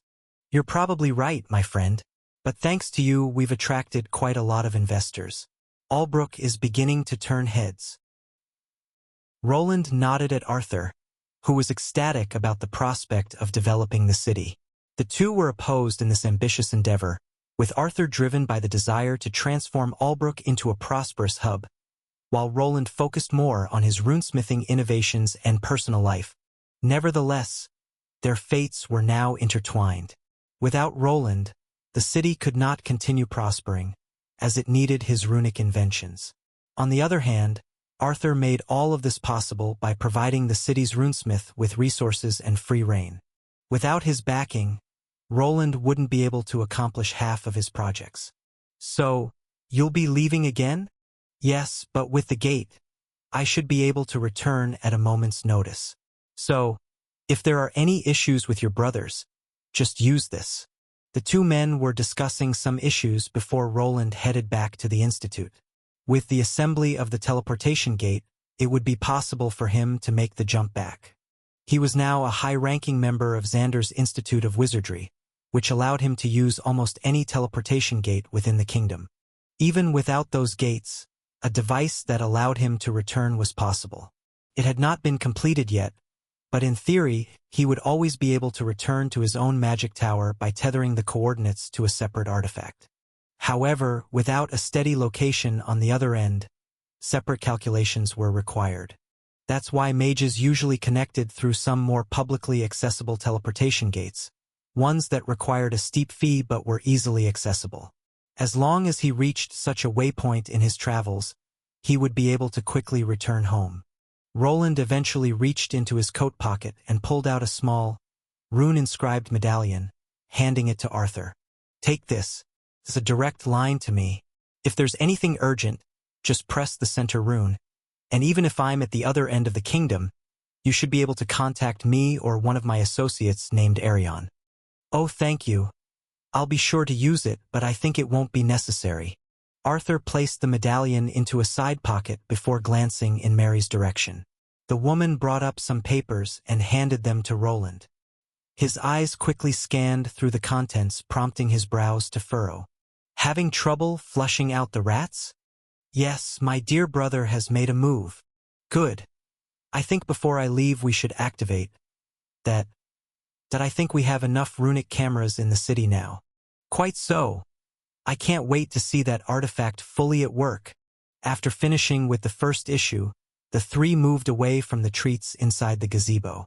They quickly headed over to the secret underground chamber beneath the mansion, where one of the biggest runic city projects would be activated. It was not quite finished, but with some help from the Union dwarves who produced most of the parts, it could be assembled into a working console. The underground area was separate from the skill training facility and the underground dungeon where they tested the runic prosthesis. Right in the middle of it was a giant table made of metal with many runic symbols etched through runesmithing onto it. It looked to have been produced from several parts and later assembled to fit this place. There were no chairs around the table. Instead, a large, thick panel of something resembling glass was attached to the wall. "All right, let's get this started. Everything seems to be in order." Arthur and Mary took a step back while Roland approached the nearby console, situated between the big table and the large glass screen.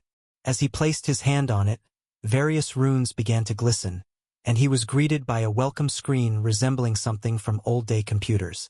The interface was quite basic and lacked any graphics, but eventually, after it finished loading, he was able to enter a few prompts.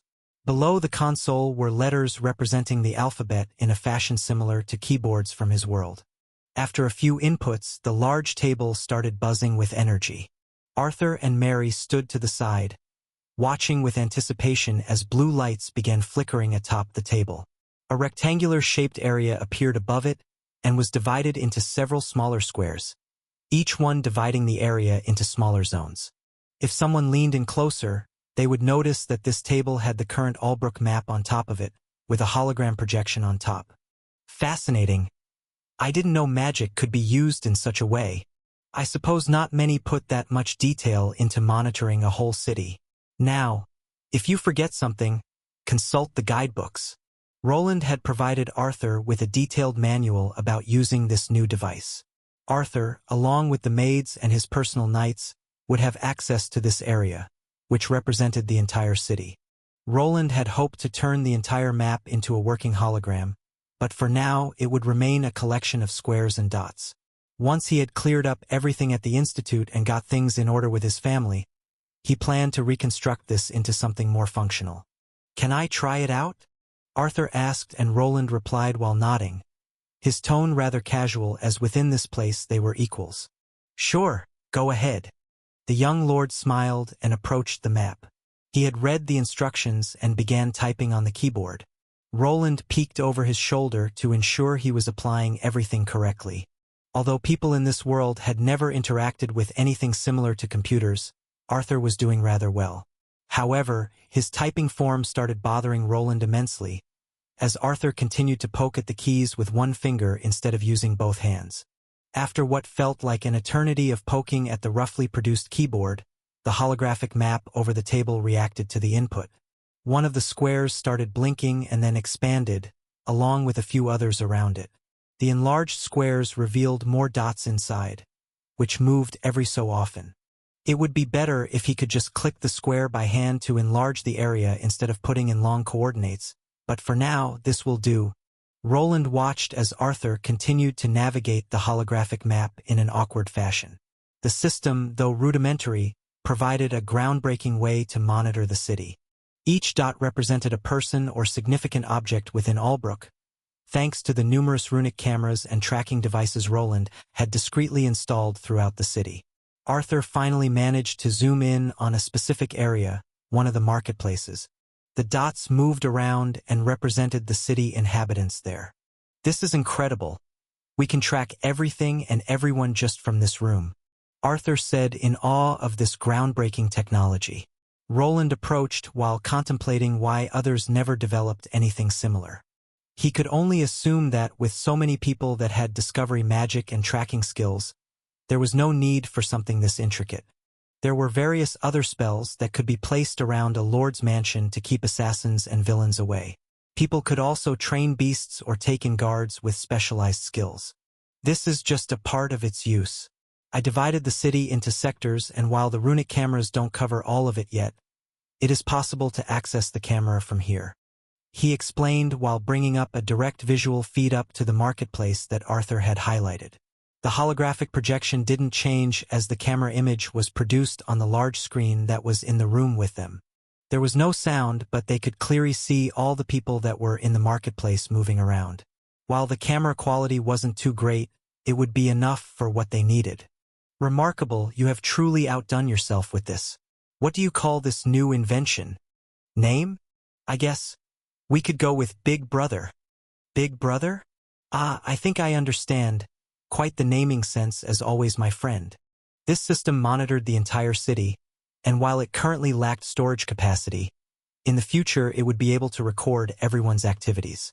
If a crime occurred, they would be able to access the databank to determine if the accused person was actually there and look up a camera snapshot to assist their guards. For now, there was no facility capable of such a thing, and none of the footage here was being stored. It lacks a lot of functionality for now, but it should help us with Theodore's men. The primary reason for creating this system was to identify where the spies of the other brothers were hiding. Once they passed through the checkpoints in the city and their status was read into the system, they would be tagged.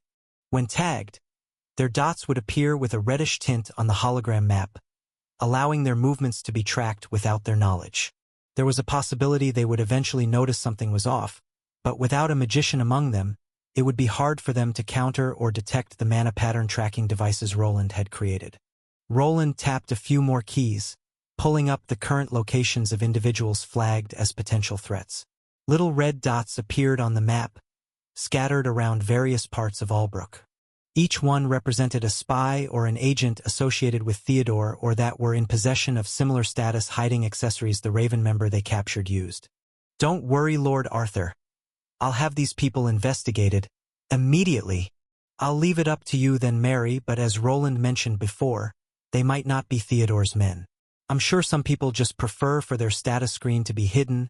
We can't assume that everyone is after me, now can we?" "I understand, Lord Arthur, but we have to be careful." Roland watched as Arthur and Mary discussed the issue of the potential threat.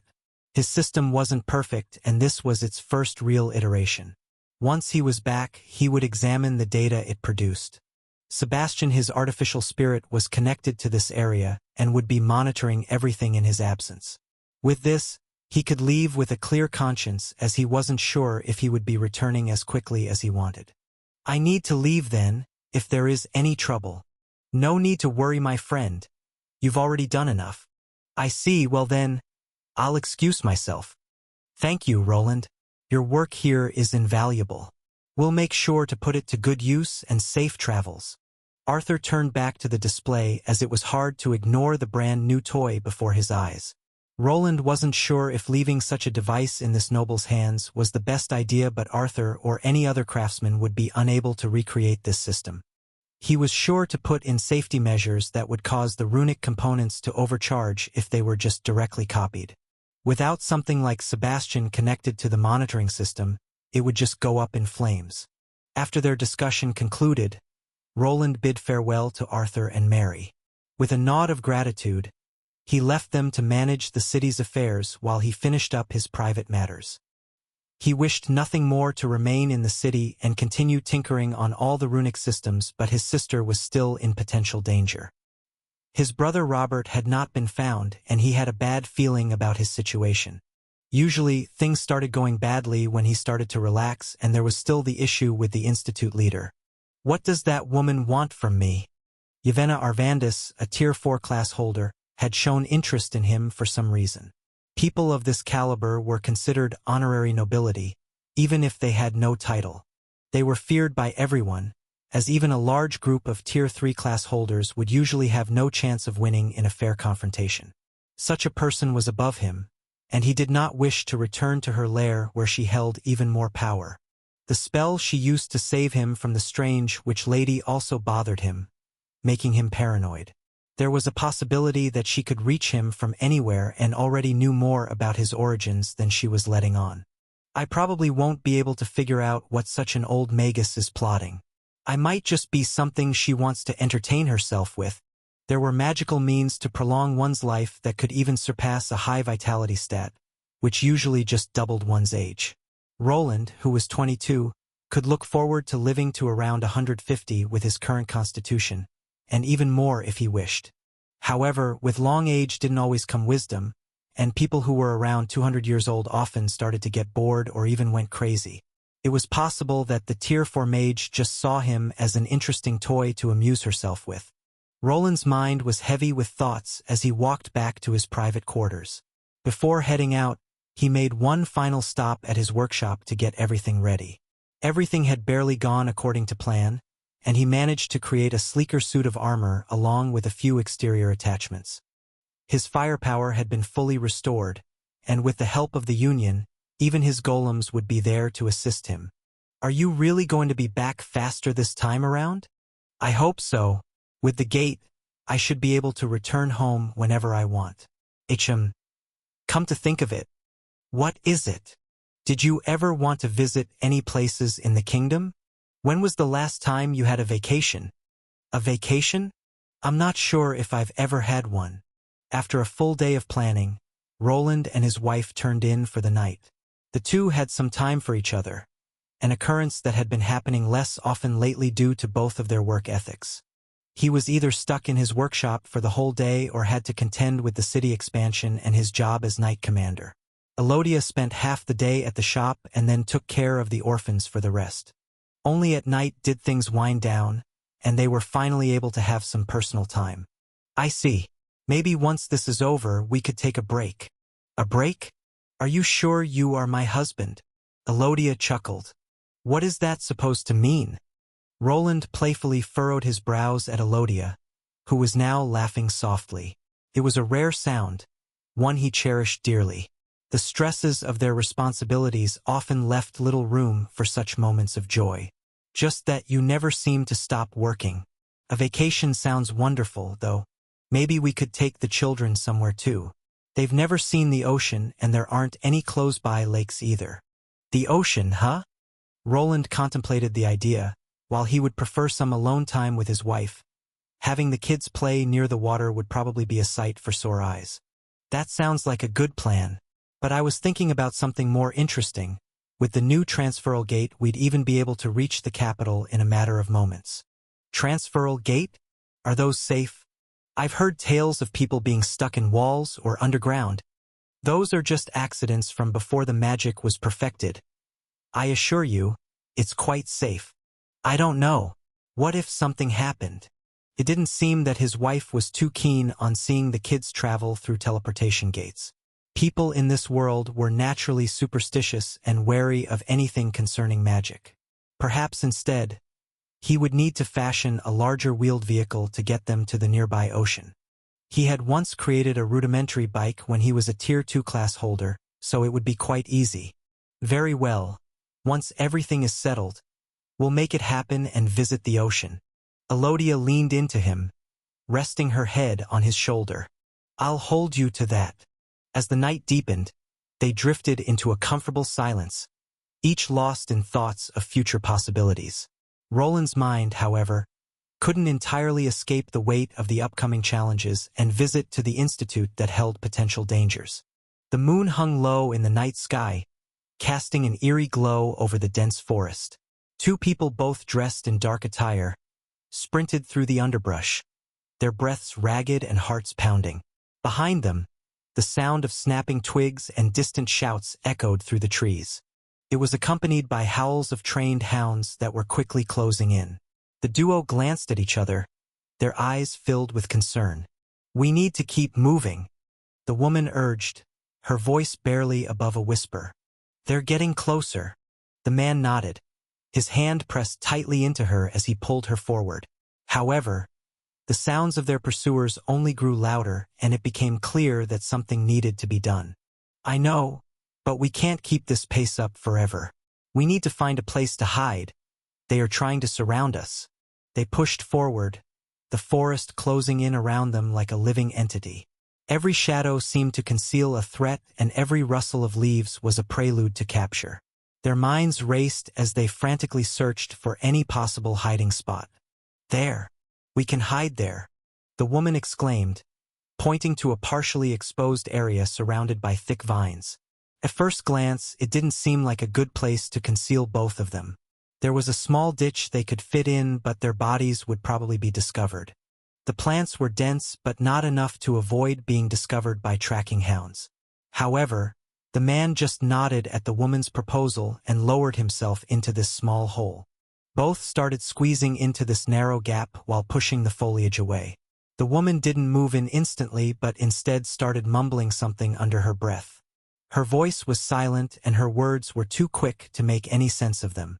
The shouts and barking of dogs grew even closer, but she did not stop.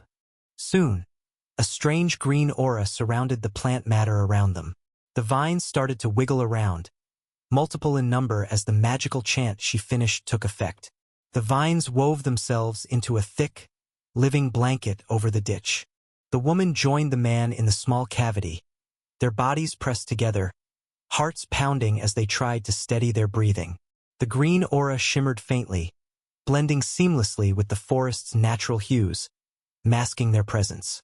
Moments later, the pursuers burst into the clearing, their torches casting erratic shadows across the dense underbrush. The dogs barked and strained at their leashes, noses to the ground, but the enchantment on the vines masked the scent trail. "They have to be here somewhere." One of the men grunted and his eyes scanned the area. The hounds they used had clearly lost their scent, but they were not willing to relent. Spread out and search, they couldn't have gotten far. The search party fanned out, poking and prodding at the vegetation, but the magically enhanced camouflage held strong. Hidden beneath the vines, the woman whispered another incantation, her eyes glowing faintly as she focused her will on the spell. The winds around the area picked up and blew towards the barking canines. It made their ears perk up as they caught the scent of the ones they were pursuing, but with the aid of the spell, it was pushed in another direction. The hounds! They have picked up the scent again. Their barks were loud, and they tugged on their leashes, dragging the search party away from the hidden pair. As the sounds of pursuit gradually faded into the distance, the man and woman remained perfectly still, holding their breaths until the last echo of barking had vanished. "We did it," the woman finally whispered, her voice trembling. "Yes, but we can't stay here long. They'll realize it was a false trail soon enough." With caution, they disentangled themselves from the vines. The forest was silent now, save for the distant rustle of leaves. As they climbed out of the ditch, the man took the woman's hand, his grip firm but gentle. "Thank you, we wouldn't have made it without you, if only I was." The man lowered his head. It was as if he was blaming his lack of power for this situation. "Don't blame yourself. This is all because of my father. We just need to get out of this territory, somewhere our father won't reach."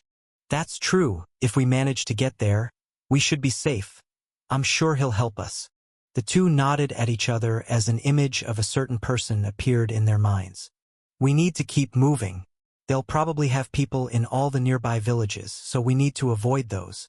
They were being chased from multiple directions, and their pursuers had the manpower to block all the prominent checkpoints. To get away, they would need to keep moving through the woods and avoid large settlements. The villagers would instantly inform anyone of strange new arrivals. They could trust no one but themselves. "We make a good team," she replied with a faint smile, brushing a strand of hair away from her face. The two moved closer, dead leaves still stuck to their clothes and with dirt on their faces. Even though the situation was dire, they found solace in each other's presence. Their resolve was unwavering and they had no choice but to succeed. However, during this moment of peace, a sound of someone clearing their throat resounded. "Who is there?" Both of them instantly turned around. The man raised his sword and moved in front of the woman. From the shadows emerged a figure cloaked in dark robes, his face obscured by a hood. Underneath, a suit of shiny armor was visible, and moonlight was reflected, giving the intruder an otherworldly glow. The pair tensed, readying for a fight, but the figure raised a hand in a gesture of peace. "Young lady, don't you think that this has gone on for long enough? Please return home, your father is worried." The figure's voice was calm and resonant, echoing through the stillness of the forest. The woman's eyes widened in surprise and her grip on the man's arm tightened. It was apparent that she knew who this individual was, and her body shook in fear. "Why would the Grand Commander be here?" "Your father was worried, so he has given me a task to bring his daughter home safely. Come now, there's no need for further resistance. Let us put an end to this foolery." They started backing away, but soon, the man that was trying to protect the woman buckled under pressure. He found himself going down onto one knee, his voice cracking from pain. "What are you doing? Leave him be." "Young lady, I'm not sure what this man has done to convince you of this foolish act, but if you wish for him to return safely, I advise you to surrender peacefully." The man glanced at the collapsed man, his voice laced with disdain. He approached with slow, steady steps, his body relaxed as if he had no worldly worries. "I won't let you take her." The man's voice was strained, but he struggled to stand, his sword wavering in front of him. The woman moved closer to him, shielding him with her body. This prompted the Grand Commander to sigh softly. "I commend you for being able to stand, but this is as far as this farce will continue. Also, don't be mistaken, you're not going to avoid punishment for this transgression." With a swift motion, the Grand Commander drew his own sword, its blade gleaming ominously in the moonlight. Clang! The sound of several metallic objects being dropped resounded through the closed workshop room. A tall man glanced while sighing and then waved his hand. The metallic objects flew up towards the workbench they fell from.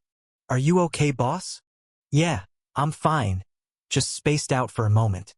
Roland had bumped into the table while making the last preparations for his departure. His mind was preoccupied with future possibilities of disasters. Things had been quiet for this month, but he couldn't help to think that some kind of storm was coming. His sister had no contacted him for a while, but she was still safely at the institute. Once there, he needed to see how things were shaping up. She should have asked her mother for help. "I hope they managed to clear things up with those Castellane bastards. If not, will I have to stay there until she graduates?" It was impossible for him to watch over his sister forever. She was part of the institute which conducted classes outside. They would have to form parties with adventurers and knights to test their skills. Would he have to always go with her each time she was away, or would his father do something about this predicament? "Good. But what is this here, boss? Is this supposed to be your language?" Bernier was confused about what Roland was doing. In the middle of this workshop was a strange plate of metal. There were various runes on it, and it seemed to be divided into several parts that were now unfolded. It was quite large and took up almost half of this room, 10 meters in length and around 6 in width. On top of it, he could see foldable tables and various blacksmithing equipment. "Yeah, I'd like to have access to my own tools while traveling. Grab whatever you think might be helpful and place it down there. I guess I can just take the whole tool cabinet with me." It was a strange order, but Bernier didn't even ask. Instead, he helped by picking up the necessary tools. He knew Roland the best, and picking what he liked to use for smithing was quite easy. After around 20 minutes, everything was assembled on top of this thin metallic plate. Roland checked everything once more before nodding in satisfaction. "All right, that should do it. Let's test it out." Bernier stepped back, knowing well that his boss was about to activate some kind of magical ability. "Boss, you sure this thing is safe? I mean, we haven't exactly tested whatever you made here." "It's fine, don't worry. I've gotten better at these things. It won't blow up or create any black holes. Black hole? Roland chuckled softly, patting Bernier on the shoulder reassuringly, but it didn't stop his assistant from inching away. Suddenly, the runes on the metal plate started to shine and engulfed everything in a soft blue glow. The entire workshop seemed to shimmer momentarily as the magic took effect. Bernier watched as the tools and equipment atop the metal plate began to disappear, not into thin air but instead sunk into the rune-covered plate. Oh, is that a new storage space? But isn't it too wide? Oh, is that what it's for? I see you catch on fast, Bernier. He nodded at the question as after the item sunk into the spatial space, he activated the other feature. The metal this was created with was rather thin and foldable on itself. After a few folds, it shrunk to something that could be easily carried around. To complete the model, he slid it into a container that he could carry with one hand. Oh? What do you call this, boss? I guess it's a briefcase? A briefcase? Does it not last long? I guess we can just go with a rune case. Bernier was confused by the naming sense that came from Roland's original world. Lawyers commonly use briefcases to carry briefs to present to a court, hence the name. Here, on the other hand, nothing like this existed. This foldable workspace was an advanced creation, designed to provide him with the ability to work on his projects even while away from his main workshop, and had a series of advanced runic power tools included. All right, I think that should be everything. Roland checked the latches on the briefcase and made sure that they were tightly secured.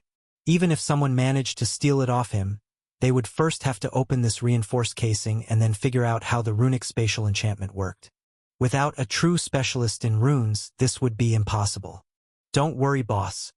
I'll take care of everything in your absence. With this new arm, there is nothing that can stop me. I'm glad that you're feeling better, but try not to exert yourself too much. That prosthesis is still in the experimental stages. Haha. Stop worrying, boss. I'm fine. I'm more than fine. I'll go tell Sebastian to start. Thanks. Bernier nodded and Roland left the workshop to tie up some loose ends. He found Elodia in the shop that was bustling with new faces. Thanks to the dungeon and their good name, they were never short on customers.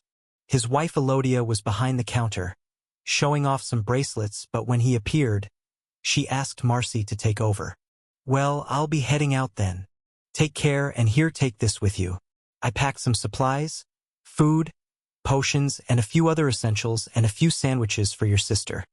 I'm sure she'll love it, thank you. Maybe when you're done, she could come and visit. I'll see what I can do. Elodia prepared some food for his trip. The sandwiches she made were just as good or better than what professional chiefs could cook up. Roland, on the other hand, wasn't sure if he wanted to bring over more of his family members.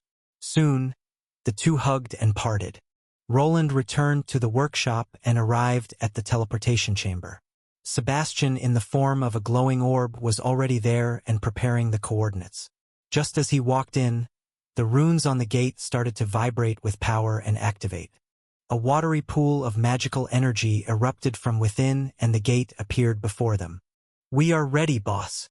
They accepted the connection, good. For the gate to activate, the people on the other side had to allow it. During a transfer, people sent in a hidden key that could establish such a connection. In Roland's case, as the principal's right-hand man, he had special permission to travel back and forth. No one besides the Institute's leader had the authority to stop him, not even the vice principal or the other professors. With a final nod to Bernier, he stepped towards the teleportation gate. The journey through the gate was disorienting. As always, Roland felt a brief moment of weightlessness before his feet touched solid ground again. He found himself standing inside a mage tower inside the Xander's Institute of Wizardry. The man that previously sent him off was there as well, along with Arion, who was floating in his direction. Welcome back, my friend. I suppose I'm back. Arion seemed rather cheerful to see him here and instantly started talking about things that happened in his absence. He mostly focused on how his classes had grown in popularity with the students. Using runic blocks to create new spells was quite ingenious. Those youngsters can't get enough of them. My classes have quadrupled in number, and did you know what happened? No, what happened? Roland attempted to hide his disinterest in the topic. He did not really care about how the classes were. What he was concerned with was his sister, the principal, and how he could get out of here to continue his research. His technology was brand new and he wished to produce more prototypes. They started asking me questions. They never asked me any questions before. Questions? I see, that's great. He attempted to appear attentive and his cat friend didn't notice his disinterest as he was in his own little world. Luckily, the principal wasn't anywhere to order him around and the two were able to return to the runic department. Many students greeted them on the way and parted ways the moment they saw his robed form. His armor was sleeker than before and covered by his magical robe, but they could tell that the full mithril enforcer was back. Maybe everything will be fine this time around. Yeah. Then just as he was about to open the door to the runic department, he noticed someone rushing his way. It was a young girl with golden hair that he was familiar with. She seemed out of breath and in distress. There she was, his sister Lucienne. He hadn't seen her for an entire month, but the two had stayed in contact through other means. She looked out of breath and was running in his direction. Roland focused on her facial expressions, which showed panic but also a certain level of relief. His mind raced with possibilities, each worse than the last. Oh, well, if it isn't student Lucienne, I think she is here for you. How about we catch up later? Yeah, sure. Arion had protected his sister in his absence, and the two had apparently interacted before. Not much had happened after his departure, and not even the young nobility had attempted to bully his sister. It seemed once his new position as the right-hand man of the principal got leaked, the brats got scared. However, it wasn't quite over yet, as the ringleader was set to return in a day's time. Viola's appearance could reignite the conflict, but he was here to stop that from happening. Please don't run in the hallways. One of the teachers walking by called out to Lucienne, prompting her to stagger. Her legs crossed awkwardly, and she flopped forward. Usually, there wouldn't be many people to witness this spectacle, but due to the Rune department's newfound fame, the corridors were more crowded. She flew forward, her hands flailing and her face distraught. What are you doing? Ha! Before her face collided with the wooden floor, the young girl found herself floating in midair. The other students chuckled at the sight but were also in awe of Roland's handling of the flotation spell. The cast time was impressive and showcased the advantages of runic spells. The girl let out a breath of relief as she regained her footing, her face flushed with embarrassment. How about we continue this in a more secluded location? Roland moved swiftly to her side, placing a reassuring hand on her shoulder. With the help of an altered sound-blocking spell, he whispered into her ear. There were far too many people here for a family get-together, and the potential for enemy spies was high. It was better if people didn't know she was his sister just yet. Ah, of course. Professor Arion, let us continue later. This student seems to wish to discuss some matters with me in private. I'll be in my office if you need me. Take your time, Professor Wayland. There is no rush. There was nothing alarming in him speaking with Lucienne. He had already shown a willingness to help her, and everyone knew the little spider golem she had with her was something fashioned by the runic department. They walked towards the park area through which they could access his tree office. With his badge present, the path opened up for him, and they both entered. Now that I'm here, maybe I should tidy this place up and organize a few things? But first, his office had not really been used by him or changed. What was here belonged to the previous deputy professor, who seemed to have been enamored with the old archwizard Xander. The large portrait on the wall was unsettling and was probably going to be the first thing to go once he was finished with this place.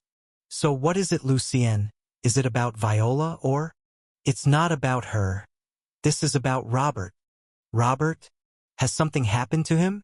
Did something happen at the border? Roland noticed that his sister was quite distressed. Her eyes had been darting around, and she seemed tense throughout the entire walk. He had hoped that Lucienne would shed some light on their brother's whereabouts, but it appeared that the news wasn't good. Roland started to assume the worst, fearing that their older brother had perished at the border where he had gone to serve the kingdom. However, what his sister disclosed was not at all what he expected. At the border? No, he had been granted leave recently after performing well. He even became a knight captain. Then what happened? Is he safe? Yes, but it's hard to explain. Roland furrowed his brow, trying to piece together the information. Robert had been granted leave, achieved a commendable rank, and was safe, yet something was troubling Lucien enough to make her panic. He motioned for her to sit on the chair opposite his desk and took a seat himself, leaning forward to give her his full attention. Take your time, Lucien. Just tell me what happened. She took a deep breath, steadying herself before she began. It started when Robert returned home. Everything seemed fine at first, but then we noticed he was acting strange. He was distant and secretive. Mother tried to talk to him, but he would always brush her off, saying it was nothing. Roland nodded while trying to take in the information. The Robert he knew was usually a straight shooter, not someone who kept many secrets. It seemed that after his return there was something troubling him. Then one night he just vanished. I was back at the institute then. Mother didn't wish to disclose it to me or anyone, but finally she relented. Oh? Did something happen for her to finally speak up? Well, he had been apprehended by another noble house. He has? On what charges? Well, on the charges of adultery. Wait, he did what? Roland found himself raising up from his seat and shouting, but quickly sat himself down when he saw his sister recoiling in fear. Excuse me, but adultery? Did he have an affair with someone's wife? Roland was baffled by this revelation, but there had to be more to it. He didn't know his older brother too well, but adultery seemed out of character for Robert. Lucien continued, explaining, and it all started making sense. He had not seduced any noble wives and done something different. Lucille de Vere? You mean, both of them tried to elope while she was promised to another? Why, yes. I see. So that's what those two were up to. It all started making sense. He had not heard from either of them for months now. They had been on the run from Lucille's father and forces for a while now. However, eventually they were caught and brought back to the de Vere estate. The charges were serious, and Robert was facing severe consequences for his actions. In this world, nobles took their arranged marriages very seriously. Adultery was a grave offense among the noble houses, often leading to heavy fines, loss of titles, or worse. When they first met, Lucille de Vere's house was at the level of a viscount. However, due to recent events, they had advanced further and were granted the title of count. Roland had done some investigating, and it seemed that the de Vere family had been engaged in a rivalry with a competing viscount family for some time, emerging victorious. Their patriarch appeared to be ambitious, and using his daughter to stabilize their newfound position was a strategic move. Roland assumed that they had proposed an alliance with someone influential to solidify their new status as counts. Then Robert appeared in the picture, a third son of a militaristic baron who rarely attended the kingdom's noble gatherings. It was clear which side the new count would take, and his older brother was in danger. There was no way of telling what he would decide on, and for some reason he didn't think they would stop on a fine. They could use this as a display of might and attempt to punish him to the fullest extent. That doesn't sound good. Has Father attempted to free Robert? Perhaps he could gain freedom if he agrees to a banishment. Father, he returned to the kingdom for a few weeks before this incident was known. We haven't been able to reach him since a skirmish has broken out at the border.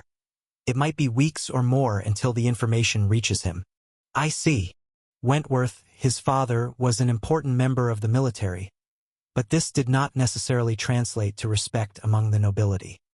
His title had been recently acquired, and the Arden family had yet to prove itself in the eyes of the older nobles.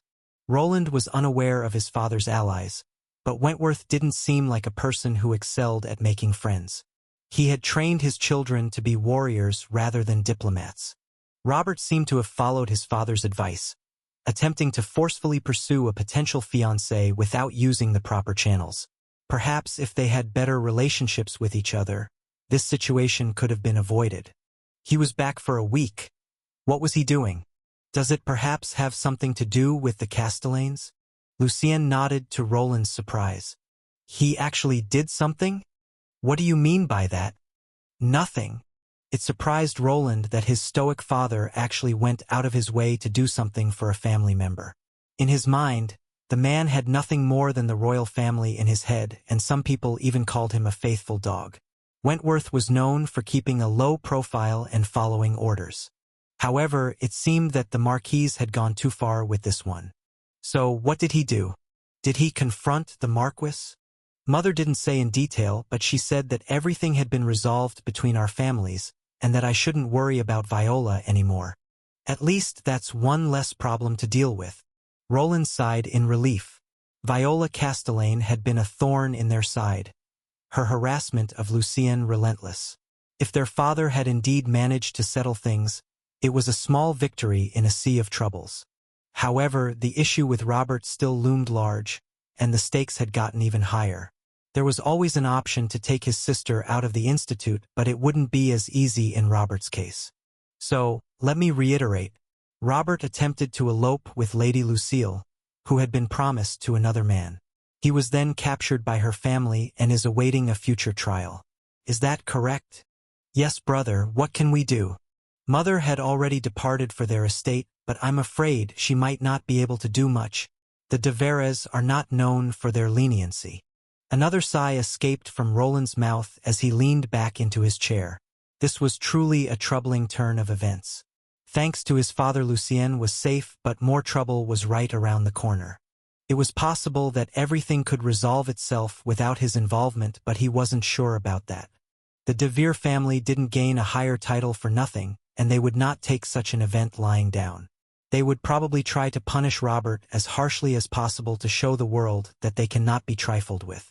Of course, he would not disclose this information to his sister, who was a nervous wreck. I'm not sure if they haven't done anything. They are probably planning something. Planning? Like what?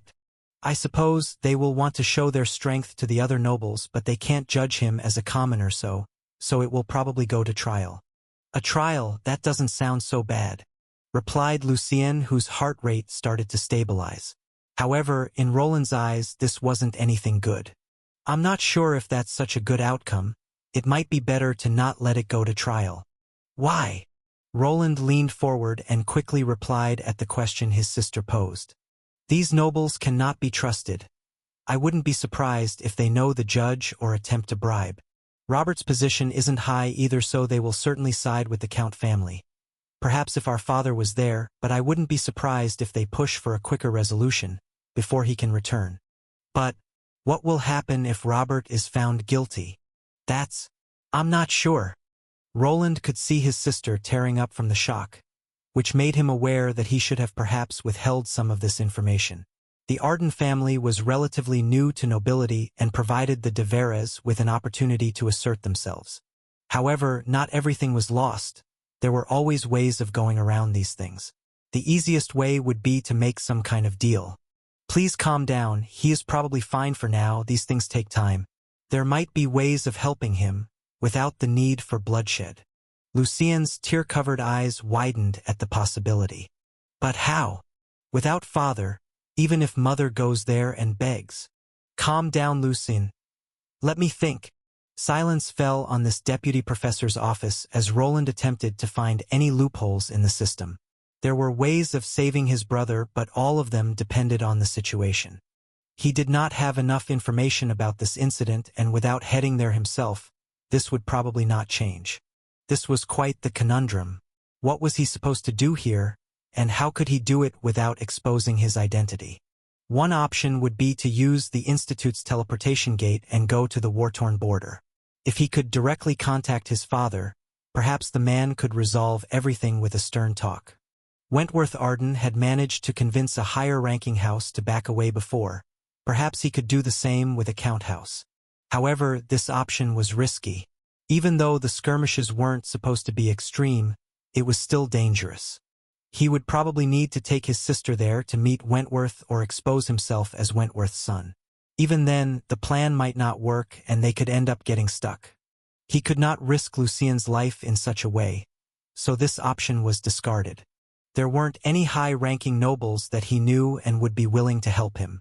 Mentioning Arthur or his position as a knight commander was pointless. Their two elder brothers were also just knights working at other noble houses and completing their training, which left him with almost no options but one, his rank as a deputy professor and Yevena Arvanda's name. The Archmagus was a prominent figure in the kingdom, and even the nobility feared her wrath. There was a slim possibility that they would at least allow him to talk to his brother if he used her name.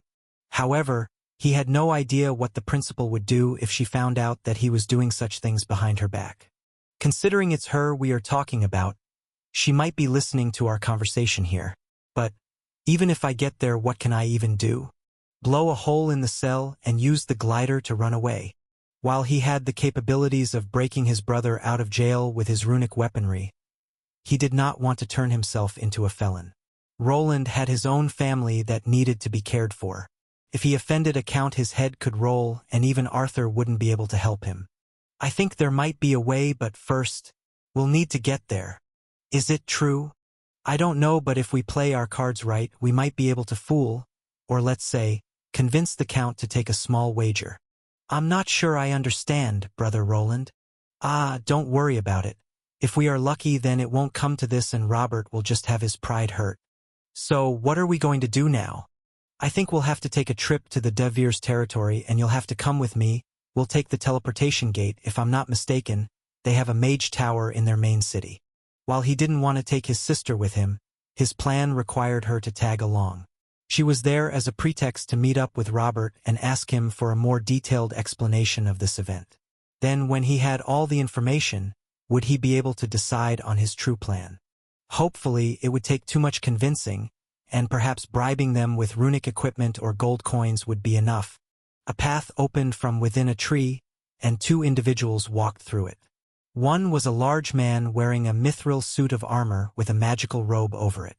A step behind him was a blonde female student. Her head was down, and she was deep in thought, just like the man walking in front of her. Am I doing the right thing? The man asked himself while looking at the magical path closing behind them. He was at a crossroads that led in two directions. One path would involve confronting the De Vere family directly and potentially exposing his hidden identity to everyone involved. It was a path he had been trying to avoid for over 10 years, yet somehow it always found its way back. The other path would take him back home, but would inevitably sever the connections he had reestablished with his family. The sister with whom he had managed to rekindle a relationship would certainly not forgive him if he decided to escape now. She might seek revenge later or even inform their father about his transgression. This possibility made the decision even harder. However, he was no longer the weak individual he had been when he left on this journey. Roland was now also armed with his newfound authority as a deputy professor and the powerful reputation of the institute. There were ways for him to protect his old identity and instead present himself as his new persona, Wayland. By using his sister as an excuse, he could attempt to resolve problems in a somewhat roundabout way. Is something wrong? No, but I'll have to catch up with you later. Why don't you head back to the dorm and prepare for the trip? While they were walking, Roland noticed his badge vibrating with a hidden mana signature. This badge could open almost any door inside the institute, but it also connected him to its leader, Yevena. He wasn't sure what the woman wanted, but it wouldn't be strange to assume that she knew about his situation. Lucienne nodded, worry still etched on her face as she walked away. Roland watched her until she disappeared from view, then turned his attention to the badge. With a sigh, he relocated to the entrance of the Mage Tower where the Archmagus resided. The walk-up was uneventful, and soon he stood before his temporary boss. She was sitting behind her desk again, reading through some papers. He wasn't sure what she was constantly researching, but he was unwilling to check. Was she listening to our conversations? I used various ways of blocking out the sounds and mana. Roland was unsure of what he was dealing with here. The Tier 4 Magus was someone above him in both knowledge and skills. He was in her territory, so even with his current knowledge, there were things he did not understand. The plant-based magic this woman used was more in the field of biology than the runic machinery he had studied. There was a possibility that a single flower or moss on the wall could eavesdrop on his conversations, something he had not yet been able to counter or confirm. "Did you want to see me, headmistress? Emicham, please take a seat. I wish to show you something." She was quite lax and reserved. With a wiggle of her finger, a document was produced and floated toward him, enveloped in green manna. At the same time, a chair made out of vines materialized from the wooden floor. Roland was aware of potential dangers but decided to take a seat as he was asked. The paper floated into his hands, and the first thing he noticed was the noble seal at the bottom. "Is this?" "Yes, it's an apology letter from the Castellane estate. What do you make of it?"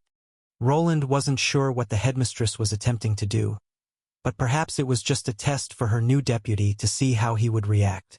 He had been in the middle of the Castellane incident and had shown interest in Lucien Arden. Perhaps she just wanted the person most involved in this situation to make a more informed decision. "They are asking for a transfer." She nodded as Roland read through the letter. There were two parts to it. The first was the usual apology made in overly flowery wording. Then, afterward, there was a request for an immediate transfer to another magical academy. But it seems that their true intent is for the Institute to remain silent about the true reasons behind it. It seems they're trying to smooth things over quickly and quietly. The apology feels insincere, more of a formality. The transfer request is likely to avoid further conflict or scrutiny here. "MHM, precisely. We have also received quite a generous donation to the Institute. Wasn't the Runic department in need of some funds?" "I suppose it was, but—" He trailed off as he understood the unspoken implication. The Castellanes were trying to buy their way out of trouble. By offering a large donation to the Institute, they hoped to cover up the scandal and avoid any lasting damage to their reputation. It also seemed that they included his department in the apology letter, probably to appease him at his current position. They were certainly aware that he took out their 3 knights by himself and were trying to cover this base too. "I see. So, they're essentially bribing us to keep quiet about the incident with Viola Castellane and to make her disappear from the public eye." Yevena nodded, her eyes not leaving the papers she was reading through. It was clear that this conversation wasn't that interesting. The Institute could use this donation, but what do you think? Do you wish to pursue this matter any further? Roland sighed, setting the letter down. It seemed that the headmistress had already decided to take the bribe, but was just gauging his reaction. He had no desire to continue the matter with the Castellanes. Their threat had been neutralized, and his sister's safety was his primary concern. However, this situation with Robert was far more pressing, and he needed to ensure it didn't escalate further. "No, I think it's best to let this matter rest. The donation will certainly benefit the Runic department, and Viola Castellane's transfer will resolve the immediate issue with Lucien Arden." "Is that so?" The woman tapped her finger on the desk a few times as if contemplating on the issue for a moment while he remained quiet. "Very well, Deputy Professor. Consider this matter closed. I will relocate the funds to the Runic department through Professor Arion. Are there any issues I should be aware of?" Roland shook his head at the question. He didn't want to involve Yevena in any further incidents. She was a powerful being, but invoking her influence was probably a double-edged sword. He could only hope that this was all she wanted, but the question still stood. What did she truly want from him? Was he seen as an interesting plaything, or was she trying to use his position as an outsider in some way? It was a theory he came up with as there wasn't much else to go on. She had made him her assistant but hadn't given him any specific orders, just told him to roam around without any clear purpose. "None that I'm aware of." "Is that so? Well then, you are free to leave, Deputy Professor." A bit of uncomfortable silence filled the room before he finally decided to stand up. Things seemed to have gone well, but he couldn't shake the feeling of being watched. All of this seemed too similar to the previous incident with the Cerberus trio and the Tier 4 witch. She had invited him to her office then as well and then seemingly saved him at just the right moment. Could she have implanted something to watch over me again? Is she a foe or friend? As Roland left Yevena's office, he couldn't shake off the unease that lingered. The The headmistress's actions were cryptic and left him wondering about her true intentions. Was she truly looking out for his best interests? Or was there an underlying agenda he couldn't yet grasp? He thought about checking his body for potential abnormalities, but the biggest factor was his institute badge and his magical robe. It had been provided by the institute, and perhaps he would need to discard both of them before leaving.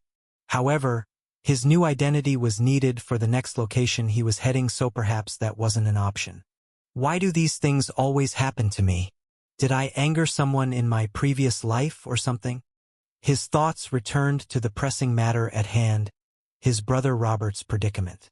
Lucien was waiting for him, and they needed to devise a plan to aid Robert without escalating tensions further.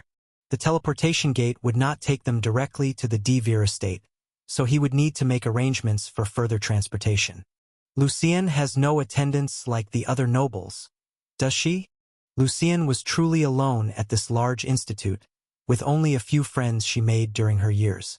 She was in distress, and the situation with her brother was clearly serious. Roland felt a hint of guilt for not being more present for her in the chaotic events unfolding. Even though he didn't feel like a member of the Arden household, the young girl still saw him as a brother she once lost. As a proper adult, he needed to offer her some solace and some reassurance. Roland quickened his pace as he made his way toward his sister's dormitory. He had instructed her to begin packing for their upcoming trip, but upon arriving, a scene unfolded before him. Even before entering, he could hear the sound of sobbing emanating from within. His heightened senses allowed him to catch snippets of the conversation unfolding inside, involving his sister, her two dorm mates, and another girl whose voice he recognized. "Please don't cry, Lucien. I'm sure everything is going to be fine." "Why, yeah. There is nothing to be afraid of. We'll get through this." "This is preposterous. What is that Count family thinking?" "Choo!" The first voice belonged to Marlian, one of the first friends that his sister had. The second was Adesuna, and the third voice belonged to the girl called Margaret. He could also hear the strange sounds of her summoned creature echoing from afar. It was clear that all the girls were lending their ears and trying to comfort Lucien in this moment of crisis. Roland hesitated before taking a step forward. His plan of quickly leaving unnoticed after the situation with Viola had fallen through. He had expected his sister to keep it to herself, but he had been wrong. Most people weren't like him. They couldn't just bottle up their emotions without consequence. She hadn't been able to hold it in and had sought help from her small circle of friends. "I'm not good at these things." After taking a deep breath and waiting for things to settle down, Roland steeled himself and knocked gently on the door before entering. Inside, his sister sat on her bed, her eyes red and puffy from crying. Her two dorm mates and Margaret sat around her, offering comfort. The strange summoned creature was also there, floating around and making silly faces as if attempting to cheer her up. "Professor Wayland?" One of the girls called out to him as he entered. None of the people knew that he was related to Lucien, so their surprise was warranted. To them, he was nothing more than a strange, overprotective professor, and he decided to lean into that assumption. "I hope I'm not intruding." Margaret stood up, her eyes wide in curiosity. She seemed like the most overprotective of the bunch and was certainly trying to figure out his motif here. "Professor Wayland, is everything all right? Why have you come here?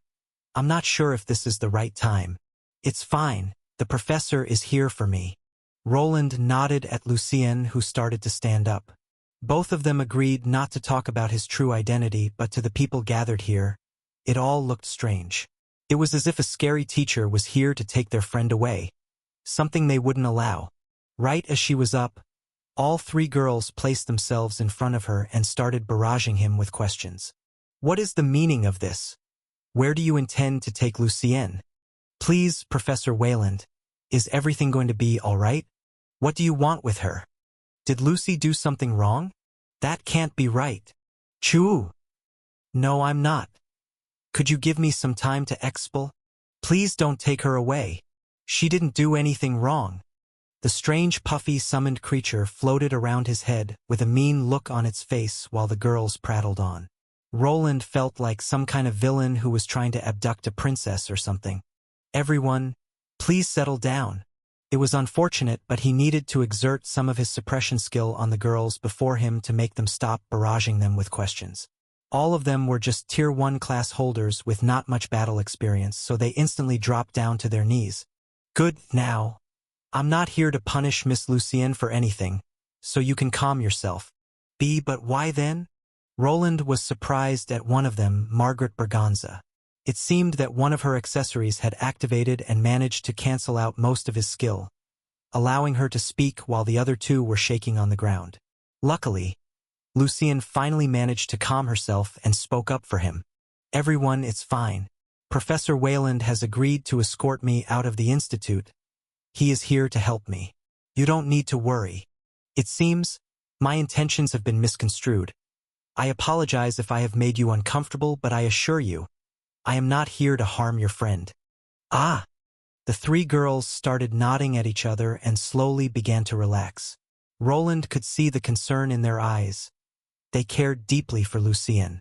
He softened his tone, trying to convey his genuine intention. Lucienne's brother is in trouble, and she needs to leave the institute for a while to help him. I offered to assist her because none of her relatives are present.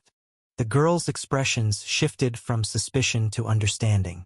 They glanced at Lucienne, who nodded, confirming Roland's explanation.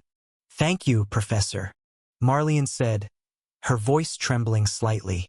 The summoned creature, sensing the tension easing, floated down and made a soft, comforting chirp. We just wanted to make sure she was safe. It's fine. Have you all managed to calm down? Why, yes, sir. The girl with animal ears responded and the others agreed. Roland couldn't help but to sigh under his helmet, but they couldn't lose too much time here. It was better to act quickly as they would need to traverse a good chunk of land to get to the place their brother was being held. Pack your things, Miss Lucienne. We need to leave soon. Lucienne nodded and began gathering her belongings. Her friends helped her, their earlier fear replaced by nothing but support. He made his way out of the dorm room and informed the young women that he would be waiting outside. Once everything was ready, they would go towards the gate chamber and travel to a nearby mage tower. From there, they would need to make their way through the De Vere-owned lands to their main city, where Robert was held. As Roland waited outside, he considered the journey ahead. The De Vere family's lands were vast and well-guarded, but this didn't mean that there wouldn't be a way to break their brother out. He wasn't sure how to approach this issue, but if this was the only way, then perhaps he would need to do something outrageous. Some time had passed, more than he envisioned for one person needing to pack. Lucienne eventually emerged with her friends, carrying a modest travel bag. However, a small problem arose as he noticed that something was off. The three other girls seemed off and were all carrying their own luggage with them. Wait, those three. Are they actually trying to? Professor, please listen. We have discussed it among ourselves and made a decision together. No, please. Roland watched as the three girls stood firm, their resolve clear despite the fear they had shown earlier. He already knew what they were going to say, but he hoped to avoid it. Please let us accompany Lucienne. We can't let her face this alone. We're her friends, and we want to support her, Margaret declared, her voice unwavering and filled with nothing but resolve. All the other girls nodded together, and he could just look towards his younger sister, who instantly shifted her gaze to the side, as if she had no say in this.